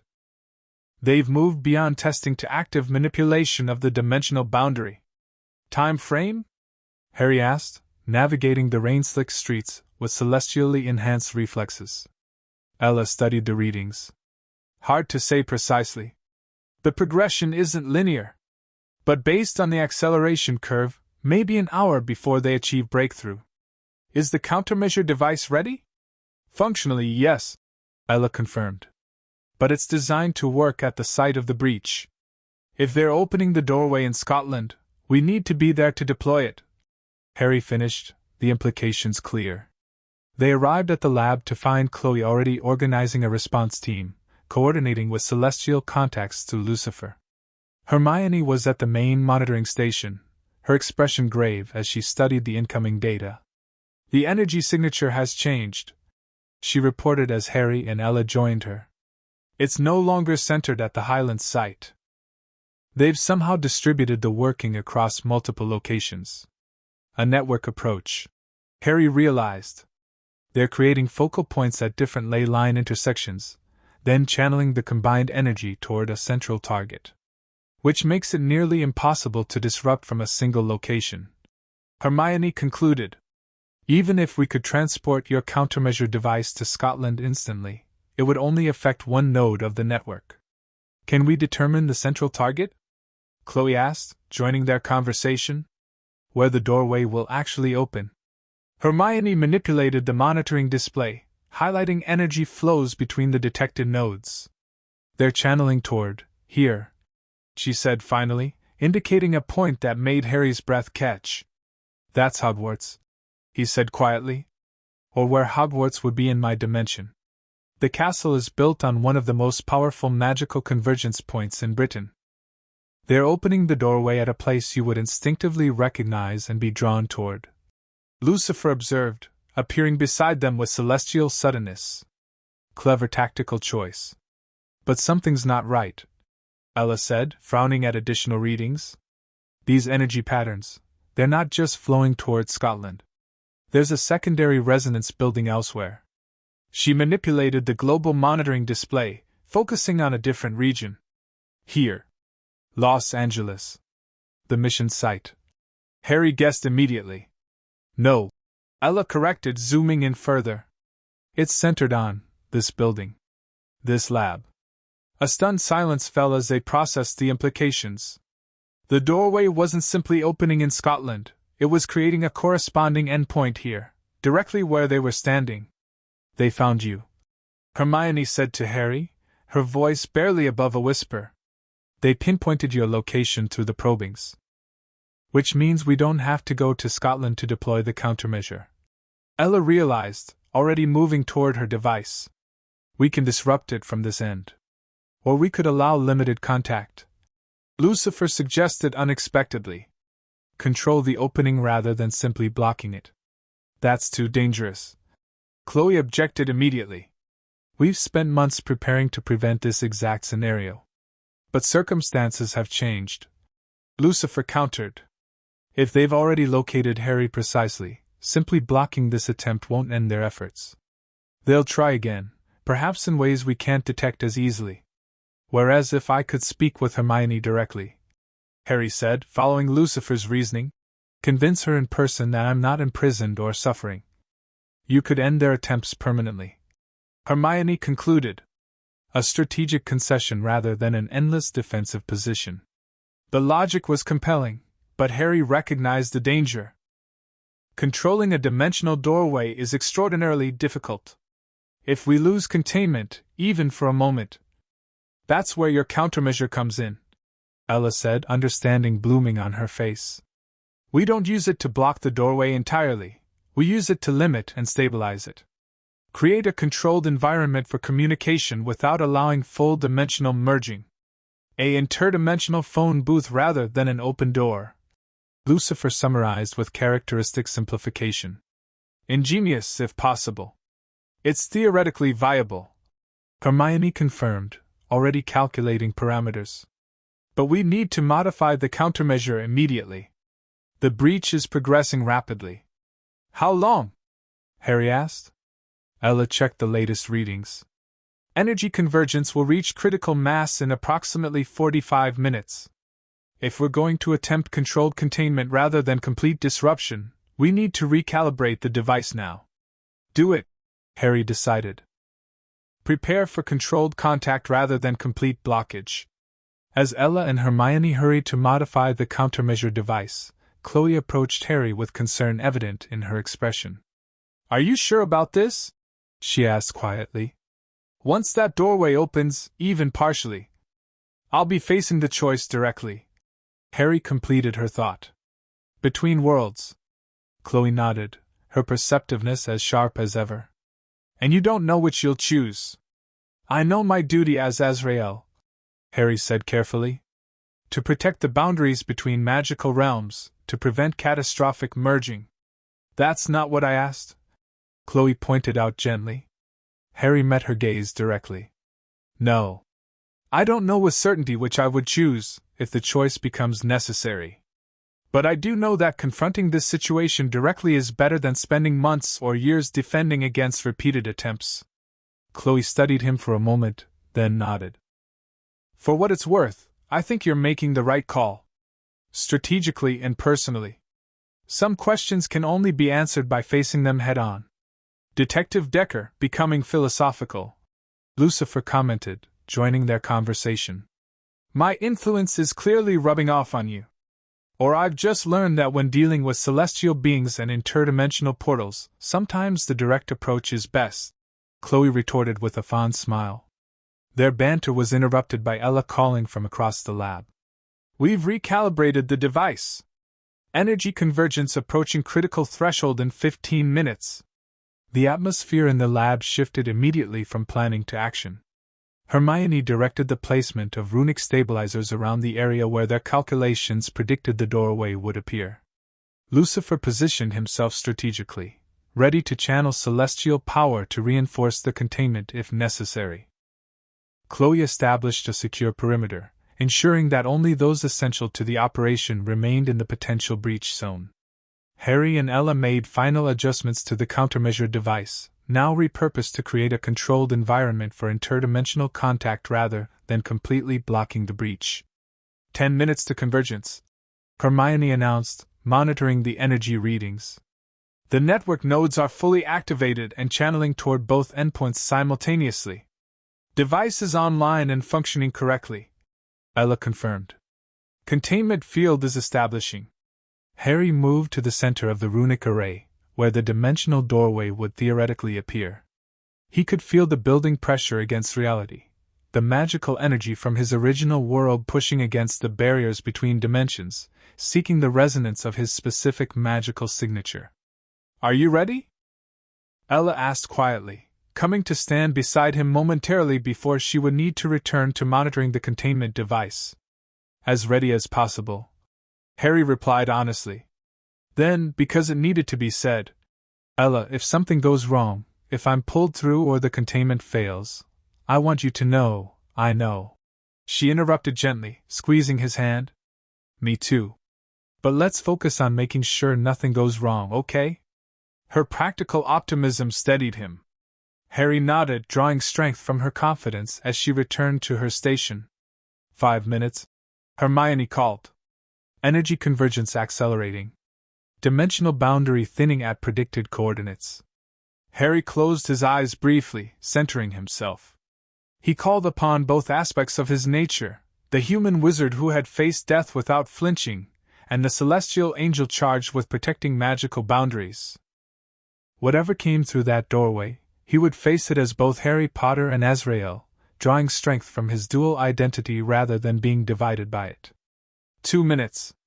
Localized dimensional distortion detected. Containment field responding appropriately. The air before Harry began to shimmer, reality bending visibly as the pressure from the other side intensified.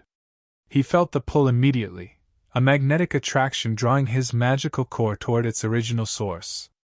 The sensation was both alien and deeply familiar, like hearing a beloved voice after years of silence. 1 minute. Breach imminent. Containment field at maximum capacity. Ella's device hummed loudly, projecting an invisible barrier that would theoretically allow visual and auditory contact while preventing physical crossover. Harry could feel the technology working in concert with the runic array, creating a controlled environment for the impending breach. 30 seconds. Everyone in position.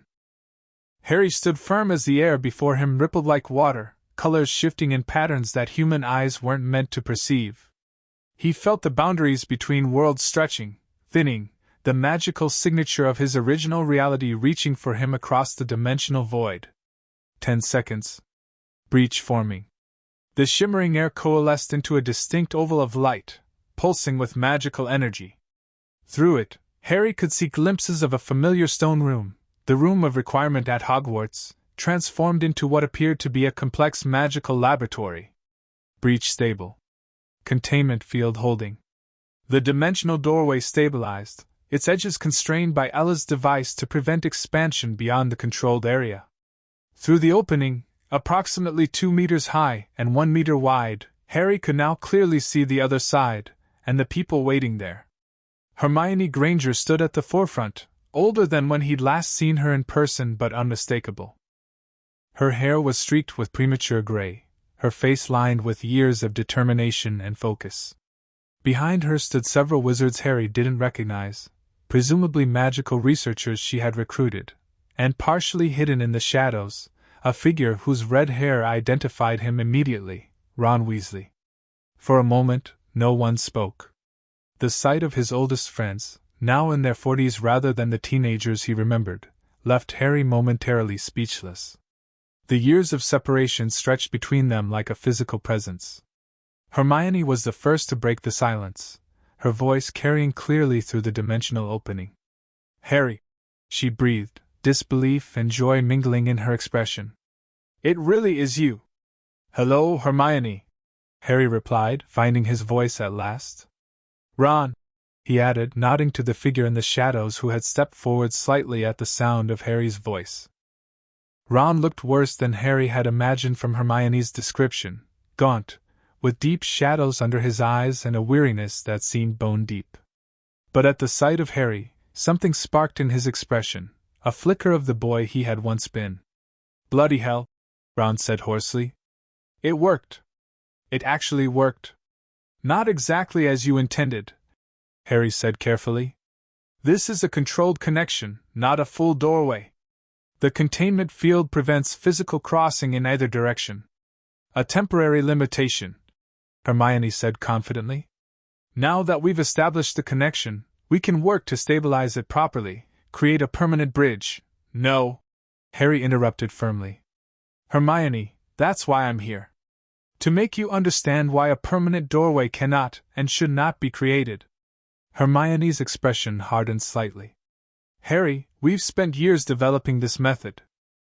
I received the data you sent during our mental communication, but our calculations show we can manage the dimensional integration safely, given sufficient time and control measures. Your calculations are based on incomplete understanding. Harry countered. I've seen what happens when the magical systems try to merge. No amount of control can prevent the fundamental incompatibility from causing catastrophic damage to both realities. You're speaking like one of them, Ron said suddenly, his voice rough with emotion. Like you believe what they've told you. I'm speaking from direct observation, Ron. Harry replied gently. From what I've experienced as both Harry Potter and as Azrael. Azrael. Hermione repeated, studying him with scientific curiosity now mingling with her emotional response. The angel identity they've imposed on you. Not imposed.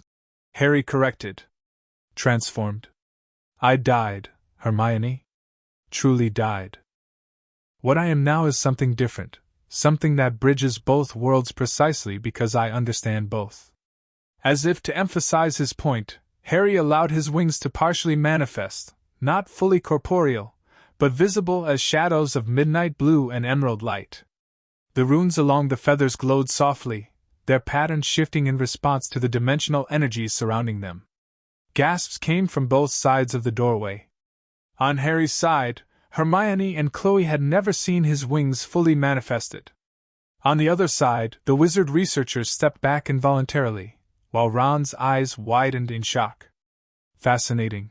Both Hermione said simultaneously, then glanced at each other in surprise through the dimensional opening. The moment broke the tension somewhat, a ripple of nervous laughter passing through both groups. Harry took the opportunity to gesture toward his companions. Hermione, Ron, I'd like you to meet my colleagues in this reality. Dr. Hermione Granger, who has been instrumental in understanding the dimensional mechanics. Detective Khloe Decker, who handles the human aspects of our work. Lucifer Morningstar, who is exactly who his name suggests. And Ella Lopez, brilliant scientist and developer of the containment field currently stabilizing this connection. The introduction seemed to momentarily distract Hermione from her single-minded focus on rescuing Harry. She studied her counterpart with undisguised fascination. Another version of myself. The multiverse theory confirmed empirically. Extraordinary. Equally extraordinary from this side. Dr. Granger replied, her scientific curiosity overcoming her usual reserve. Though our paths have clearly diverged significantly. And you're the actual devil? Ron asked Lucifer directly, finding his voice again. Like from hell? The very same. Lucifer confirmed with a slight bow. Though currently on an extended vacation from the infernal regions.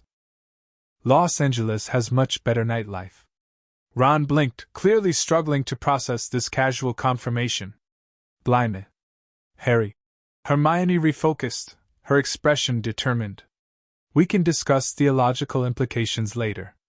The fact remains that we found you, and we can bring you home. Whatever they've done to you, whatever you've become, you belong in your own reality. That's what I'm trying to explain, Hermione. Harry said patiently. I exist between realities now. My purpose as Azrael is to maintain the boundaries between magical realms, to prevent precisely the kind of merging you're attempting to create. They've convinced you that's your purpose. Hermione insisted. But you're Harry Potter. You belong with the people who love you, who've mourned you for decades. The pain in her voice was palpable, and Harry felt it echo within him. These were the friends of his childhood, the people who had fought beside him through the darkest times of his life. Their grief was real, their desire to reclaim him understandable. But so were the connections he'd formed in this new existence, with Ella, whose brilliant light had illuminated his path as Azrael, with this world's Hermione, whose analytical mind had helped him understand his new role, with Lucifer and Khloe, whose partnership had shown him how celestial and human could work together in harmony. I love you both, Harry said softly. I always will. You were my first true family, The people who made me who I am. Nothing can change that. Then come home, Ron said, a desperate edge to his voice. We can find a way to reverse whatever they've done to you. It can't be reversed, Ron, Harry explained gently. And attempting to force me back into my original form would cause exactly the kind of dimensional catastrophe we're trying to prevent. I'm not trapped here. I'm not suffering. I'm fulfilling a purpose that matters. With her? Ron asked suddenly, his gaze shifting to Ella, who stood monitoring the containment field. Something in Ron's expression suggested he'd recognized the connection between them immediately. Harry didn't hesitate. Yes. With Ella, with this team, with the work we're doing. I've found meaning here, Ron. New connections that matter deeply to me. Ron's expression crumpled slightly, decades of hope visibly collapsing. Hermione, however, remained resolute. The doorway is stabilizing beyond our initial predictions, she noted, glancing at instruments on her side. The containment field is effective but not impenetrable. With a few adjustments, we could create a passage sufficient for your return. Hermione, Harry said firmly. Look at me. Really look. He fully manifested his wings now, allowing his celestial nature to shine through more completely. The lab around him filled with soft blue-white light, his eyes glowing with inner radiance that was decidedly not human. This is who I am now, he said, his voice carrying harmonics impossible for a human throat to produce. Angel of magic. Guardian of the boundaries between worlds. I cannot return to being only Harry Potter any more than you could return to being the 11-year-old girl on the Hogwarts Express. The display seemed to finally penetrate Hermione's determination.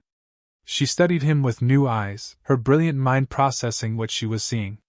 You really are different, she acknowledged slowly. Not just physically, but fundamentally. Yes, Harry confirmed. Changed at the level of essence. And attempting to force me back into a purely human form in our original reality would be catastrophic, not just for me, but for both worlds. A tense silence fell across the dimensional boundary. Harry could see Hermione's mind working, reevaluating everything in light of this new understanding. Ron simply stared, grief and acceptance warring in his expression. The containment field is starting to fluctuate, Ella reported quietly. We can maintain stable connection for perhaps 10 more minutes before risking broader dimensional effects. Then I'll be direct, Harry said, addressing his oldest friends with the honesty they deserved. I need you to dismantle your end of this doorway completely. Not just close it temporarily, but fully deconstruct the network you've created.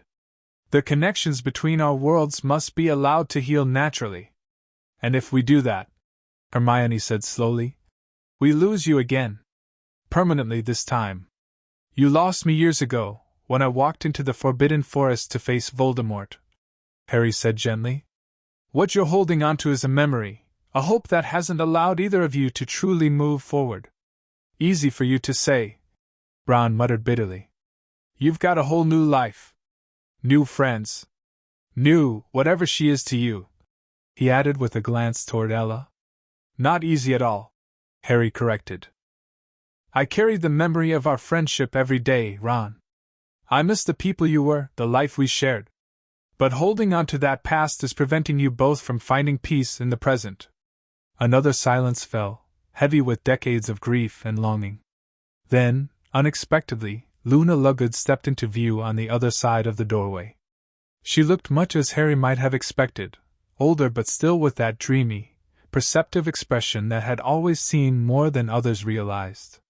He's right, you know, she said in her familiar ethereal voice. Harry's aura is completely different now. He's become what he was always meant to be, a bridge between worlds, not belonging fully to either.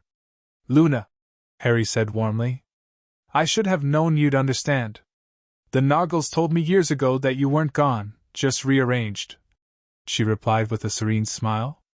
Although they didn't mention the wings. Those are quite lovely, Harry. Despite everything, Harry laughed. Some things never changed across dimensions or lifetimes. Luna's unique perspective remained a constant in a sea of variables. 5 minutes remaining on stable connection, Ella warned. Harry looked directly at Hermione, knowing she was the key. If she agreed to dismantle the network, Ron would eventually accept it. If she refused, "I need your word, Hermione," he said quietly. "As my friend. That you'll close this door permanently." Hermione's struggle was visible on her face, the conflict between the goals she pursued for years and the evidence before her eyes that Harry had truly transformed into something that couldn't return. "If we close it," she said finally, "is there any way we could still communicate? Even occasionally? Some method that doesn't risk dimensional stability but allows us to know you're well?" Harry glanced at Ella, who considered the question from a scientific perspective. "Theoretically," Ella said cautiously, "we might be able to develop a very limited communication protocol. Text only, transmitted during specific astronomical alignments when the boundaries naturally thin slightly. It would be infrequent, maybe once or twice a year, and carry strict limitations on data transfer. Like interdimensional text messaging," Luna observed brightly. "How lovely! It would be better than nothing," Ron admitted reluctantly. "We would need to research the method thoroughly before attempting it," Harry cautioned, not wanting to offer false hope. "But yes, that might be possible without risking dimensional stability." Hermione nodded slowly, her scientific mind already considering the possibilities. Then, with visible effort, she straightened her shoulders and made her decision. "I give you my word, Harry. We'll dismantle the network completely once this connection closes." Her voice caught slightly. "But I want your promise that you'll try to find a safe way to communicate, however limited." "I promise," Harry agreed immediately. "You deserve to know that I'm well, that your efforts weren't in vain even if they didn't achieve what you originally intended." Ron stepped forward then, moving to stand beside Hermione. His expression was pained but resolute. "So this is goodbye, then?" "Again. Not goodbye," Harry corrected gently. "Just a different kind of connection than you'd hoped for." "You're really happy there?" Ron asked, the question simple but profound. "With them? With her?" His gaze flickered toward Ella again. Harry didn't hesitate. "Yes. Not because this world is better or these people are replacing you. But because I've found purpose that matters, connections that help me fulfill that purpose. I'm becoming who I need to be now, just as you both need to become who you're meant to be without holding on to the past." Ron nodded slowly, acceptance gradually replacing the desperate hope he'd carried for so long. "Always were the brave one," he said gruffly. "Facing the truth even when it hurts." 2 minutes remaining. Ella announced quietly. "We should begin the closure sequence," Hermione said, turning to her team of researchers. "Prepare to dismantle the network nodes in sequence." As her team moved to comply, Hermione turned back to the dimensional doorway, her eyes seeking not Harry but her counterpart. "Take care of him," she said simply to Dr. Granger. "We will," Dr. Granger promised, understanding passing between the two versions of the same brilliant woman. "All of us." Luna stepped forward one last time, her dreamy smile unchanged. "The universe rearranged you beautifully, Harry Potter. Your wings reflect who you always were inside." "Thank you, Luna," Harry said, touched by her unique wisdom. "Tell the others, Neville, Ginny, everyone, that I'm at peace. That I found my next great adventure, just as Dumbledore promised." "I will," she assured him. "They'll understand in time." 60 seconds, Ella warned. Energy fluctuations increasing as connection duration extends. "It's time," Harry said, looking between Ron and Hermione, the friends of his youth, now middle-aged and carrying decades of grief that he hoped might finally begin to heal. "Take care of each other. Find joy again. Live the lives you were meant to have." "We'll try," Hermione promised, tears finally breaking through her composed exterior. "And Harry, thank you for everything. For saving us all those years ago, and for saving us again today by telling the truth." "Goodbye, mate," Ron said simply, raising his hand in farewell. "Give them hell in the next life. Or heaven, I suppose, in your case." "A bit of both," Harry replied with a smile. Goodbye, Ron. Hermione. Luna. Thank you for loving me enough to search across dimensions. Now love yourselves enough to let go. The dimensional doorway began to flicker as both sides initiated closure procedures simultaneously. The last image Harry saw was his oldest friends standing together, Hermione with tears streaming down her face but resolve in her posture, Ron with one arm around her shoulders in a gesture of shared grief and support, Luna with her serene smile and knowing eyes. Then the doorway collapsed with a soft implosion of light, the containment field absorbing the residual energy without incident. Where the dimensional opening had been, only empty air remained. Harry stood motionless for a long moment, his wings gradually fading as he reigned in his celestial manifestation. The choice that had haunted him for months had been made, not in a single dramatic moment, but in the accumulated weight of small decisions and growing connections that had anchored him to this new existence. He felt a hand slip into his and turned to find Ella beside him, her expression full of understanding and quiet support. Beyond her, Dr. Granger watched with a complex mix of emotions, relief, scientific satisfaction, and something deeper that suggested her own journey of understanding was still evolving. Lucifer and Khloe stood together, their presence a reminder of the partnerships that defined this world he had chosen. "You okay?" Ella asked softly. "I will be," Harry answered truthfully.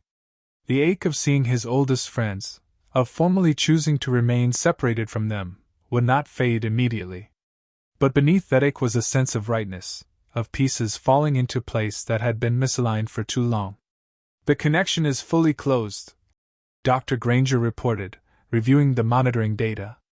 "Energy signatures returning to baseline.